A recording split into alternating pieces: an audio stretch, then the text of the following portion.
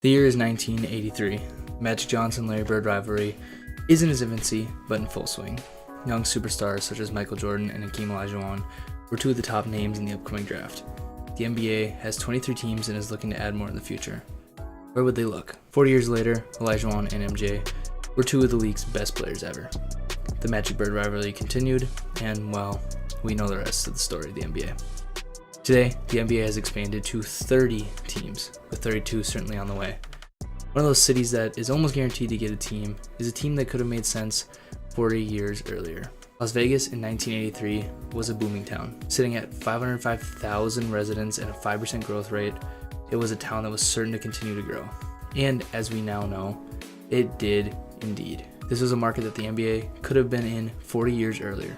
We will give Las Vegas an NBA team, but in 1984 as the 24th NBA franchise. While all real NBA franchises moving forward will still join, how will adding a new, potentially historic franchise change NBA history?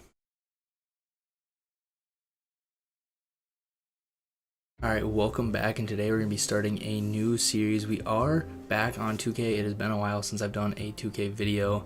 I've been focusing more on doing essay videos because that is more fun for me, but what is really fun for me is more historical videos, and when it comes to basketball, that's what we're doing here today in 2K. So it's a mix of both. We are adding the 24th NBA team as an expansion team, the Las Vegas Fortune. So this is the first logo we're going to be rocking with. I do have this loaded up in just like a dummy modern league right now. Just as we go through showing off this build of this team, this is what the court is looking for the 1980s. This is the logo like you just saw. Pretty basic, but if you look at courts from the 1980s, they are very, very basic. A nice gray and red color scheme to start off. I already have logos ready to go for every era of basketball moving forward. So we have one for the 1980s, 1990s, and then moving forward from there. So yeah, the very most basic ones are going to be this first set. And then these are the two uniforms that we have for the 1980s. I drew inspiration from the Chicago Bulls 1980s logos. The numbers are a little weird with the double digits, so I might try and fix that real quick if I can. But these are the two jerseys. Obviously there wasn't alternate uniforms as far as I know of that were very popular. We're not going to have one. It'll just be our home uniform for the 1980s, and like I said, there will be rebrands down the line, but first we need to get this franchise up and running. And so in NBA 2K25, obviously there's a bunch of historical eras, starting with the Magic and Bird era, which starts in 1983-1984. So we're at the end of that season on April 13th, 1984, and obviously you can't add teams to the very first season, but you can add these teams, and I have simulated as far as about 1990, so about 6 seasons, and there hasn't been any issues with the pre-existing rule changes that 2K has built in that actually happened in the NBA.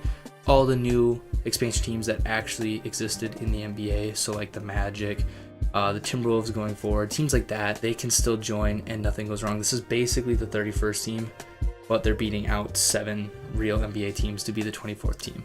So they're gonna have 40 years worth of history compared to just being a true expansion team. So like I said, the 1983-84 season, there's not a whole lot we can do. I have control of every team, but it's just on auto for the year. We can take a look at the All-Stars, just so we have some sort of idea of what's going on in the league. And yeah, this is a pretty standard save. We will see if there's any big trades real quick before we just simulate into the playoffs. There's only 3 trades in the whole league. Not a whole lot. I mean, obviously some names that I recognize like Billy Knight and Randy Whitman, but not a whole lot of movement in the first place. So yeah, we're just gonna simulate straight into the playoffs, see who wins these awards. So obviously as we go through this, I'm gonna have on the screen somewhere the actual award winners and champion of the season that we're currently in. So for 1983-84, the Boston Celtics won the NBA championship. We'll see who wins it in 2K. But Larry Bird was the MVP in real life. In this, it was Magic Johnson. Ralph Sampson, just like in real life, won Rookie of the Year. Sixth Man of the Year was Kevin McHale. Kareem won DPOY. John Bagley won Most Improved, and Coach of the Year was Brad Nelson. Here are 2K's All-NBA teams for this season. There shouldn't have been anything that really changes from just the standard sims of this year. At this time, there was only 2 All-NBA teams, so that is something that is interesting. I'm actually not sure the year that they added the All-NBA third team. But yeah, we're just going to go ahead and simulate through the playoffs real quick. And the Lakers actually beat the Celtics in the finals. Magic Johnson wins finals MVP. So this is the quickest season that we're going to get through, because this now introduces us to the Las Vegas Fortune franchise. So like I said, all historic changes do still work, and so we obviously won't override any of these. And the only thing we'll override here is to approve the new expansion team, which is us. This is new look divisions going into the 1984-85 season. As you can see, the Las Vegas Fortune will be in the Pacific Division in the Western Conference, which makes the most sense. You know, the two Los Angeles teams alongside Golden State, Phoenix, and Utah, you look at that on a map, that makes perfect sense. And yeah, the conferences and divisions really just make a lot of sense in this era. There are no teams that are near the center of the United States. Like we have New Orleans, Minnesota. I mean, I guess you could say like some of the Texas teams, but when you really look at this, they should be teams that are in the West. So we will officially take full control of the Las Vegas Fortune, and we will have either the 1 or 2 overall pick, which means we have a very good chance of drafting Michael Jordan. We will either get Michael Jordan or Akeem Olajuwon. However, we could trade away the pick if we wanted to. However, we are definitely going to get one of our franchise cornerstones to start off this team's history. And so I was absolutely wrong. The one time that I ran this save, we were the number 2. We ended up getting the number 1 pick and getting Michael Jordan. That does not happen. And so for whatever reason, there we are. Okay, never mind. We did get the number 2 pick. So I don't know. But Chicago more than likely is going to get Michael Jordan. However, they could take Hakeem Olajuwon, and we will get the other one of those 2. Obviously, we have the expansion draft before the NBA draft. However, we're more than likely just going to build our team knowing that we're either going to get a shooting guard or a center, so we'll probably keep those as some of our weaker positions, but we have to assign our staff first. And so obviously it's not going to matter for the first episode, but I am going to keep track of all of our head coaches throughout history, as well as some other things, just so that when we finish all this, we kind of have the history of this franchise, as well as like coaching records, who is our best players, yada yada yada. Probably more than what 2K can actually offer me, but the most important thing to me is getting a head coach. The rest of this we can just get okay. Yet I want to get a guy that we can kind of build around, that has decent potential but also isn't absolutely cheesed out. I think for this franchise to start, I think it would be an awesome story to make it so that we just take some guy, just not necessarily off the street, but somebody who just isn't a coach, and make him a coach. High potential. He's a head scout, Zach Battle, 1.5 star offensive and defensive coaching. So as he progresses, the team can progress. I don't know. I think it's just an interesting storyline that we could make work. And yeah, I mean, if he's bad, we can fire him after a year or 2, but I just don't want to get anybody cheesy, and I'd rather overpay, because I want to do the same thing with Gregor Peterson, who was a 0-star, but he just stuck as a GM. And so Zach Battle will sign with us as our first ever head coach. And so like I said, I'm an absolute nerd. So we're going to have our yearly review, as well as our coaching records, our stat leaders every year, award winners, and then just general notes that I get year over year. And yes, I know that I spelled coach wrong. I'll fix that later.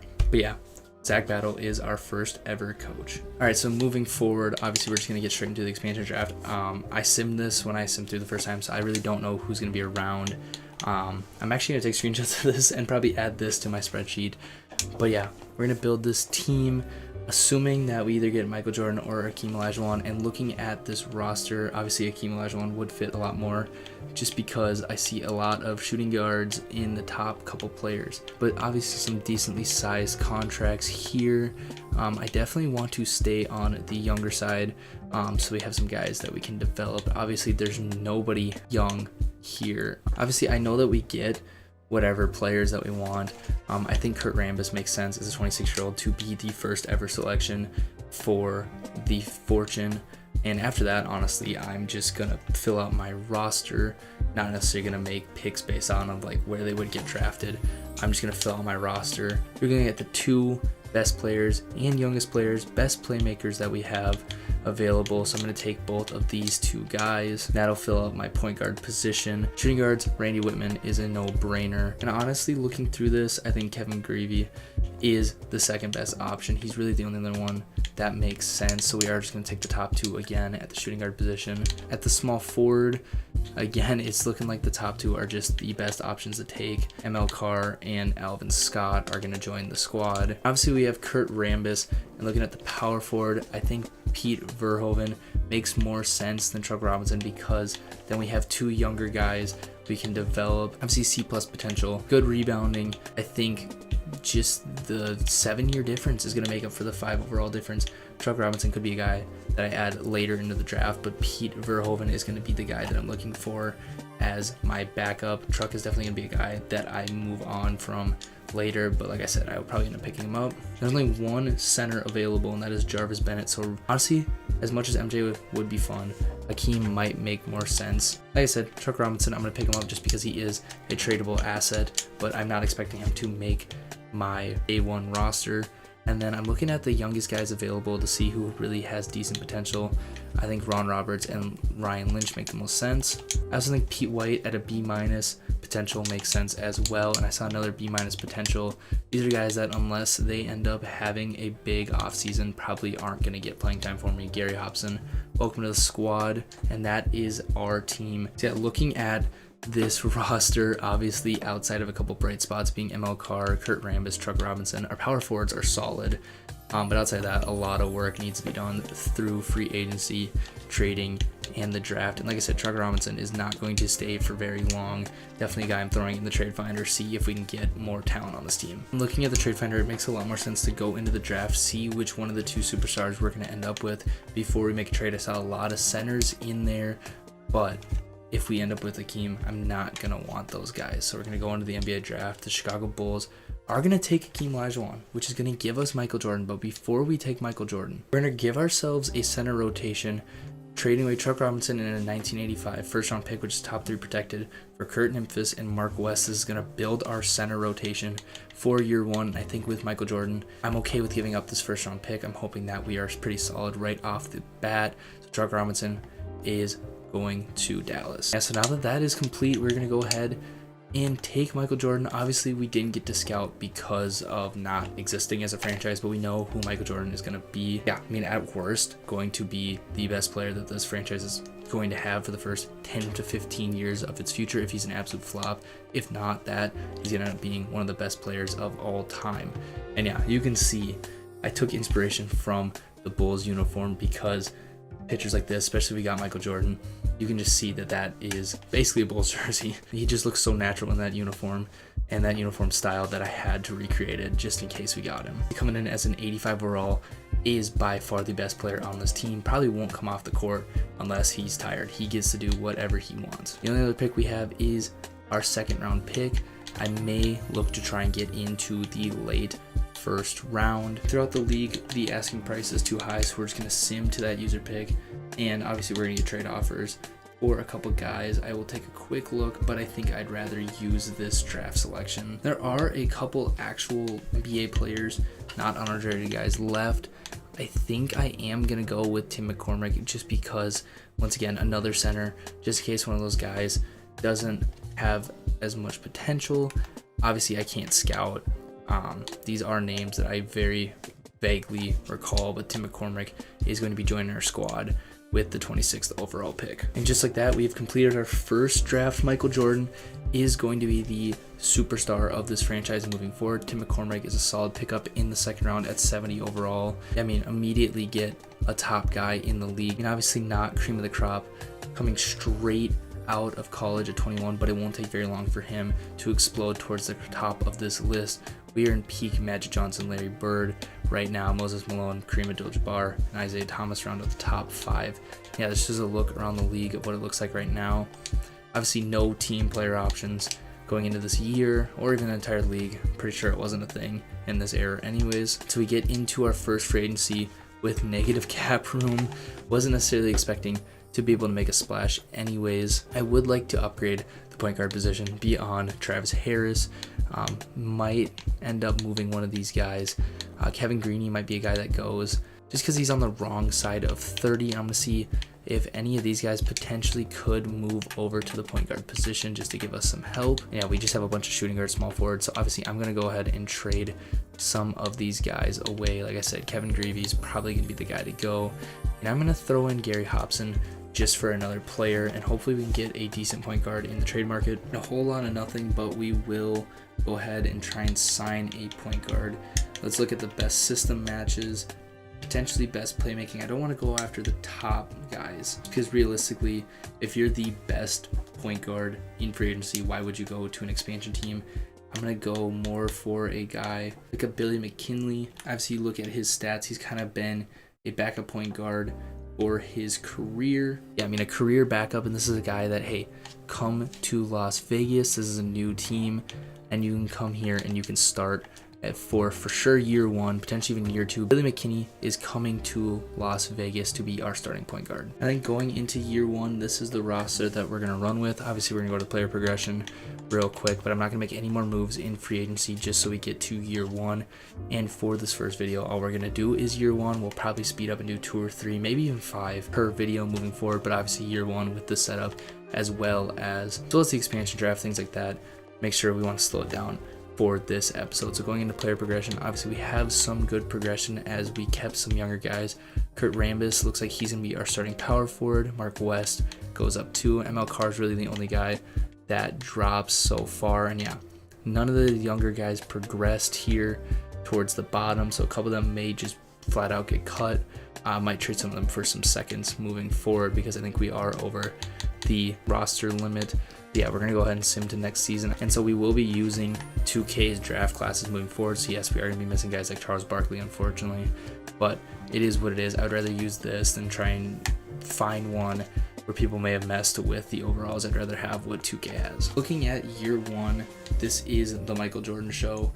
Pretty much nobody else is going to get over 30 minutes.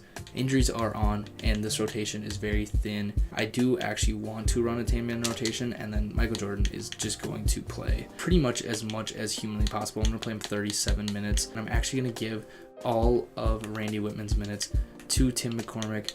I'd rather have our young center playing than Randy Whitman, who is a younger player. Kevin Greavy's actually going to lose his minutes as well. I'd rather have younger guys playing. We're going to be okay this year because Michael Jordan is Michael Jordan, but I'm assuming we're not going to be very good this year. Obviously, we're going to play through Michael Jordan, and then we're just going to shoot at will. Would rather try and outpace teams than try and outskill teams moving forward. And yeah, very first game, we're going up against Larry Bird and company, fresh off of NBA Finals appearance.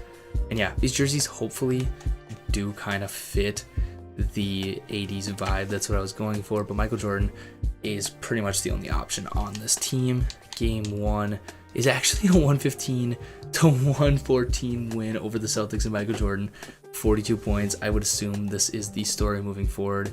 And yeah, we're just gonna sim and see what happens, and I will let you know at any big injuries or if we try and make any trades, anything like that. And the power of Michael Jordan, 14-24. We're only a couple games out of the 8th seed, and first of all, the West is terrible and top heavy. We're terrible on the road.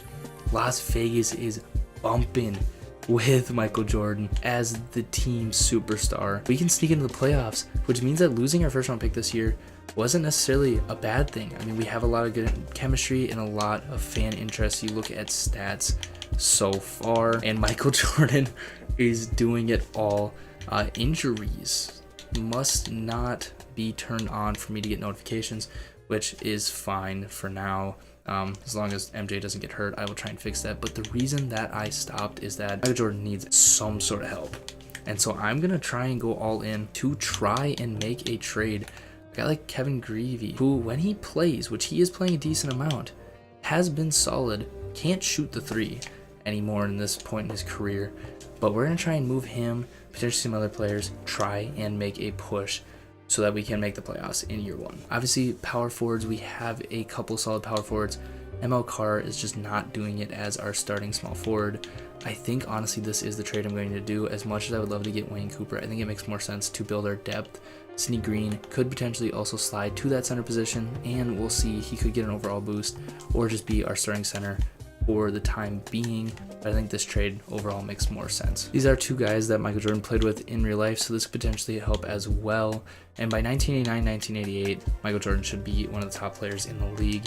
And so I'm not afraid to give up those picks to try and win now. This rotation's already looking better now that Rod Higgins and Sidney Green are in the starting lineup. Michael Jordan hopefully doesn't have to put up 34 points a night just to survive. We just passed the All-Star break, and I believe this means that Michael Jordan was number 2 in voting. Obviously, I can go look. I don't know why I'm not. Yeah, he was number 2 in voting, 34, 4, and 4. We'll give him 34, 5, and 5. The guy is absolutely electric. How did he play in the All-Star game? He was the leading scorer out west for the All-Star game in a win. Does that mean he won All-Star MVP? I don't know, but yeah, we're still the 9 seed. But we are beating some solid teams like the Lakers. If we can compete with the Lakers, we should be able to make the playoffs. A 41-point game from Michael Jordan. He still pretty much has to do it all. But at this point, the trade deadline is passed. While we're here, we'll see if we can extend anybody. Alvin Scott, we can extend. Obviously, I'm going to try and keep him for as cheap as possible. He wants to stay for the minimum for 3 years. Perfectly fine with me.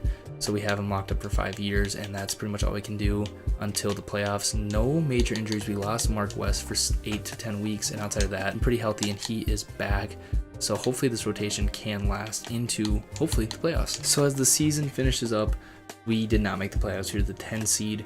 We got hit with about 2 to 4 week injuries. It is what it is. But Magic Johnson wins MVP. Here is the winners from the true 1984-85 season before I get into this. But Magic Johnson MVP. Michael Jordan putting up 31, 5, and 5 a night. He could have potentially won DPOY.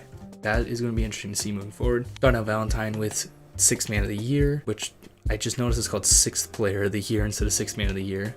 Akeem Olajuwon, the probably runner-up for rookie of the year, wins DPOY. And then the most improved player is Kurt Nimfus of the Fortune. So in our first year of existence, we had 2 award winners in Michael Jordan and Kurt Nimfus.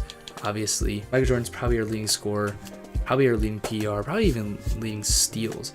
It's going to be interesting to see that moving forward. And Michael Jordan was probably runner-up for MVP. Well, this is before they'd made it so that it was positionless, so maybe he wasn't, but for sure was in the MVP conversation. He's on the All-NBA first team. I would assume he's on the All-Defensive first team, and he's on the rookie team. Do we have any other rookies? No, Tim McCormick did not make it, but he's on every single first team possible this year. Absolutely insane. We knew Michael Jordan was going to come in and be our best player. We knew Michael Jordan was going to come in and be one of the top players. I did not expect him to be an All-NBA first team in year 1. So like I said, we were 31-51, so we were the same record. We were 31-51, so we had the same record as the 8 seed. However, tiebreakers, we must have missed the playoffs. This is interesting, by the way. First of all, we got absolutely blown out, 116-68. I would actually rather have this than the stupid social media stuff that they have. This newspaper is kind of cool to me, but yeah, 31-51. Taking a look at the stats, I'm sure we're going to see Michael Jordan over and over and over again. Michael Jordan, by far, our leading scorer. Kurt Rambis, our leading rebounder. Billy McKinney, our leading passer. MJ leads in steals. He almost led in blocks. Kurt Nimfus, which now that I look at it, his name's probably pronounced Nifius. Kurt Nimfius with 1.5 blocks per game beats out Michael Jordan for the leader in blocks. And then obviously PER. Michael Jordan had the exact same PER as points per game. Almost. I mean, in the 30s is absolutely insane. I wonder where that puts him in the league. Michael Jordan was number 2 in the league behind Moses Malone, who's a center, who had 13 rebounds, almost 14 rebounds a game. That is insane. He was so efficient in his rookie season. And so, like I said, in real life, the Lakers won the NBA Finals in 1985. They won it the year prior, and obviously I was going to say, without the Celtics, they're probably going to win, and they swept the Detroit Pistons. Magic Johnson wins Finals MVP. 18 and 16 a game is absolutely insane. That is a ridiculous stat line to have. Almost a triple-double. And yeah, we will get through this offseason. Obviously, we don't have our first round pick, which now that we missed the playoffs and we're not like an insane team, not really sure how I feel about it. I'm still pretty confident that by 1989 we'll be solid. And obviously, we weren't bad enough to get a Patrick Ewing or a Karl Malone. However, I got Hot Rod Williams might have helped. A Terry Potter might have helped. This might be a draft I try and trade back into the first round here. I am going to override a lot of player retirements. That's just a personal thing. Hopefully that isn't something that's upsetting. Yeah, it's just a personal thing that I like to try and override guys so they stick around for a year longer than they usually want to. So historic changes: Kansas City Kings move to Sacramento, and then for rule changes, all lottery teams will have equal odds and all lottery picks are done through a weighted draw. This was the New York Knicks getting Patrick Ewing. If you're a conspiracy theory guy or just an NBA history guy, this is where there's a conspiracy theory that the Knicks got the #1 pick and got Patrick Ewing because of a frozen envelope. Who knows? I don't know if the Knicks were good or not. I didn't really check. They are pretty bad. They are going to get Patrick Ewing or Karl Malone. They still could get Patrick Ewing, but San Antonio is going to get themselves big. We will look at the first couple draft picks before we sim to our pick. With the #1 overall pick, San Antonio Spurs take Patrick Ewing out of Georgetown, which means the Knicks are going to take Karl Malone. Wayman Tisdale goes to the Warriors. Thought they might have taken Chris Mullin. I just wanted to see somebody go to their actual team. Joe Dumars goes to the Mavericks. I believe he went to the Bulls. Xavier McDaniel goes to the Bulls. Charles Oakley at #6 goes to the new Sacramento Kings. That is their first pick in the Sacramento era. AC Green goes to the Pacers. And Chris Mullin is going to Houston to round out the top 8. Let's go to the top 10. Detlef Schrempf goes to Atlanta, and Dallas is going to pick up John Konchak. Definitely said that wrong. I should know how to pronounce this guy's name. But we're going to send to our pick, which is in the mid-30s.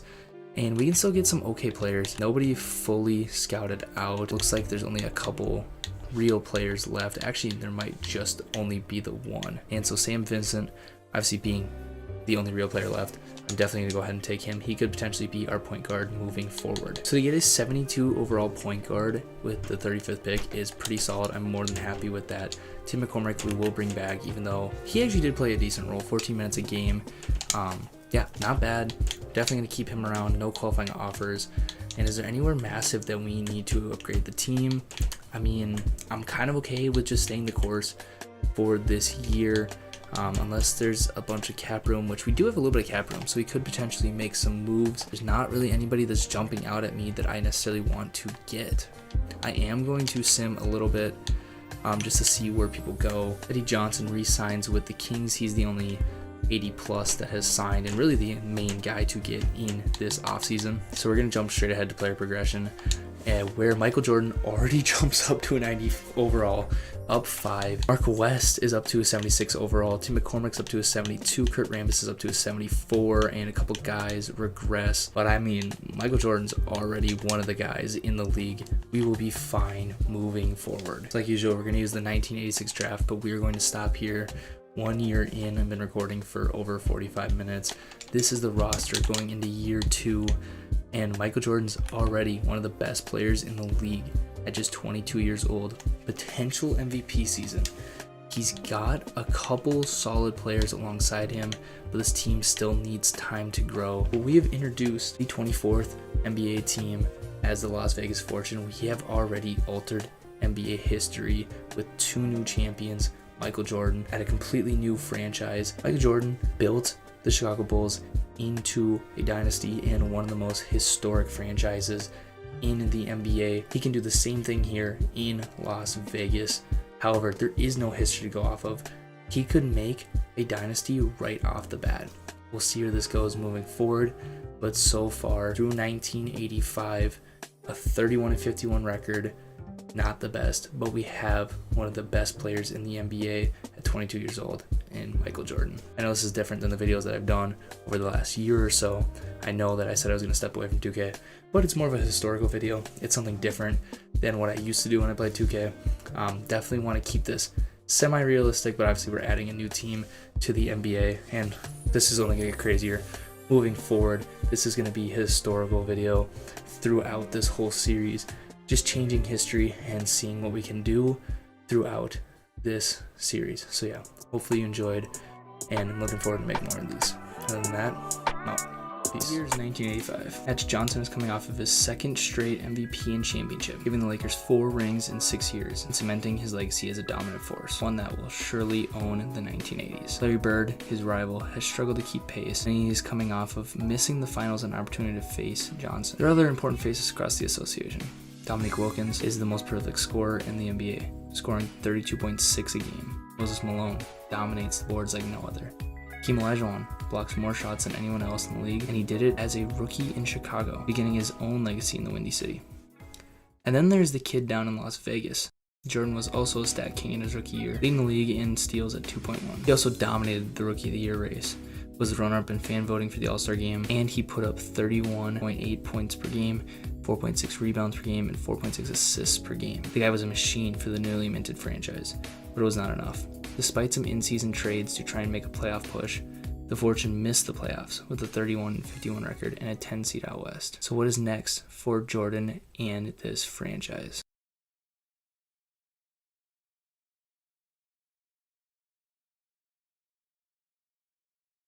Alright, welcome back to the Las Vegas Fortune franchise. We are on episode 2 today. We're starting the 1985 season where we ended off last episode. Before we get into it, I have changed my mind about adding Charles Barkley and Reggie Miller, guys that are very important to the NBA's history that aren't in 2K. I know it is a little late for Charles Barkley, so in this universe, we're going to assume in his junior year he had some sort of injury and then redshirted a year while he was rehabbing. Let's just assume it was like a late season injury. So he played the majority of his junior year, was hurt during his senior year, and then his redshirt senior year put up, say, the stats that he put up as a junior in real life. So he's a 23-year-old rookie coming into this draft class. Completely changed my mind on that while I was thinking about the series, and I realized Charles Barkley is a pretty important piece to the NBA's history alongside Reggie Miller. I'll try and track down some other guys, and if you have suggestions of guys that you know are in 2K, if you have the years that they're in the draft class, just to save me some time, that'd be great to make sure I get them in on time. I know Reggie Miller is coming up, so I will double check his draft class so we get him on time. So Charles Barkley hopefully is the only one that we're late on. Anyways, as we get into year 2 of the save, 1985, Michael Jordan, like we said in the intro, he's this team's engine. Everything runs through him. The team has gotten better around him. Kurt Nifius is coming off of a Most Improved Player award in the 1984-1985 season. He's our second best player on the roster at a 77 overall. So obviously still some work to do because Jordan 91, then a couple 77s. It is what it is. We might try and make some trades, but I am pretty happy with this roster. It is a young team. Obviously we have Sam Vincent, our second round draft pick that I'm really excited about that we were able to get him as a 72 overall. I could see him potentially taking Billy McKinney's spot at the mid-season depending on how Billy is playing. Sam Vincent's going to be starting the season, only getting 13 minutes a game. We want to try and have our best players playing. We can go young if the season starts to go off the rails a little bit, but for now, this is the lineup that we're going to run. We're going to run 10. I think this team can run 10. We have Randy Whitman as a reserve. We honestly could go 11 deep, maybe even 12 deep with Alvin Scott, but I want to keep it at 10 in case we have injuries. And then just like last year, we're going to play through the star, which is Michael Jordan, and shoot at will, try and play fast. We still have Zach Battle as our head coach, and I have no intention of firing him. During the season, we'll see if we have another bad season, he doesn't start to show improvement as a coach at that half-star rating at each. It might be time to move on from him. Yeah, I just want to start the season off without making any trades and simming for a little bit just to see how this team works together. In a week and a half into the season, we lose Rod Higgins for 4 to 6 months. This is one of the reasons why I didn't want to go all 12, because now Alvin Scott is completely fresh. He can take over, but so far, a 2-1 record. Obviously, it is early into the season, so not going to completely judge our team, so I'm still going to hold it down. I don't think we need to trade for a small forward. I don't think we need to freak out. We're just going to continue to sim. We also now lose Sam Vincent for 6 to 8 weeks with a high ankle sprain. So again, team already facing some injuries early into the season. Hopefully this is all that we have. And after losing Kurt Rambis for 4 to 6 weeks, we are going to try and make some trades. We are 9-8, closing in on December. I think it is time to try and make some trades. Michael Jordan is putting up 37 points a game, trying to single-handedly drag this team to a 500 record. As much as I would love to see Jordan put up godly numbers, we do need to get this man some help. And our only position that isn't injured right now is our center position. Looking at their stats, Kurt Nifius is really the only guy that is not improving this season. I know it is early. This is about a 20-game sample size. I mean, we're looking at a fourth of the season, and he's a guy that playing very similar minutes as he did last year is not showing any improvement at 27 years old. He's starting to regress statistically. I think if we can trade him and potentially a second, we could potentially get something that could help us. And I was just looking around the association. Johnny Moore is a guy that interests me. 9.8 points, 9.2 assists. He is a big playmaker. He can get our other guys involved. And this is a guy that then we can move on from Billy McKinney potentially. Johnny Moore is under contract for 1 year. That should give Sam Vincent time to A, heal, because Billy McKinney can now be our backup. This improves the point guard position for this year, but B, time to develop for next season where he could potentially come and become our starting point guard. Not necessarily our franchise point guard, but a solid starting point guard. Or we can potentially re-sign Johnny Moore. I think 2 second-round picks, they were asking for a first-round pick, could potentially get it done. And they really want to give me Artis Gilmore, who I looked at earlier until I realized I was looking at the per 36 minutes. I mean, this is okay. I just don't want to give up another first-round pick. They're not willing to just take fourth-round picks. I'm going to see what I can do. Hopefully, if it's a successful trade, I will be showing you the transaction report. So throwing in Kurt Nymphius, the guy who we were originally looking to trade, does get it done. So we give up 2 second-rounders, Kurt Nymphius and Randy Whitman, for Johnny Moore. I think this is a trade that for the short term is going to be good, and I don't think it necessarily hurts us in the long term. Randy Whitman was a guy who was aging out. Kurt Nymphius was a guy who started to look like he was aging out. We had 2 younger and better centers on the roster. We did not need Kurt Nymphius as much as we thought we did. So after that trade, we're going to go ahead and continue simming. And as we get to 1986, this is on January 2nd. This is an interesting trade. Billy McKinney, I will be willing to listen to this trade. Get a second first-round pick for 1988 for a guy that we were already talking about potentially moving on from. I mean, he's playing pretty solid. We are healthy. Johnny Moore's numbers have stayed about where they were with San Antonio, which means he's being just as efficient on our squad. Sam Vincent's rookie year, I mean, he hasn't played a ton due to injuries, but I think this is a guy that potentially could be our guy moving forward. I mean, I'm willing to do this. Is a big contract to take on though, but we do have the cap room to do so, and I think this does make sense. I'm only willing to pick up another pick, especially I think this is Reggie Miller's draft class. I could be off by a year, but I'm willing to do this. So officially moved on from Billy McKinney, and like I said, we are starting to get healthy. We do have a couple injuries left in Kurt Rambis, Alvin Scott, and Rod Higgins, but once we are fully healthy, we should compete. We are still around 500. We are on a little bit of a losing streak though. And at the trade deadline, this losing streak has been very bad. 16-24, but we're still the 6th seed out west. That just shows how top heavy this league was in this era. And the Lakers and Trailblazers yet to lose 10 games out west. Out east, the Celtics yet to lose 10 games. You have 3 teams without 10 losses. You have multiple sub 500 teams. They're going to comfortably make the playoffs, including us. I'm hoping to at least get to 500 this year, but you never know. I am willing to stay the course, but yeah, this is such a top heavy league. You have multiple sub 500 teams in each conference in the running. Absolutely ridiculous, but there's no reason to make trades in my eyes because we are comfortably a playoff team and we are getting healthy. Rod Higgins is almost back, and I think we are good to cruise into the postseason. So I am going to not make any trades. I do want to look at the All-Star voting, where Michael Jordan putting up ridiculous numbers again. If this team was just okay, he would be an MVP winner. I mean, he's for sure candidate with these numbers.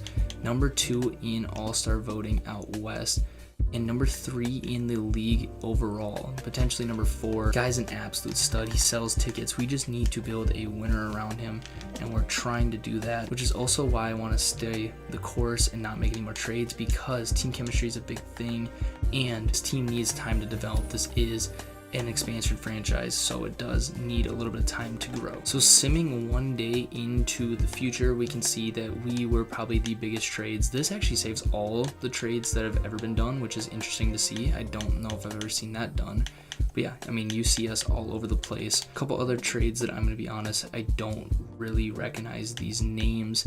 Hopefully these aren't people I'm supposed to know their names, but I don't recognize any of these names of the other guys that got traded. So I think it's been a relatively quiet trade deadline, and so far just trade deadlines in general in this league. That is one thing that I did not look at last year. I also want to look at award races where Akeem Olajuwon is the front runner to win MVP over MJ. So it's looking like the Bulls did make the right decision to take Akeem Olajuwon number 1 and let us get MJ. The Bulls are comfortably a 4 seed. I mean, they made the right pick, it appears, but only time will tell. As for Rookie of the Year, Karl Malone for the Knicks is in tough competition with Patrick Ewing for the Spurs.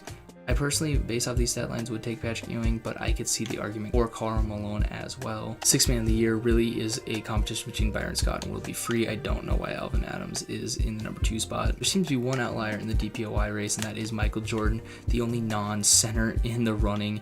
At number 4, I'm sure he's happy to be there. He'll be an absolute lock for the all-defensive first team. Tim McCormick could potentially be the most improved player. We'll see how that plays out in the back half of the season. So taking a look at this, Sidney Green and Mark West both want to test free agency. They both have 2 years left on their contract, so I'm not sure why they're even acting like they can leave yet. We're going to go ahead and re-sign Kurt Rambis and Pete Verhoeven, as well as we might as well keep ML Carr around if we can get him cheap. Honestly, these guys on the bottom, unless they're taking minimums, I'm just going to let them walk, but these top 3 guys I will re-sign for as cheap as possible. All 3 of our guys took minimums, as Rod Higgins is finally healthy. He's missed the majority of the season, and we are fully healthy as a squad. I was running an 8-man rotation while we were waiting for him to get healthy, which is starting to burn out our guys. I'm going to bring it back to a 10-man rotation because we should still have the depth to do so, and we are going to continue. We are the 7th seed, potentially could miss the playoffs. Rod Higgins gets hurt immediately again, but hopefully we can stay healthy and make the playoffs. And so as we reach the end of the season, on the screen is the true award winners of this NBA season. In real universe, in our universe, Magic Johnson wins MVP. Larry Bird was the winner in real life, but now we are so far off of real life that at this point, even 2 years in, it doesn't necessarily matter, but it is fun to compare. Karl Malone wins Rookie of the Year. The Rookie of the Year stays in New York with a different big man. 19-8 and 1.5 blocks a game for Karl Malone. Byron Scott wins 6th Man of the Year for the Lakers. The Lakers have taken home the MVP and the 6th Man of the Year now. Hakeem Olajuwon takes DPOY.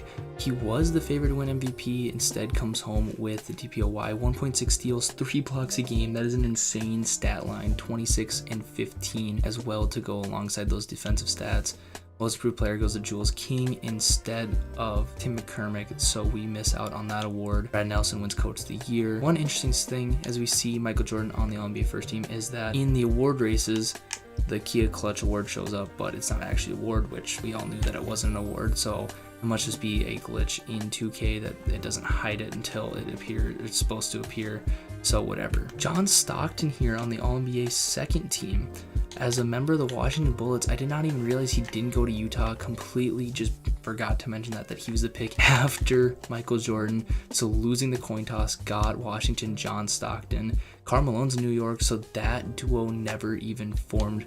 As you can see, both of them on the All-NBA second team. Michael Jordan also a member of the All-Defensive first team. We had no rookies on the All-Rookie team, so Michael Jordan, once again, is pretty much just the only guy on this team. And so a late season meltdown, 29 and 53, a worse record than we had in year 1, as us missing the playoffs. A second straight 10 seed for Zach Battle at the helm, and he's definitely on the hot seat. He might be out as the coach of the Las Vegas Fortune. Again, if you weren't here, we did choose a low-rated coach to try and develop him, as well as a lot of those cheesy coaches that are like the 5 stars and 4 stars, everything go away after year 1, and I don't want to not be able to find coaches that have flaws but are more realistic, because those guys are showing up. Before we look at our team, looking at league leaders, MJ does end up leading the whole league in points per game at 36.9, meaning he definitively led our team as well. Rebounds goes to Hakeem Olajuwon, putting up 15 rebounds a game. Magic Johnson barely beats out John Stockton as the assist king at 11.2. Jordan also leads the whole league in steals per game at 2.2. And Hakeem leads in blocks with 3 a game. Clyde Drexler was the most efficient shooter at 61% field goal percentage on the season. This is a very low 3-point era, so he likely is the most efficient shooter in the whole league. Efficient field goal percentage is probably pretty similar to this. So there were some good shooters, a couple guys in the 45%, although you're looking at half of a 3-pointer game, so you're looking at 43s taken over the entire season. John Stockton was the leader in 3-pointers taken, and he probably took about 90 in the season. Your free throw champ was Jeff Lamp, shooting 93% on a little under 3 attempts a game. So now taking a look at our team, this needs to change moving forward. We need to find our second star for Michael Jordan. Hopefully we can do that in the draft, because 36, almost 37, and then 13 is horrible. Kurt Rambis leads in rebounds at 8.7. Johnny Moore, who we traded for, leads with 10 assists a game. This does count his time from San Antonio as well. As you can see, he played 84 games. The majority of the season was with us, so we are going to count him as assist leader, and by far he would have been the assist leader anyways. Steals, like we mentioned, MJ led the league, so he's going to lead the team. Mark West barely beats out MJ as the block champ. And I would assume Michael Jordan is going to destroy everybody else on the team in PR moving forward for a long time. So obviously, just a look, here it is. He was also the PER champ of the entire league, beating out guys like Barry Baylor, all right, so a guy who didn't play, and then Dominique Wilkins and Larry Bird, 2 guys who are superstars. He is the PER champ of the league as well. And yeah, I mean, like I said, if he was on an okay team, he's winning MVPs, and yeah, I mean, he's got to be growing unhappy in Las Vegas. So one positive takeaway from the season is that every statistical leader on the team improved since last year. Now, not necessarily something I want to see every single year, because it just means we're getting a couple guys that can only do one thing. As Larry Bird gets his championship and his finals MVP, reviving the rivalry between the Lakers and the Celtics, and Larry Bird and Magic Johnson. Yeah, so now the Celtics have their ring in this era, and we could be seeing a Larry Bird, Magic Johnson rivalry actually happen in this sim, but hopefully we can blow this up, and Las Vegas is here instead of Los Angeles. Elvin Hayes is retiring after 17 years, and Bob Lanier, after 16 years in the NBA, are the 2 big names retiring. Sam Williams is also calling it quits after 4 years in the league. Elvin Hayes does join the NBA Hall of Fame after his career, 20 points per game, almost 21 a game, almost 13 rebounds a game. And Bob Lanier gets his jersey retired by Detroit. So nothing crazy happening in the NBA for rule changes, just a couple uniform changes for the Bucks and Warriors. Getting into the draft lottery, this is pretty important for us. Remember, this is the envelope rule, so we all have the same odds, which means we could slide our way up to the number 1 and get Charles Barkley. Regardless, we're getting a great player. This is a little slow, but I would rather do it this way. The Rockets get the number 8 pick. The Mavericks move up to potentially getting number 7, and they do get the number 7 pick. The Nets with number 6 odds. The Pacers end up getting number 6 instead of the Nets, so they do move up. Do they get number 5? Now the Supersonics, who were the worst team in the NBA, they had the number 1 odds, even though, again, they are even, which means we for sure get a top 4 pick, and we end up with pick number 4. So I'm okay with that. Kings, Warriors, Nets are your top 3, and we are sitting at 4. And Zach Battle, he has maximum potential, but we are going to look at the head coaching market, and there are some guys out here with decent stats. You can see them on the left. I'm going to be looking on the right to see the stars. Again, I want to ignore these top guys that wouldn't actually make sense. I think Eli Perkinson is a guy that makes sense. He's currently the wing whisperer for the Portland Trailblazers, so he's an assistant coach. He's not that assistant head coach. So he will be more than willing to make that jump. The Trailblazers might be willing to just give him up because of that difference in pay gap. I really don't know how that works, but Zach Battle is out as the head coach of the Las Vegas Fortune. So hopefully Eli Perkinson, he has no interest. That is totally okay with me, because Rick Adelman is here. He also has no interest. This sucks. Nobody has any interest because we're terrible. I was gonna say Rick Adelman in this world has not had a coaching job. In the real world, gets a coaching job in about 3 years. At 42 years old, he'd be 39, so this would be a little early. He has no interest either, even though it says he has interest. I think it's just that we have no money whatsoever. Yeah, we just have no money, and all these guys want a ton of money. So we're going to find somebody cheap. So we're going to go back on what we did, and we're just going to re-sign Zach Battle because he's the only guy that is, like, legitimately the only guy that's in budget. So welcome back on an extension. But that's whatever. He's just going to be a placeholder for 1 more year, but he knows he has to win this year to keep his job, because otherwise we're going to come with some money. What a way to survive with your job is that the team literally cannot hire anybody for the amount of money that you will work for. We have the number 4 pick, which means we for sure are going to get a great player. We could potentially get Charles Barkley, although he is the number 1 ranked prospect, even though he is 23. Dennis Rodman would be interesting. Obviously, that is a pairing that worked out in real life, so might be something that I do avoid. Number 4 is Mark Price, a point guard or a shooting guard. This is a shooter. His player comp is Augustus Robinson or Hall of Fame. Obviously, we know who Mark Price is, a very good NBA player for a very long time. I think this is a guy that we go out and get if he's available, potentially move him over to, I would say the 2, but I don't want to play MJ out of position. So, I mean, I might avoid him just because I do believe in Sam Vincent and Johnny Moore as our point guard duo. I don't necessarily want to use the number 4 pick on shooting guard depth. So, I think that might be a guy that we avoid. But let's just hop into the draft. The number 1 pick, the Kings are going to take Charles Barkley out of Auburn. Good God, whoever made like this build of Charles Barkley did not need to actually like make him big. That's all right. Anyways, the person goes number 2, also from Auburn. So those 2 teammates go 1 and 2. Golden State picks up a small forward in Chark Person. The number 3 pick, Brad Daughtry, goes to New Jersey from North Carolina. So that leaves Mark Price on the board, but I don't think that makes sense for us. Kenny Walker is here. He's unscouted. We already have centers. Mark Price, I mean, it makes sense. It does. Ron Harper also makes sense. We could just take another point guard and see if we can move some guys around. Obviously, we know what we'll get out of Dennis Rodman, but at 25, I don't want to use the number 4 pick on a 25-year-old. Del Curry could make sense. We could move him to the 3. We do know he's a shooter. That's a guy we can get later.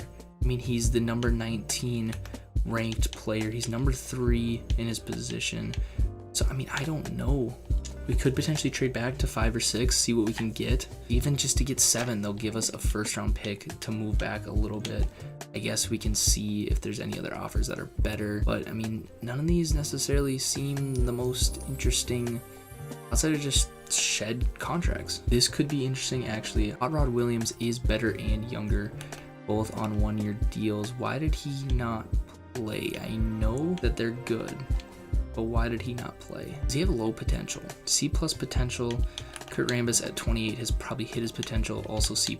How good of a rebounder is Hot Rod? Only B, so we'd be giving up a lot of rebounding. I don't necessarily want to do that, especially in this era of basketball. But I might move back 3 spots to get an extra first-round pick in 1988. That gives us 3 for 1998, and so I think this is okay because I think we can get the guy that we want 3 picks later and pick up another pick. This is an insanely like NFL trade, but I don't necessarily care. Ron Harper goes to Dallas with the number 4 pick. That's a guy that makes sense to go number 4. Kenny Walker goes number 5 to Seattle. Indiana is going to take Jeff Hornacek, a guy that we potentially could have scooped up at 6, but didn't want to take him at 4. I think I am comfortable taking Del Curry here. I don't think it's a stretch. Knowing what we know, obviously being from the future, we do get a little bit of a heads up on who's going to be good, who's not. I'm okay with this. I don't necessarily want to risk dropping any farther and losing Del Curry. I mean, I guess I can see if there is, like, if the Suns want to give me something for 9, they are willing to give me a 2nd-round pick. I might actually do that. And I don't necessarily want to give a Rod Higgins to get a 1st-round pick. So we're going to be picking up a 2nd-round pick as well and drop back 2 more. Again, a very football thing to do, I understand, but it makes the most sense. So now that the Spurs are on the clock, they take Mark Price. He should go there. These do not take Del Curry. They take Dennis Rodman. He's going to Houston. That could be a good fit. And so we're going to get our guy and scoop up some picks. Welcome to Las Vegas, Del Curry. He's going to wear number 34, 6'5" out of Virginia Tech. We do have a 2nd-round pick now that we can use. And I know this is talking about Michael Jordan, but Del Curry's going to the 3. We are not losing Michael Jordan for anything. We're going to round out the top 10 with the Suns taking Mark O'Leary. And so now we're just going to sim to our pick, which is number 30. We're going to go ahead and take probably one of these small forwards. We did not do a lot of scouting in the 2nd round. Look at age and height as well as wingspan. Rafael Addison makes the most sense based off of those 3 things, which is really all I can go off of, and that is who I'm going to take with the number 30 overall pick. That's going to be our last pick of the draft here. We can see how we did. Charles Barkley is an 83 overall. I think that is relatively fair for a 23-year-old coming into this draft. But Del Curry 74 overall. I think to slide down and take him at 9, that makes sense. That's a steal at number 9. Obviously, there are a couple better guys available, but they're centers. We don't necessarily need centers. And in the 2nd round, Rafael Addison is an absolute steal at 72 with the 30th overall pick. Another great draft. In my opinion, we get 2 guys they're going to help out massively. I do think I both slide them down one position though. Del Curry goes up to a 77 at small forward. That is where he's going to be playing. Rafael Addison does not, so he might just become Del Curry's backup. Again, fine by me. Obviously, we're going to have to move some guys, move on from a couple players, which will help out. Michael Jordan, without a doubt, is coming back. Sam Vincent is also coming back. I don't think we saw enough out of him to judge him and let him go. Tim McCormick, we will extend a qualifying offer to. With not a lot of cap room, we are just going to go back and get Tim McCormick, and that's pretty much what we're going to do for this offseason. And we're going to let everybody else walk. We will also go get Johnny Moore if possible. I don't necessarily know if it is going to be possible with money. I think Tim McCormick is more important. And so we have to pay him. Like pay him. I think it is worth it. I think we might be able to get him for $650, try and save a little bit of money, and that is not going to hurt us. So 4 years, $2.9 million for Johnny Moore, 4 years, $879,000 for Tim McCormick. I think that is very fair. I think that works out for us. We do need a shooting guard on roster, and I think I'm just going to move one of our small forwards to shooting guard. It's not going to necessarily matter. I think Alvin Scott might be the guy. We'll slide Emil Carr over there also, just so that there are a couple of guys behind Michael Jordan in case he goes down. Now, this is going to be very important player progression. Hopefully we see a lot of greens. And we do. Michael Jordan up to a 94, as expected. Probably a top 5 player in the whole league. But Del Curry goes up 3 because of the position change. Sidney Green goes up 2 because of progression. We see a couple -1s in Johnny Moore, Rod Higgins, and Kurt Rambis, but that's okay. A -4 from Alvin Scott and -4 from Emil Carr. Both of those are because of position switches as well as regression. Then a couple more +1s, but the big one is Sidney Green, 78 overall. Hopefully we get a second star very, very soon. So obviously I'm going to use the 1987 draft class. I'm going to grab a Reggie Miller player out of the player DNA, import him real quick. And other than that, there's nobody else I can think of from the 1987 draft class that's missing. On screen will be a summary of last year, the 1985-86 season. Going to be honest, not entirely sure how I'm going to format this. So for this summary, not necessarily going to be able to give you a rundown of what's on it, but you will be able to see it, and hopefully me just kind of talking in the background is enough time to have you read it. And so this is our rotation going into this season. We're going to run a 9-man rotation because it really does fall off. After that, we have a couple guys that we could potentially add if there are injuries.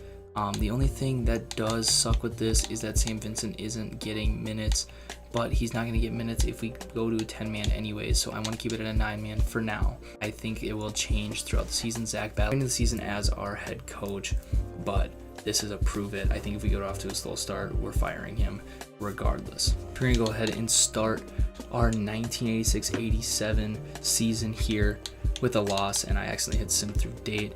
And already it's looking like Zach Battle's job might be gone. I don't think he's the coach moving forward. We haven't seen any progression from him. Kurt Rambis is injured, and so now Rafael Addison is getting some minutes. I think if we're not 500 here by the end of November, I think his job is gone. And at 6-11, it is time to move on from our head coach, Zach Battle. You've been great for us.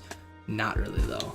Didn't really work out because the potential just did not go as fast as I thought it would, and so we're going to fire you for officially the first time, unofficially the second time. Zach Battle finishes his career as the Vorchin head coach with a record of 66 and 115 and 0 playoff appearances. Our search for a new head coach begins. And after looking around, Milan Mack is really the only one that's willing to coach at this budget, and so he's going to become the next head coach of the Las Vegas Fortune. A 2-star offensive coach, 1.5-star defensive coach, 1.5-star potential, although I'm starting to believe potential doesn't necessarily matter. He's going to come on for 4 years. I don't know if he's going to serve all 4 years of this contract, but he is going to be declining my offer. Okay, so we're going to go ahead and promote our assistant head coach to head coach. Adrian Carver is going to serve for 1 year, 243. I'm hoping he takes this. A 1-star offensive, 3-star defensive, a 4-star potential. I think the 3-star defensive is going to be great, and he wants the 4 years.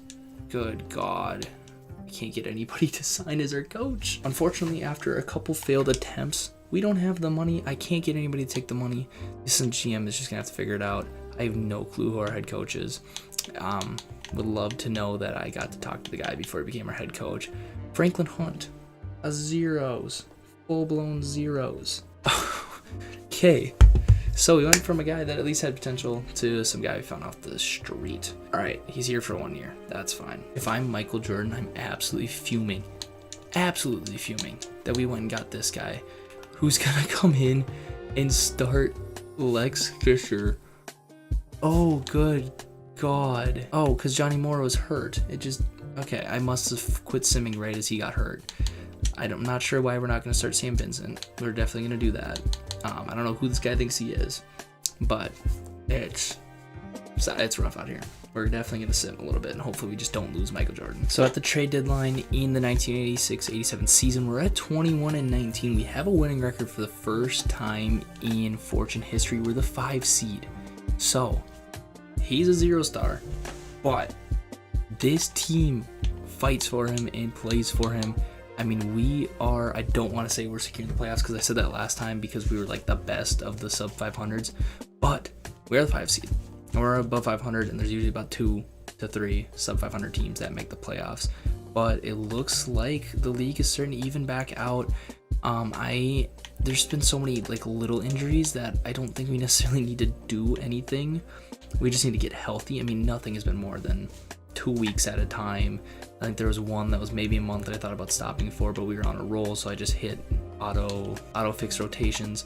This coach, for whatever reason, never wants to start Del Curry, who's having a great season, shooting 45% from 3, and is in love with Lex Fisher, who I mean he's shooting 52% on 7 minutes. So I can't necessarily hate the decision making. I don't know if it's necessarily MJ's potentially saying Rafael Addison needs to start next to him instead of Del Curry. I don't know. Maybe Del Curry is better as just a guy that can just shot chuck when he comes in with the backups. I don't know.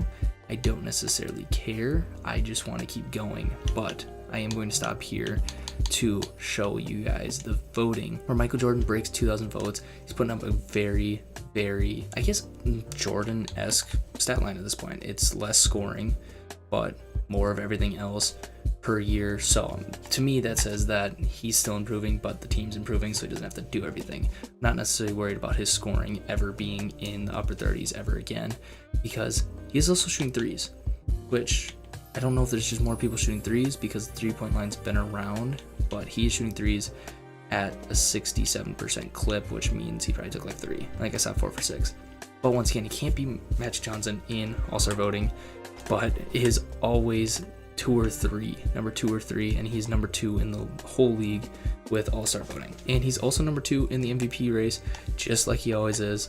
And Del Curry, the number 4 in the Rookie of the Year, I would have thought that stat line was a little bit better. I mean, he is going head-to-head with Charles Barkley in every stat except for rebounds and I guess blocks. I mean, yeah, blocks. He's not with them. But scoring the exact same rate. Almost there on assists. He has more steals per game.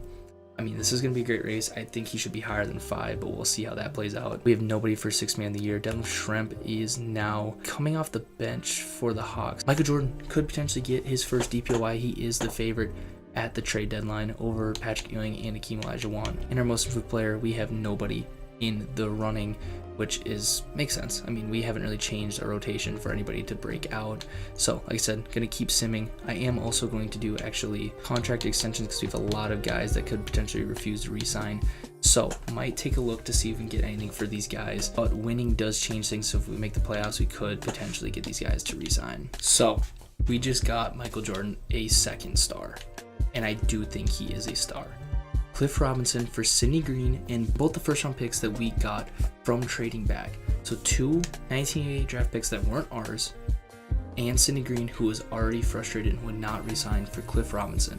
So we get an upgraded power forward. He's an 83 overall with A rebounding. He's putting up 14 and 10 a game. And yes, I double checked that. I was not looking at the per 36 stats. I think this is a trade that makes us better. He's in the last year of his deal, $500,000. I think that's a re-signable contract if it works out. If it doesn't, we can move on and we open up some cap space. And I don't know, it gives Michael Jordan another guy so that we're not going from 95 overall, 75 overall. We have an 81, we have an 83, we have an 83, we have an 81. And so we have a little bit of a better team around him. I think that's all I need to do. I don't want to overdo it. I think winning is going to solve the rest. I want to keep Kurt Rambis around. They wouldn't take Kurt Rambis. Nobody really wants Kurt Rambis. I want to keep Mark West around. I think it just makes sense to have him. So I'm going to continue simming with just that one trade. And this sucks. Dell Curry is having a great rookie year. We moved him out of the position he's been playing. He's now a 3. I know it's not a big difference, but it's enough that it could throw somebody off. Out 6 to 8 weeks. That is just severe right high ankle sprain that's going to put him out probably for the rest of the regular season. And this is a genuinely good basketball team now, 30-23, comfortably above 500, a 4 seed here in mid-February. I mean, that just sucks. I hope it doesn't kill our momentum moving forward, because this is a good team that I'm excited about. And how is he already back? I know it sims faster in these earlier eras, but that was not 6 to 8 weeks. That was, what was that? 2? Hey, for the love of the game, man. And winning starts to solve issues. Kurt Rambis more than willing to come back. I'm going to try and scoop him up long term. He wants 3 years for the minimum. Perfectly happy to bring him back. Pete, same thing. I will bring you back for that minimum. He doesn't want to come back for all 4 years in the minimum, but he will come back for 3. ML Carr, would love to keep him around again. I'm going to keep him on the minimum. And I know he's a 6'7", but he's he's a legacy guy for this team now. I mean, he's been here since the beginning, so there's no reason to move on from him. But Rod Higgins still wants to test free agency. Mark West still refused to re-sign. I think we for sure have the restricted free agent rights on Mark West. I'm about 99% sure, but I could be wrong. And then Rod Higgins, I think we might lose if he does not want to re-sign. The only downside is Kurt Rambis now has a no-trade clause, and Pete Verhoeven. I didn't notice that, so hopefully those aren't guys that completely fall off the map that we need to trade them, but they're on minimums just in case. You want to talk about a story? Well, we will actually get to that later. On screen is the true winners of the 1986-87 awards. I will tell you right now, yeah, Charles Barkley was not a rookie in this year, so obviously this one is going to be completely different. Magic Johnson does win MVP just like he did in real life. Joe Dumars wins 6th Man of the Year. In year 2, putting up great numbers, obviously can't break that starting lineup, but having a great career nonetheless to start off. Patrick Ewing wins Defensive Player of the Year. Was really hoping to see Michael Jordan here, but unfortunately we do not see him. Joe Dumars also wins Most Improved Player of the Year. Brad Nelson wins Coach of the Year. Quite frankly, I think the game isn't paying attention, because the story I was going to tell you is Franklin Hunt, 40-25 as the head coach. He came in. Zach Battle had a 6-11 team. We fired him. The computer gave me this guy. I didn't get to pick him. He goes 40-25 down the stretch, and we finished 46-36. That's the coach of the year in my eyes. I don't care what this game has to say. Michael Jordan, All-NBA first team, as well as All-Defensive first team, and Dell Curry makes the all-rookie second team, so we did have somebody other than Michael Jordan on an award team. And there we are. You can see us, the number 4 seed. Not only are we a playoff team, we're hosting like Game 7's type of playoff team. Now, granted, we're only going to host the first round Game 7, but let me hold on to that, okay? We went from a losing team to now we get a guy literally off the street that my assistant GM found, and we're the 4 seed. He is 100% coming back. Franklin Hunt will be our head coach next year. I don't care. And it could 100% be the team. I still do not care. MJ leads the way, putting up 31, but we had 3 guys in double digits. Dell Curry, that's a guy that if he doesn't get hurt, even just those 5 games, and whatever Franklin has against him, we're going to have to talk to him about that in the offseason, because Dell's going to have to start more than 26 games, but that's a guy that should have made all-rookie first team. Cliff Robinson, we traded for him at the trade deadline, leads in rebounds. Johnny Moore leads in assists. Michael Jordan leads in steals per game and blocks per game. And then obviously I haven't been tracking this, but field goal percentage. Michael Jordan leads in 3-point percentage now that we actually have shooters. Michael Jordan on probably 5 for 6 on the season. Shoots 83%. So we're going to go with Dell Curry at 37% is our leader, because this, I mean, he shot 2 the whole season. He probably at least shot like 70. I don't know. We'll take him as our 3-point champ. And then obviously nobody's surprised, Michael Jordan is our PER champ. League leaders, Michael Jordan is the scoring champ at 31.3 points per game. Bill Laimbeer, who we tried to trade for, I thought I could potentially pull it off. I'm happy that we got Cliff Robinson instead, but he's the rebounding champ. We see Cliff Robinson all the way at number 9, so he's a top 10 rebounder. Totally fine with that because he was a lot cheaper than Bill Laimbeer was going to be. Jet Moore, 1 of 4 to break double-digit assists, but John Stockton is now your assist champ, beating out Magic Johnson, 11.1 assists. Michael Jordan, still steals champ, 2.5 a game, and Patrick Ewing at 3.0 blocks a game is the block champ. Now field goal percentage, Clyde, 58% from the field. Once again, the field goal champ. I would say probably still the efficient field goal champ. I would not think that there's anybody that shot enough threes to beat him out. John Stockton is the leader. He shot almost 2 a game, so we are getting close to where like efficient field goal percentage might matter. And Jeff Turner, 92, I believe he was the leader. No, he was not the leader. It was somebody on the Knicks, unless I'm remembering. I don't know. The recording with me pausing is almost an hour long, so I've been at this for a quick minute, but we have finally made the playoffs. Hopefully this is enough to keep Michael Jordan here, because otherwise this whole thing is just ruined. We're taking on a very solid Warrior squad. Obviously we have the best player in the whole series. I'm hoping that is enough to get us a win here, but we match up pretty well at the point guard position, as well as the power forward position. We match up very well. Wayman Tisdale and Cliff Robinson is the matchup to watch. That is a great matchup. And Daryl Griffith, and so this is going to be a fun matchup. I'm hoping that Franklin Hunt's magic continues into the postseason, where we will run a 10-man rotation to start, although I will probably shorten it. I'm going to simulate game 5, 6s, and 7s, probably 7s for the first round. Well, it only goes 5, so game 5s for round 1 as we split 1-1. We're down 1-2. I will actually sim game 4s, mostly because I want to win. We're going to shorten the rotation to an 8-man rotation. We're going to start Del Curry in a potential closeout game. I want my best playing starting off, and this Fortune logo looks so tiny, but that is all right, as this is an important game for us to get out to a hot start. We win the first quarter, and we are off to a hot start in the second quarter, and this is our game to lose at this point. Yeah, I would assume we are okay. Obviously, they are making a comeback. They are a second half team. You can't see it. They won the third 27-28, currently winning 7-10. And hopefully we can hold on to our lead, but I am getting a little nervous, and we are totally fine. Going into a closeout game 5, though, we are the home team. Like I said, we're going to Vegas. And another game it looks like we have control of. Yeah, we should have control of this game. This is a second half team, though. This third quarter wasn't as good as game 4, so we are able to hold on.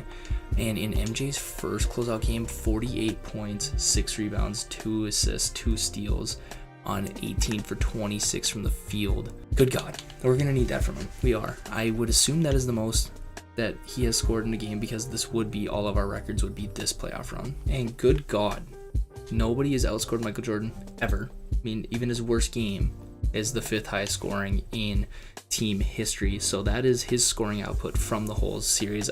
I assumed maybe we'd see somebody that got like a 30-point game that wasn't named Michael Jordan, but clearly not. 42, 47, 48. My goodness. And by the way, since we're in here, we might as well take a look at this. Michael Jordan is just in a world of his own when it comes to scoring for this team. Wow, that is insane. A very, very important and tough matchup. I also tried to trade for Kareem, by the way. As you can see there, I thought maybe he'd be cheap since he did try and retire, but he was not. This is going to be a test. Michael Jordan, Magic Johnson, 2 of the best in the league, going at it in the second round, obviously not guarding each other. I would say Michael Jordan, Byron Scott is the matchup to watch. And yeah, this is going to be a challenge, because you look at this and really outside of Michael Jordan, nobody is winning their individual matchups. I think this is a series we can still win, though. I am confident in the guys. As we go up 1-0, we go up 2-0. Could this be a potential sweep? It is not. 1-2, and I momentarily forgot that we have to win 4 now, because it's the second round. Up 3-2, I got excited that I saw the 3, but now I saw the 4. So we are in the conference championship in year 3. Franklin Hunt is our savior. A 7-4 playoff record thus far, which is the franchise total record in the playoffs. The interim head coach has gotten us this far. Can he potentially get us to the promised land? And we are taking on Clyde Drexler. The matchup to watch is Michael Jordan taking on Clyde Drexler. There's no other matchup that really matters. Really, all these are great matchups. Fat Lever, Johnny Moore is really the only one that it isn't close enough that I feel confident, but we just beat the Lakers. I think we can beat anybody on the planet. And game one, we win. Cliff Robinson was the perfect trade. The perfect trade. This has worked out perfectly. They want to start Raphael. I do not want to start Raphael. Kurt Rambis goes down. Tim McCormick's going to step in and get minutes. He has not played very much in the playoffs, but we're up 2-0. They take game 3. We go up 3-1, 2-3, and we are in the finals with a game 6 victory. Wow. Michael Jordan 38, Cliff Robinson 28, 10, Del Curry 23, 4, 6. This is the future. 24 years old, 27 years old, 22 years old. This is the future of this franchise right here. Jordan Robinson Curry is our future, and I'm so excited for it. We do not have to play Larry Bird.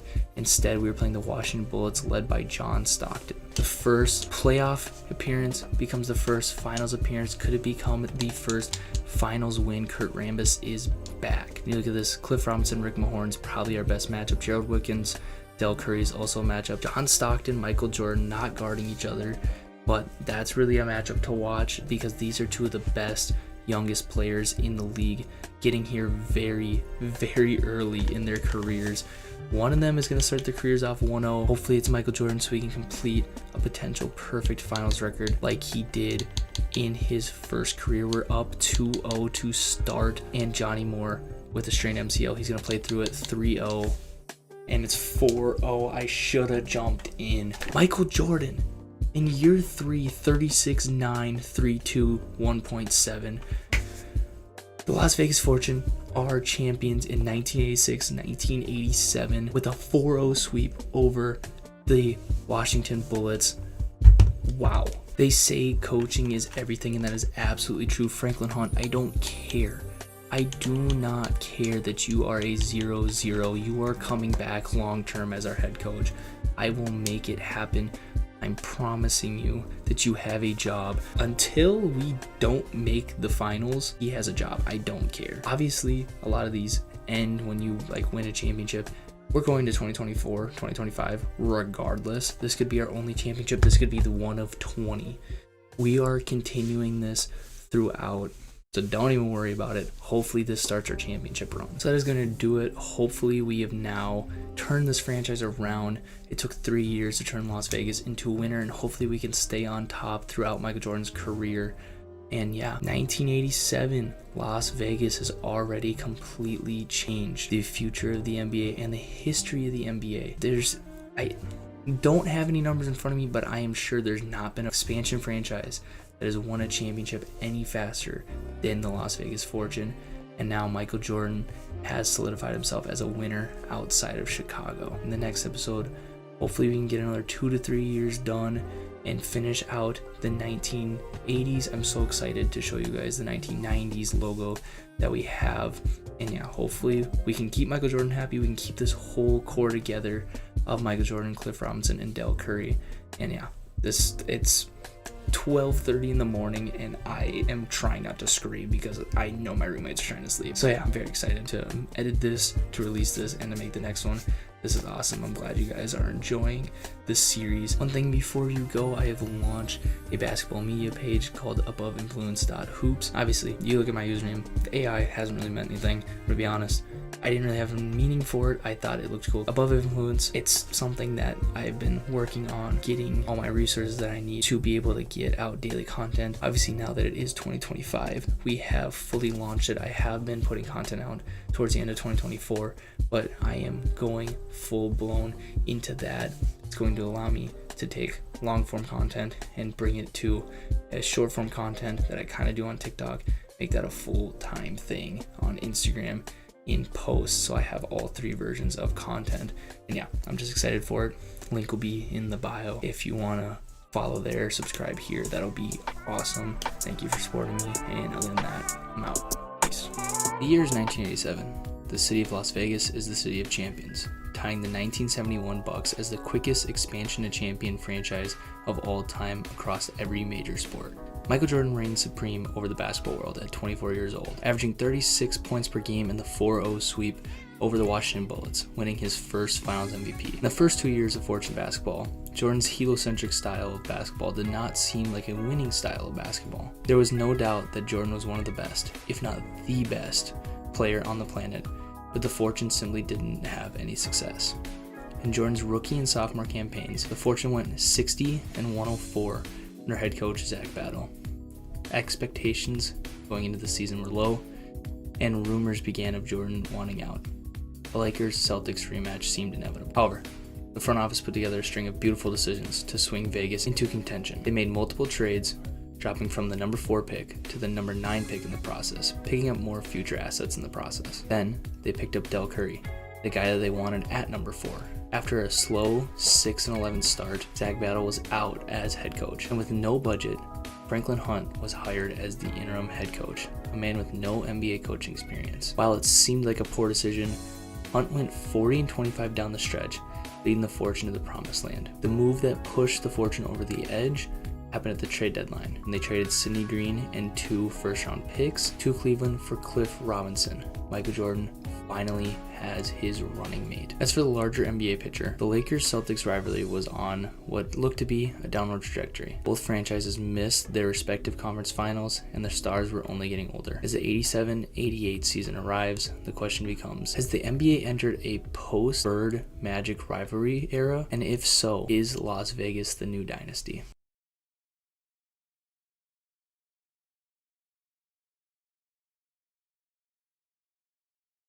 Alright, welcome back to episode 3 of the Las Vegas Fortune franchise. We are heading into the 1987-88 season, coming off of a championship run. Hopefully this is the first of many. We need to make sure that we re-sign Franklin Hunt as our head coach. There is no world that, even though he's an interim head coach with 0 stars, that we let him walk in the offseason. Obviously, just with the 1-year deal, we need to go find him in the staff signing, which I'm assuming nobody's going to go after him because of his 0 star, because it is 2K. Obviously, if you're coming off of a championship, odds are somebody would go after you. Because we have, I believe, our first big retirement in the save. Nate Archibald calls it a career. Obviously, everybody, I try and extend their career by 1 year. I've already done that for him. And so obviously in this save, he hasn't been the best because he's been on the back end of his career.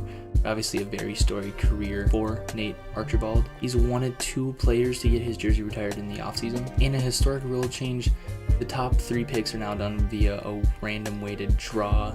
This is just a slightly different version of the rules we've had for the last couple years. And obviously coming off a championship, we have the number 24 pick. And obviously we're going to be giving Franklin Hunt a 4-year deal. We're going to be bringing him back long term, and he is more than welcome to go and sign his own assistant head coach.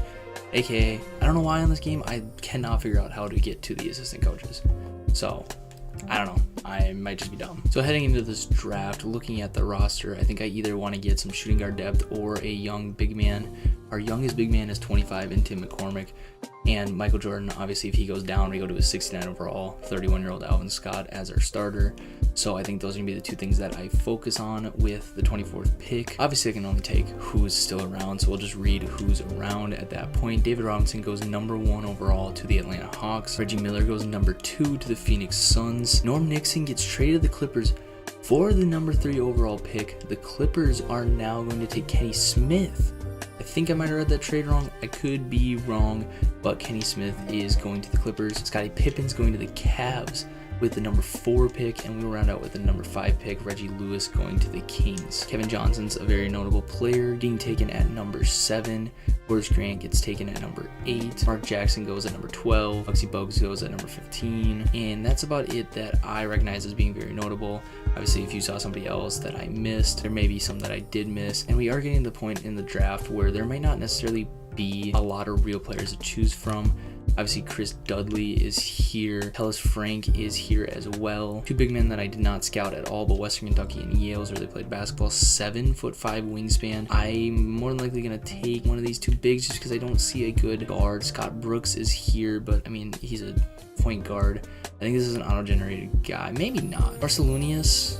I don't know how to say that. I'm going to look up how to say that if we draft him. That is a bigger need than the center. The center is just more of a want than a need. All right, I just looked it up. Sarunas Marciulionis is how you pronounce his name, at least according to the Golden State Warriors, who had a video on him a couple years ago. We're going to go ahead and take him to be our, hopefully, backup shooting guard for the next couple of years from Lithuania, 6'5", 200 pounds, and I believe we also have the last pick in the draft. Just kidding. We have pick number 16 in the second round here. So we're going to go ahead. Talis Frank is still here. We're just going to go ahead and take him to wrap up our draft. Talis Frank comes in at a 70 overall based on where he was drafted. Pretty solid pick. And Marciulionis, 71 overall. I mean, you know, 71, 72's left. He was the best available player left when you look at the second round. Well, I guess Jerry Livingston was back. Best available real player. But those are our 2 draft picks for this year. Obviously, drafting this late into the draft, we didn't even get any value out of these guys moving forward.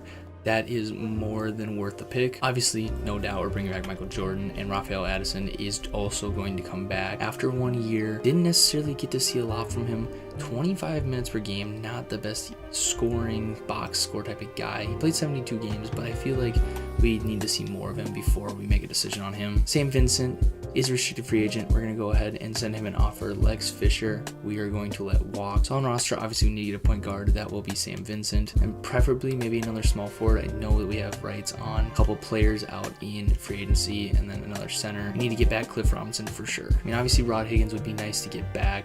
He's our small forward that we have rights on.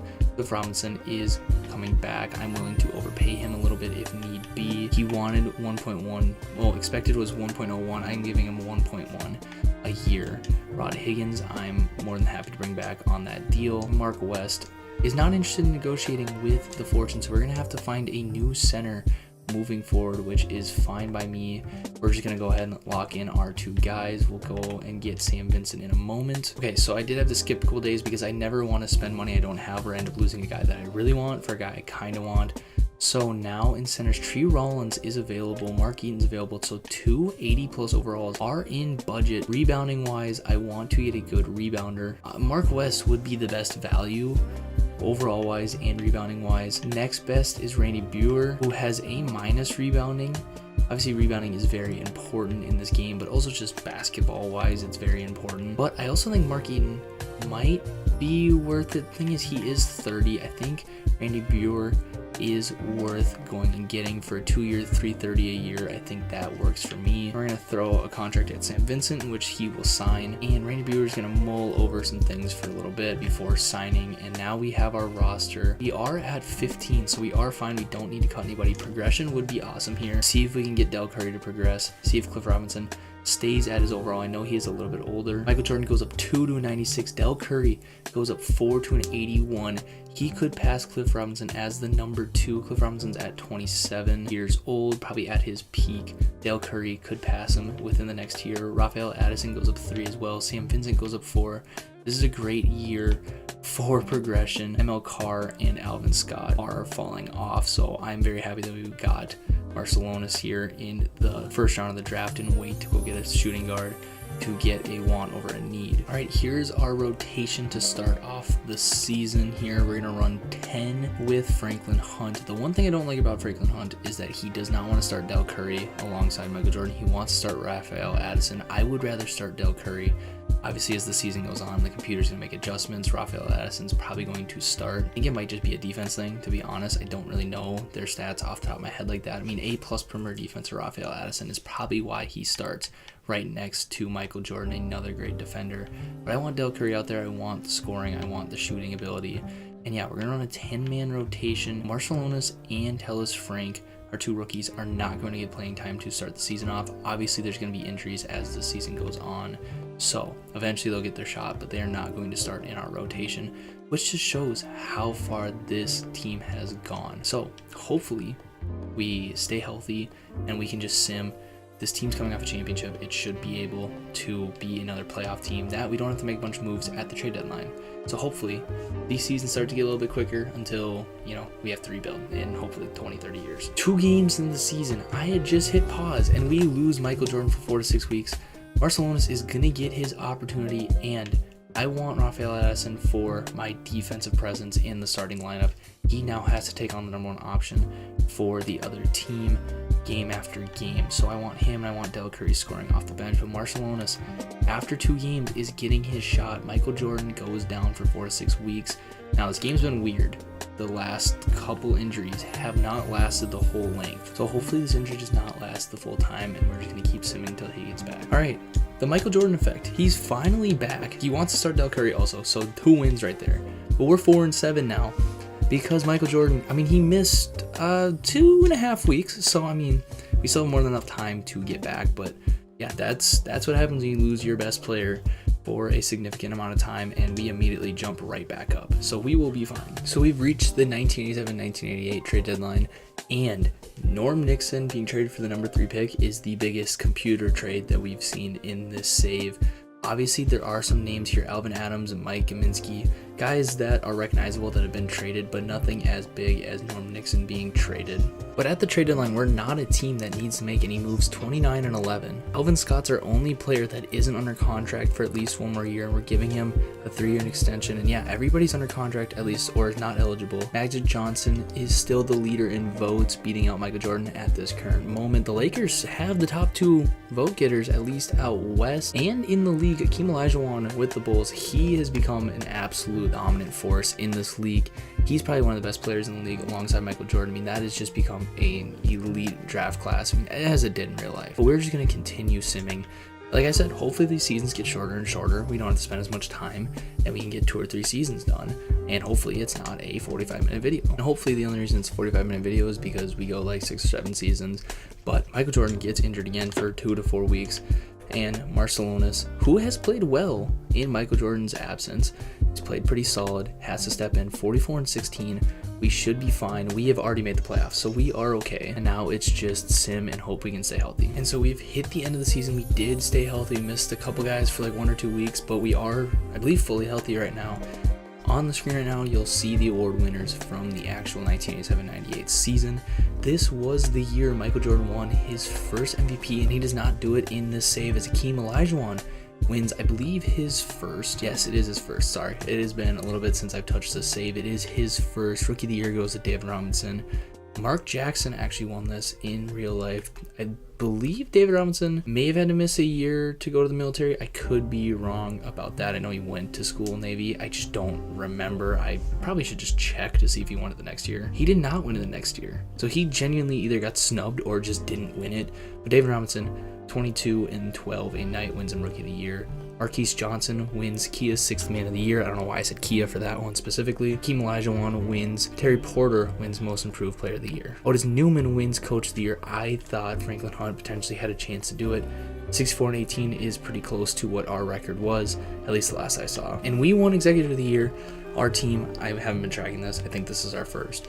So yeah, I guess Jeffrey Temple is our GM, or yeah, I guess executive. I don't know. I don't know how to change him anymore. I did for like 1 year.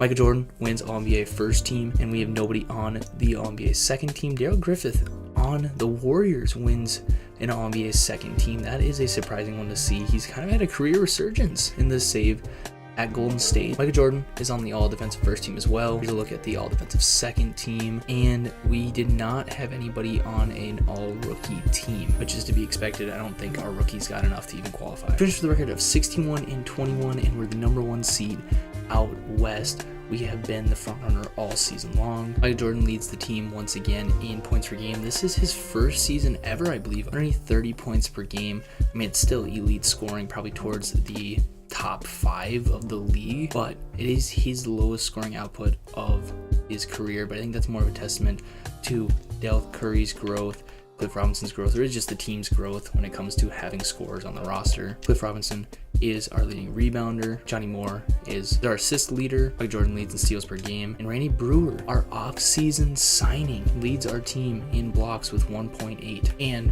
no doubt in my mind this is going to happen. Michael Jordan is our leader in PER. This is actually his highest PER of his career of 35.4. This probably leads the league also. This is number 2. Okay, he didn't play. So Michael Jordan actually does lead the league in PER as well, and this is the 2nd or 3rd time he's done it in his 4-year career. Patrick Ewing is number 2.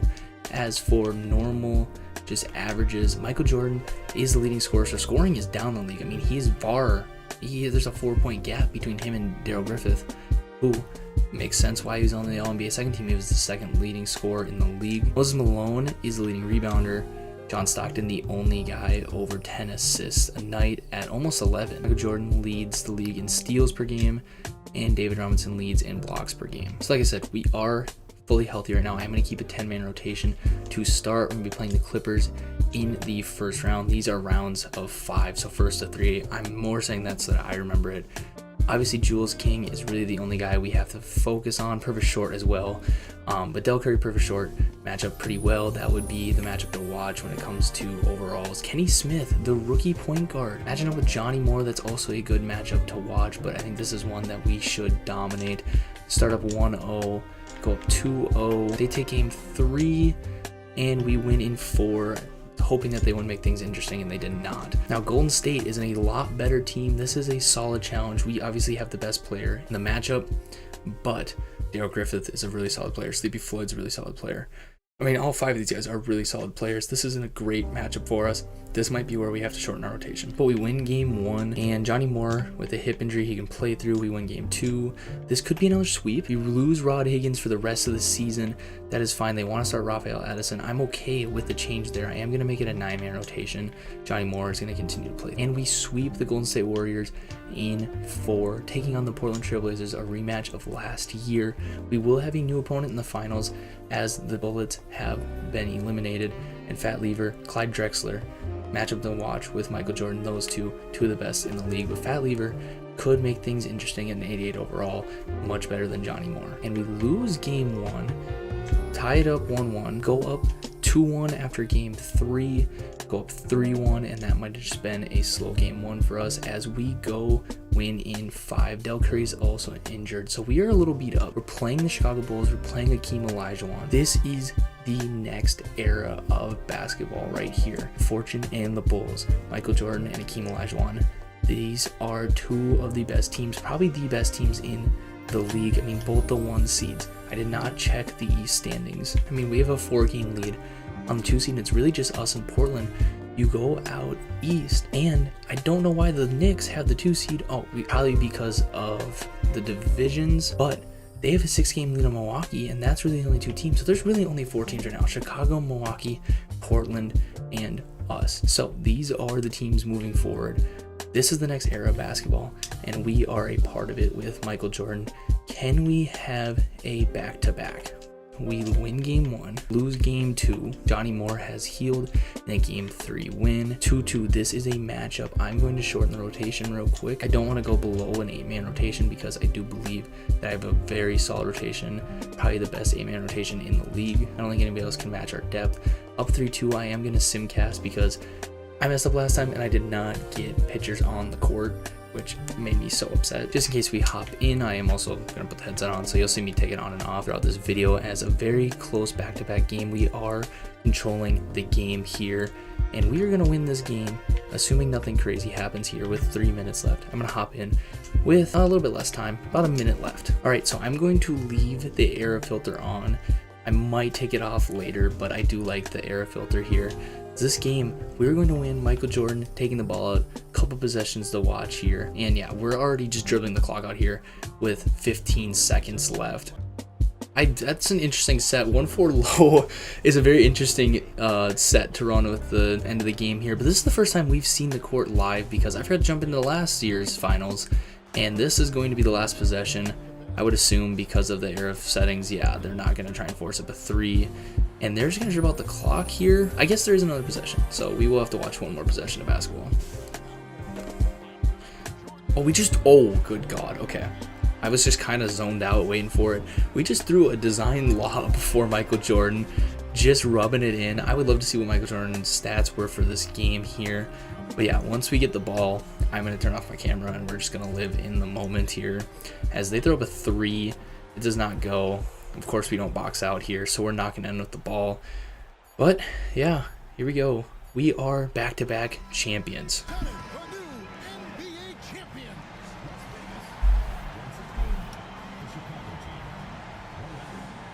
All the travel, all the practices, all the meetings, all the games, wins and losses, the emotion, the exhaustion, culminating into tonight. And whenever you win the NBA championship, there is a level of accomplishment and excitement that really can't be matched. Pretty amazing to have accomplished this goal. The celebration is here, and this place is going crazy. The bench loves it. The fans obviously overjoyed. This is one of those moments these players will never forget. And we've enjoyed bringing you. And so you saw it right there, Michael Jordan, back-to-back finals MVP, 41 points in the closeout game. Cliff Robinson, 38 and 14 in the closeout game against Akeem Olajuwon. That is big numbers for him. A 6-game series win by Jordan, 37, 8 and 8, and this is our era of basketball. A 15 and 4 run to the finals through the playoffs gives us our back-to-back, and yeah, this team is built to win year over year. This is our era of basketball. Obviously, Michael Jordan is still lacking the Defensive Player of the Year awards and the MVP awards that he has in real life. He's already got 2 of his championships. He's 2-0. He's already building that legacy.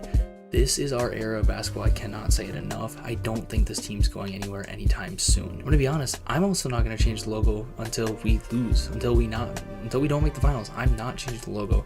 I have logos set for every era, and I was gonna do it by like decades. But this logo, this setup is winning us championships. I'm not gonna change it. And Bob McAdoo and former Las Vegas Fortune Truck Robinson retired. They are the notable names that retired here. Truck Robinson never suited up for a game for us, but was drafted in our expansion draft. And yeah, so we sent him to Milwaukee, if I remember correctly. I'm getting my years wrong. We sent him to Dallas. We drafted him, sent him to Dallas. His career is over. I think we got good value out of the trade.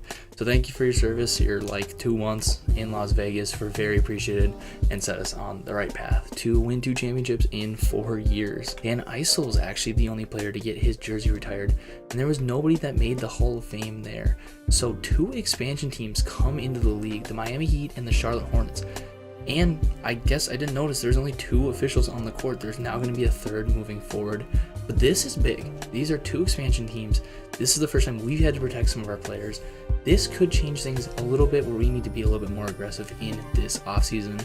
We do need to make some decisions on who to keep. Obviously, we're going to approve both of the historic rule changes. I do want to accept this. I think this is a really good rule change that the NBA added, but obviously I want to keep everything kind of historic, kind of realistic, at least for now. As we get closer to like the 2000s and we have 20 years worth of a say of being like throwing stuff off, I might do some of that, but as right now I want to keep it somewhat realistic. Here are your new conferences moving forward. Obviously the Midwest has not split yet into 2 conferences. We are in the Pacific, which is I believe where we were. It makes sense that we would be there. And yeah, there's 2 new teams in the Central Conference, not conference, divisions in the conferences. It's late, I'm tired. Yeah, whatever, not excuses. But yeah, that is our new setup. We're going to have the number 26 pick. I don't think we have any of our extra picks quite yet. I know I traded some for Cliff Robinson, which has very much been worth it because we got 2 rings out of it. But we still only have the 1 first-round pick. And this is the next important part. I don't know where Michael Jordan is. So at least we don't have to protect him. But where is he? He is a restricted free agent, so we're okay. But that helps us out, honestly, because then we can protect somebody else. Like Marcelonis, I think is a good guy to protect. The only guy that we're losing here is Tellus Frank, but he didn't do anything. So if you want to take him, it sucks. We'll have to go get another power forward, but I'd rather keep a guy like Kurt Rambis that has at least proved something to us this year. Even though he's becoming less and less productive, he's at least proved that he can do something on an NBA court. Pete Verhoeven, same thing as Tellus Frank, hasn't done anything, at least this year for us lately. So I think what the computer gave me makes sense. We also need to think about if Sam Vincent doesn't make that next jump, do we have to get a point guard moving forward here soon because Johnny Moore is going to be on the wrong side of 30. However, I think that is an issue that we don't necessarily need to worry about because he is still progressing. But I like what I see here. This is who we'll roll with. So the computer, I believe, is going to do it by themselves, but Brad Davis goes to the Heat. Nate McMillan goes to the Heat. I'm just going to read off names that I can for sure recognize. We lose Pete Verhoeven to the Hornets. So that is our first player off the board. I think they can only take 1. maybe a second one. I think that's why there's so many like auto-generated players now being taken. So I think Verhoeven is going to be our only guy that we lose, and I'm going to say that's probably correct just because of the amount of auto-generated guys that I'm seeing right now. These are all auto-generated guys from here on out, so these teams are going to be really bad. But Pete Verhoeven is our only guy that we lose, and he's going to Charlotte. That sucks, but it is what it is. Thank you for your 2 rings and your 4 years of service to the Fortune. Michael Jordan's back, so, you know, it is what it is. I would gladly trade Pete Verhoeven to make sure that I still have Michael Jordan's rights. Yeah, the last 4 years obviously came in as our starting power forward, I believe, and his role has gotten smaller and smaller. He was not even a role player last year, so sad to see him go because it is a guy that we drafted in our expansion draft, so, you know, always sucks, but I'd rather lose him than somebody more important. As for the actual draft, I think once again, we potentially look at a big man, potentially another point guard, because Sam Vincent is already 25. So by the time he becomes our starting point guard, he might already almost be 30. So we might need to think about a third option for him. We could also try and trade away the pick, but I don't know if we get any value there. So Houston with the number 1 pick takes Danny Manning from Kansas, power forward. I can't think of who is on Houston's roster as of right now in this save, obviously with Hakeem in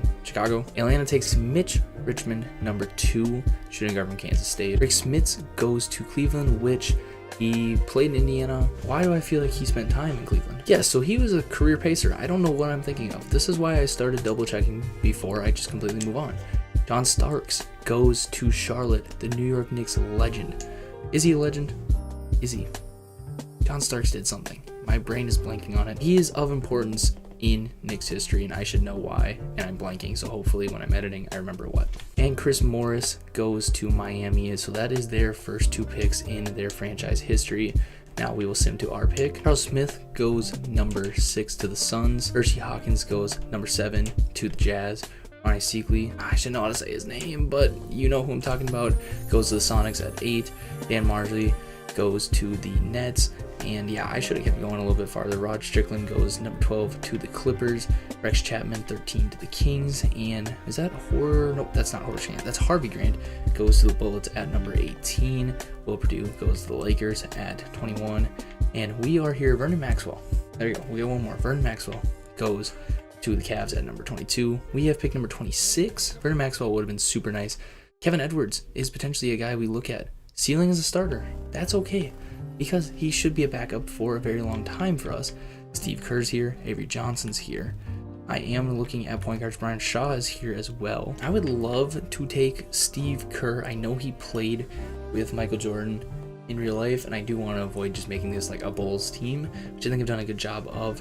But I mean, I feel like it just makes sense. It is a little bit of a reach though, which makes me want to try and trade back potentially a couple of spots, just because I know, okay, I don't know why I can't trade that pick. That's fine. Then I'm okay with just taking the guy I want in Steve Kerr. We know what Steve Kerr is going to be. He's a shooter. I'm okay with getting Steve Kerr and Del Curry on the court at the same time. I think that is going to be awesome with Michael Jordan coming in, as well as Rafael Addison as 2 defenders that, hey, we sub in and out with that between shooting and defending. I think that's just a great combo to have. So Steve Kerr, 6'1", 180 from Arizona. Welcome to the squad. And this ends up being our only pick in the draft. So I'm kind of curious, did we reach for Steph Curry? Just said Steph Curry. Steve Kerr, 71 overall. There's a couple 71s that went all the way down towards the bottom of the draft. Kevin Edwards was a 72. Defensive menace potentially was a guy we should have looked into more than just brushed by. It is what it is. I'm happy with Steve Kerr if he ends up being my starting point guard at some point, or even if it's just my career backup. Team player options, we're going to bring back Tellus Frank, even though we haven't seen anything from him. Yeah, we just need to bring him back, see if he can crack the rotation. Now, obviously, we're going to bring back Del Curry. Michael Jordan's getting qualified offer, as well as Rafael Addison. Only goal of the offseason is to get those 2 guys back on roster. I don't think we even need anything else. I mean, Michael Jordan, you can own the franchise. I'm okay with that. No trade clauses aren't a thing yet. You can have a player option. I don't care. Here you go. Keys to Las Vegas. And mission accomplished. Rod Higgins, I do want to keep you as well. That's why I had your rights. I don't know why I blanked that you were on the team. That makes me feel bad. And you want a minimum. Yeah, come back to Vegas. You're not going anywhere. We got our 3 guys, and that's all we needed to do. Please tell me I can do this. Perfect. Michael Jordan has a $10 million deal. I wonder if that's the first $10 million deal in the league, and he's a little bit short. Now that I looked at it, he was a little bit short, but he might be, him and Akeem are the first like near $10 million guys. John Stockton just signed an extension, 5 years, $12 million. Depending on the dates those were signed, John Stockton was probably the first $10 million man in NBA history. But interesting, very interesting to see how contracts have grown. Player progression, obviously, we are starting to hit our peaks as a team. Michael Jordan at a 97. I don't know if it hit 99. I don't know how often my league lets people hit 99. Clearly, I haven't played a lot of 2K this year. Rafael Addison goes up 2. Dell Curry goes up 1. Marcelonis goes up 4 to 75, so he's going to be a member of the full-time rotation. Tellus Frank goes up 2 to 72, and obviously our 2 aging, at this point, legends. I mean, you have 2 rings, right? I mean, he was a legend in Detroit and Boston. I don't know if he'd be a Hall of Famer. Emil Carr down to 61. I did force him to stay for an extra year, so he's probably a little bit upset about that. And so 10-man rotation once again to start the season. Franklin Hunt's running back in year 3, I guess year 2 of being the head coach, with 1 year of being the interim coach. 10-man rotation as Randy Brewer is our starting center. I believe he was last year as well. But yeah, Steve Kerr is not going to be in the rotation to start. Tim McCormick's not going to be in the rotation to start. Kurt Rambis is barely holding on to minutes. And we'll see how the season goes. Honestly, this team now, I'm feeling a little less confident in.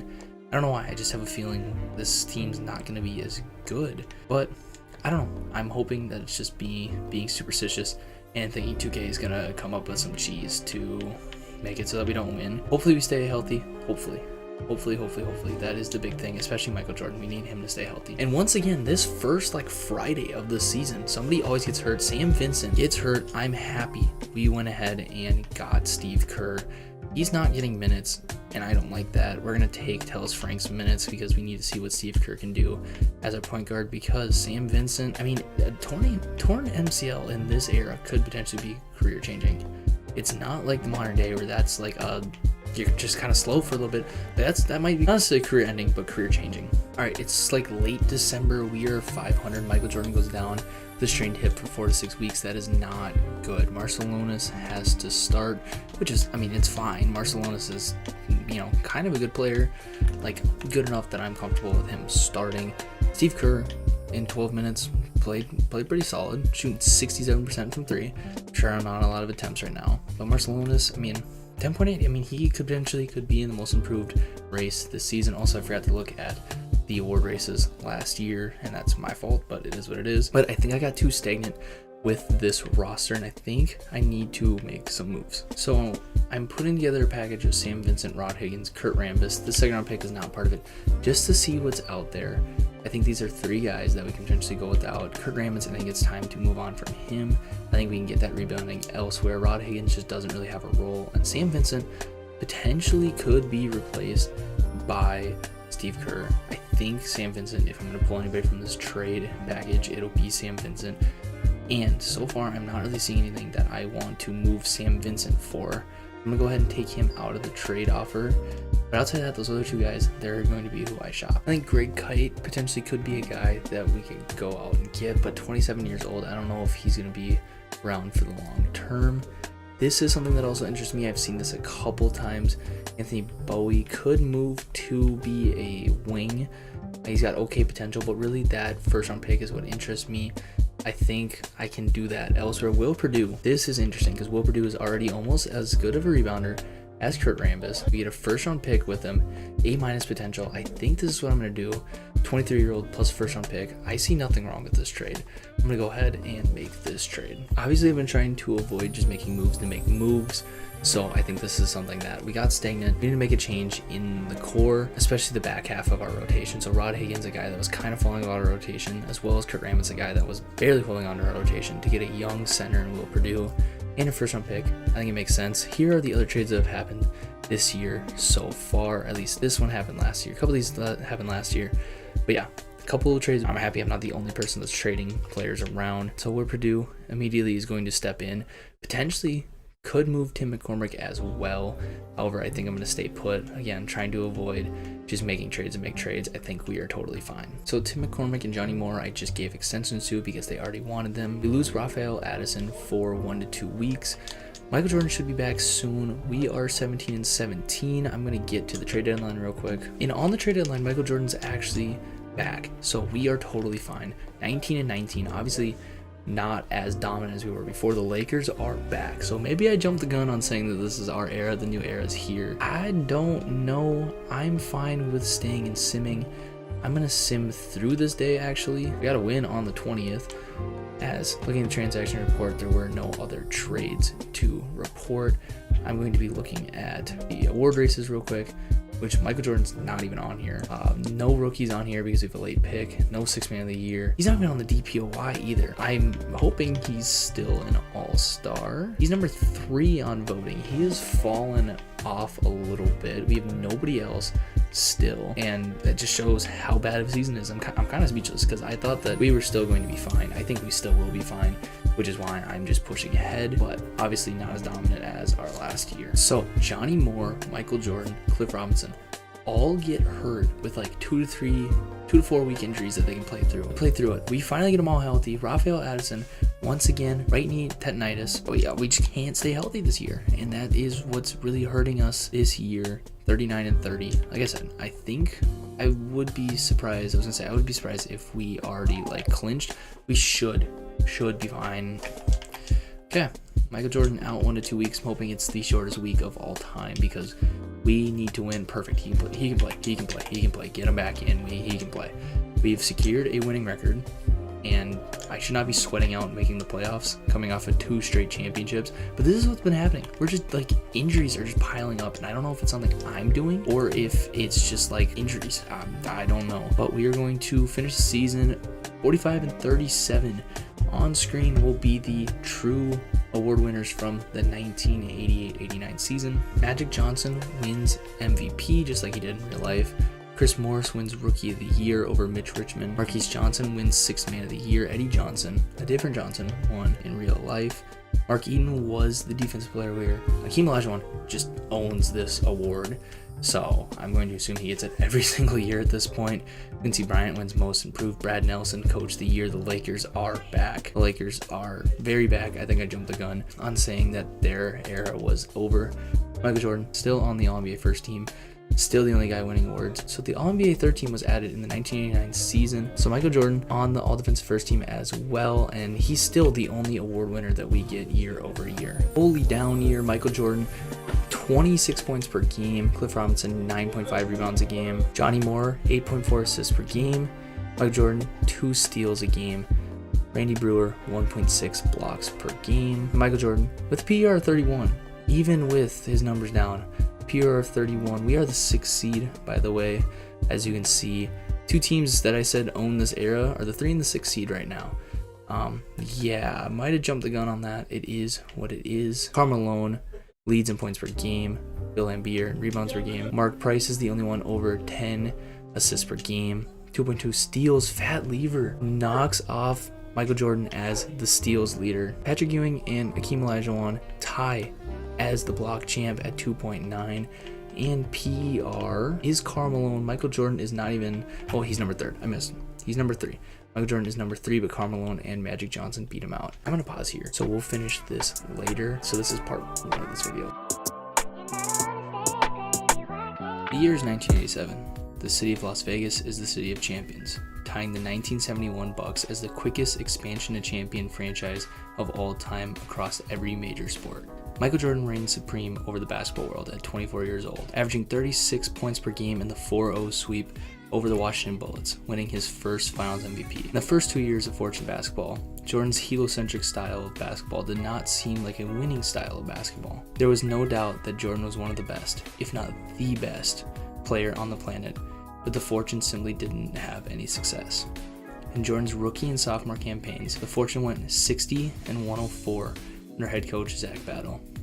Expectations going into the season were low, and rumors began of Jordan wanting out.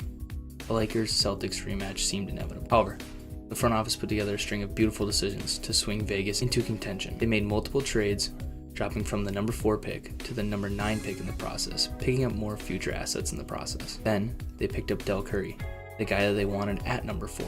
After a slow 6-11 start, Zach Battle was out as head coach, and with no budget, Franklin Hunt was hired as the interim head coach, a man with no NBA coaching experience. While it seemed like a poor decision, Hunt went 40-25 down the stretch, leading the Fortune to the promised land. The move that pushed the Fortune over the edge happened at the trade deadline, and they traded Sidney Green and 2 first-round picks to Cleveland for Cliff Robinson. Michael Jordan finally has his running mate. As for the larger NBA picture, the Lakers-Celtics rivalry was on what looked to be a downward trajectory. Both franchises missed their respective conference finals, and their stars were only getting older. As the 87-88 season arrives, the question becomes, has the NBA entered a post-Bird Magic rivalry era? And if so, is Las Vegas the new dynasty?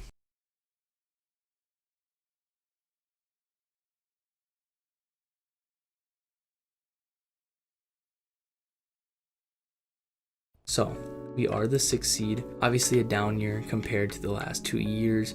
We are a little bit beat up. I am going to go to a 9-man rotation for the first round here, going up against Mark Price and the Spurs. Who else is on the squad? George Gervin's still there, Bernard King's there, Patrick Ewing is probably the guy who's running the show, and then this is his team. So Patrick Ewing is here. This should be one I think we have the better team, we have the better depth. Obviously, Rafael Addison is starting, but Del Curry is going to come off the bench, give us some scoring. And so, first to 3, they take game 1, we split 1-1. They go up 2-1. I'm going to shorten the rotation right here. And back-to-back champs to first-round exit would change some things a little bit, I'm not going to lie. So here we go, game 4, and we go home. Okay. That definitely changes some things. I'm gonna go ahead and simulate the playoffs. All right, so I made the Lakers upset. Magic Johnson wins Finals MVP as the Lakers are back at the top of the basketball world. The Celtics did not even make the playoffs. So the Bird Magic rivalry is pretty much over. The Lakers are still just as good as ever. 98 overall, Magic Johnson is the best player in the world. James Worthy at 28. I mean, these guys, I underestimated how old they are. They still have some good years behind them in this big 3. I think we can still beat them. I think we still have the better team, but this team is not as bad as we thought they were. We gave them Kurt Rambis, so Kurt Rambis has a 3-peat. I did not realize how we traded him to Los Angeles, so I mean, that is an interesting career path. Los Angeles doesn't protect you. You get drafted in an expansion draft and you get sent right back to the team that you were previously on. So, obviously, we're still 2-0 in the finals, but we're not going to be able to 3-peat. Yeah, we've only seen 3 different champions, the Lakers, Celtics, and the Fortune. So obviously, when you look at the 80s, we are one of the teams that's ran this decade. But, I mean, I don't know, it's good success for how long we've existed, but also this era of the Lakers is not necessarily over quite yet. This is still Magic Johnson's league. Michael Jordan's probably one of the top 5 players in the league, but he still hasn't won an MVP. He has his 2 finals MVPs. He's proven he's a winner, but he's not an award winner yet. That'll be the big challenge moving forward. Obviously, 1989 marks the end of the career for Kareem Abdul-Jabbar, who finished his career out in Charlotte. Must have gone there for a big contract here in his last year at 42 years old. Mike Dunleavy also retires after a 14-year career. World B. Free retires. Artis Gilmore retires. And ML Carr finally retires. He potentially, with 2 rings, I would say he's probably not getting his jersey retired here, but there is an off chance that number 30 is the first jersey retired by the Fortune. We'll see in a second here. Kareem is in the Hall of Fame, obviously, no doubt. I would assume he's the all-time leading scorer in this as well. And Kareem gets his jersey retired by the Bucks and Lakers. We do not retire ML Carr's uniform.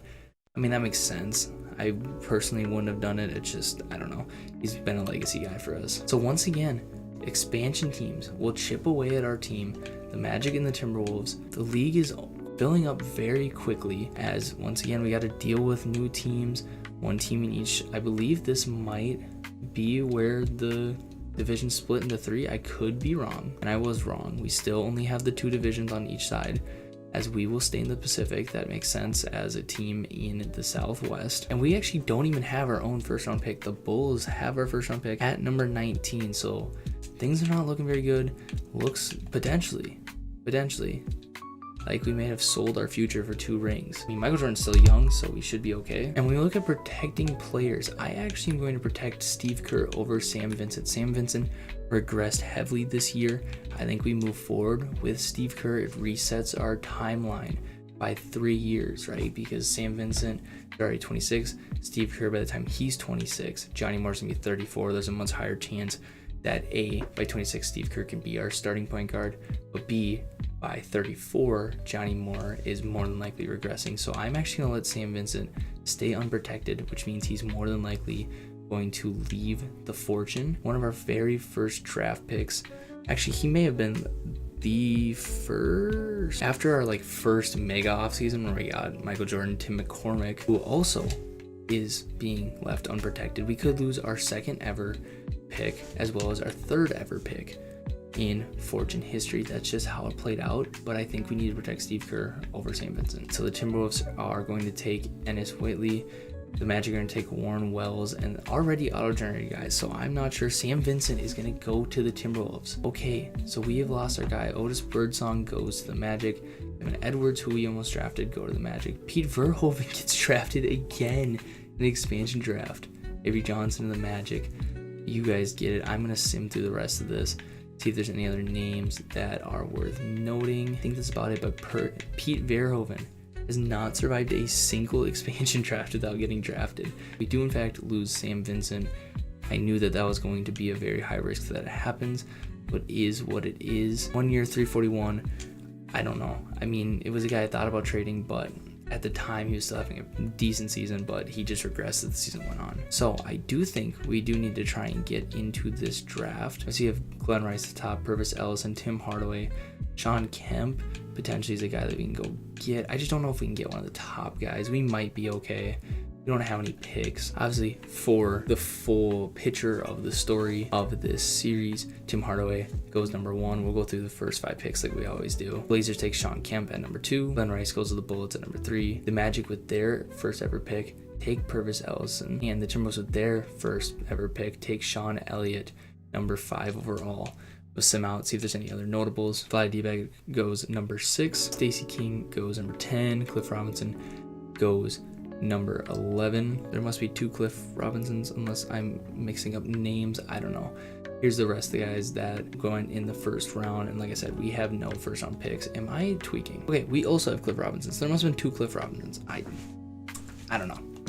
I don't know. This era, I don't know the role players that well. Or I guess not role players. I don't know the borderline stars, like the Jeff Teagues of today. I wouldn't know from back then. Obviously, we're going to bring back Marcelonis as well as Del Curry. I think Del Curry probably should just become a full-time starter. I don't know what the plan is moving forward, but Hellas Frank, I think every 2 years is worth giving the qualifying offer to.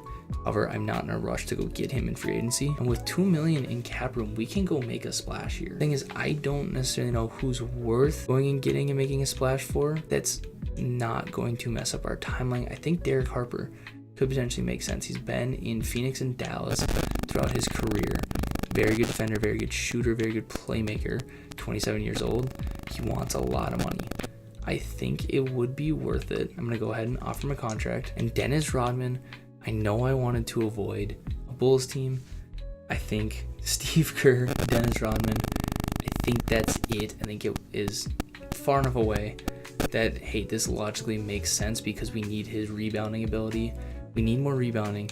I think I'm also going to throw him a contract offer, and both these guys are coming to Las Vegas. Ooh, we do lose Randy Buer, and we do kind of need Randy Buer. Maybe we don't go get Dennis Rodman. I don't know, because who does that leave as our starting center? McCormick, who has been a guy for us that doesn't block shots, but has been pretty solid.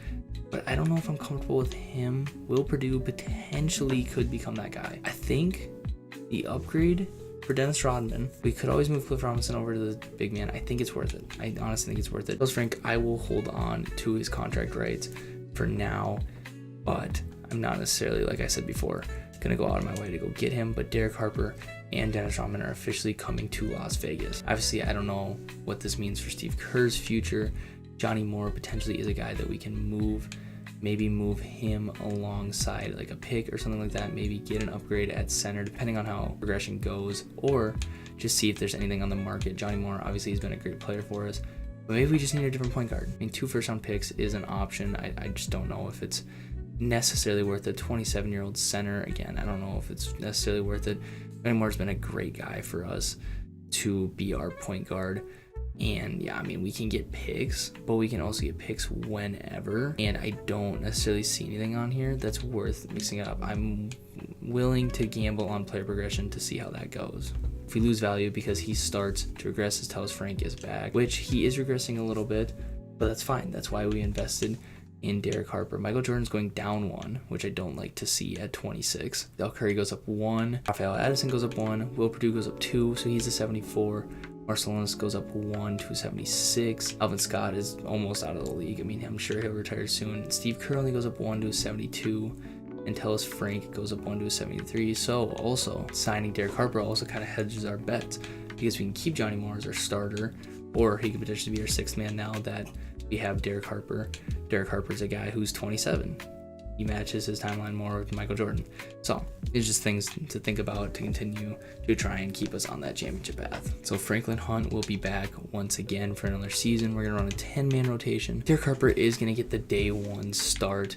Rafael Addison's also going to get a day 1 start, but Del Curry's playing more minutes off the bench. Johnny Moore's still getting 24. Dennis Rodman's here. I'm really liking this lineup. Larry Spriggs, I believe is how you'd say this, has been added to the roster. I must have been below the limit. That's perfectly fine. I mean, we don't have a G League or anything yet, so that's fine by me. And yeah, I don't know. I might potentially mess around. Do we potentially go small ball and start maybe Rafael at the 4 and start Johnny Moore at the 1, move everybody down 1? I don't know. These are things that we can see how the season plays out. This will likely be the last season that we cover in this episode, and okay, I don't think he can play through that. Don't necessarily want to risk it, especially when we have a very good point guard behind him. But yeah, we're just gonna sim. I think the big thing is, as long as we don't rack up injuries, we should be okay, but we're not off to a great start in that department. We finally get healthy. Derek Harper's back in the starting lineup. Will Perdue is not, because Tim McCormick's been holding it down. Johnny Moore, not looked at his stats yet, still a very good season. He's actually thriving in this starter 6th-man role. That is great to see. I think he has started the majority of the season at this point. He has, because Derek Harper has been injured. He's having a pretty good season as well. So I'm liking this dynamic duo we have at the point guard position. Michael Jordan's numbers are back up. Love to see that. We are 15-4 in the 2nd seed. So things are good. Obviously don't want to jinx anything, but so far, so good in the 1989-1990 season. So past the trade deadline, I don't want to stop. I don't want to break up chemistry. For 30-11, the 3rd seed, I think we are one of the teams that are like in the running. Yeah, this division thing's like just throwing it off, because we realistically are the 2nd best team out west. We just lost Derek Harper once again, but the team is rolling. I don't think there's anything that necessarily needs to be changed. We have 3 guys scoring double digits. Derek Harper is right outside of that. With Robinson's rebounds are still down, but I think we're just a better rebounding team. I mean, bringing in Dennis Rodman obviously is going to make rebounding just better. I mean, yeah, Johnny Moore still putting up great numbers. Looking at the award race, Michael Jordan is in the race at number 3. This is what I wanted to look at. I wanted to see if he's actually here. Jay Humphries is an 87 overall. I feel like I don't know who this is. Yeah, I'm going to be completely honest. I know a lot of basketball. I recognize the name like maybe in passing, but this guy was a career 11 point per game scorer. Played for Phoenix, Milwaukee, Utah, and then a little bit of time in Boston his last year. His best year, he put up 15 a game. That would be his 2nd worst year. So this is the first guy that we've had in this save that was significantly better, at least a completely different level of career than he had in real life, which is very interesting. So I'm 100% going to root for this guy. On the side, if he steals championship from us, that's a whole different story. Jay Humphries is in the MVP race. Hopefully Michael Jordan can finally get his first MVP. I think the stats are back up, the team is back up, and that's going to help him out a ton. Johnny Moore is in competition for the 6th man of the year, which I would love to see somebody that isn't named Michael Jordan win an award. It has been a while. DPOY, Scottie Pippen on the Cavs is here. He's the only wing. The rest of them are bigs. MJ, I think he's just not going to be able to win this award with the dominance of David Robinson and Hakeem Olajuwon and Patrick Ewing, to be honest. Most improved player, obviously, is going to be from the expansion teams. I mean, it just makes sense. The guys in different roles. I mean, Lewis Foster barely played last year, and now he's getting 30 minutes a game. 79 overall, though. Michael Jordan might pass Magic Johnson as the most popular player in the NBA. It is about time that he finally gives up his throne.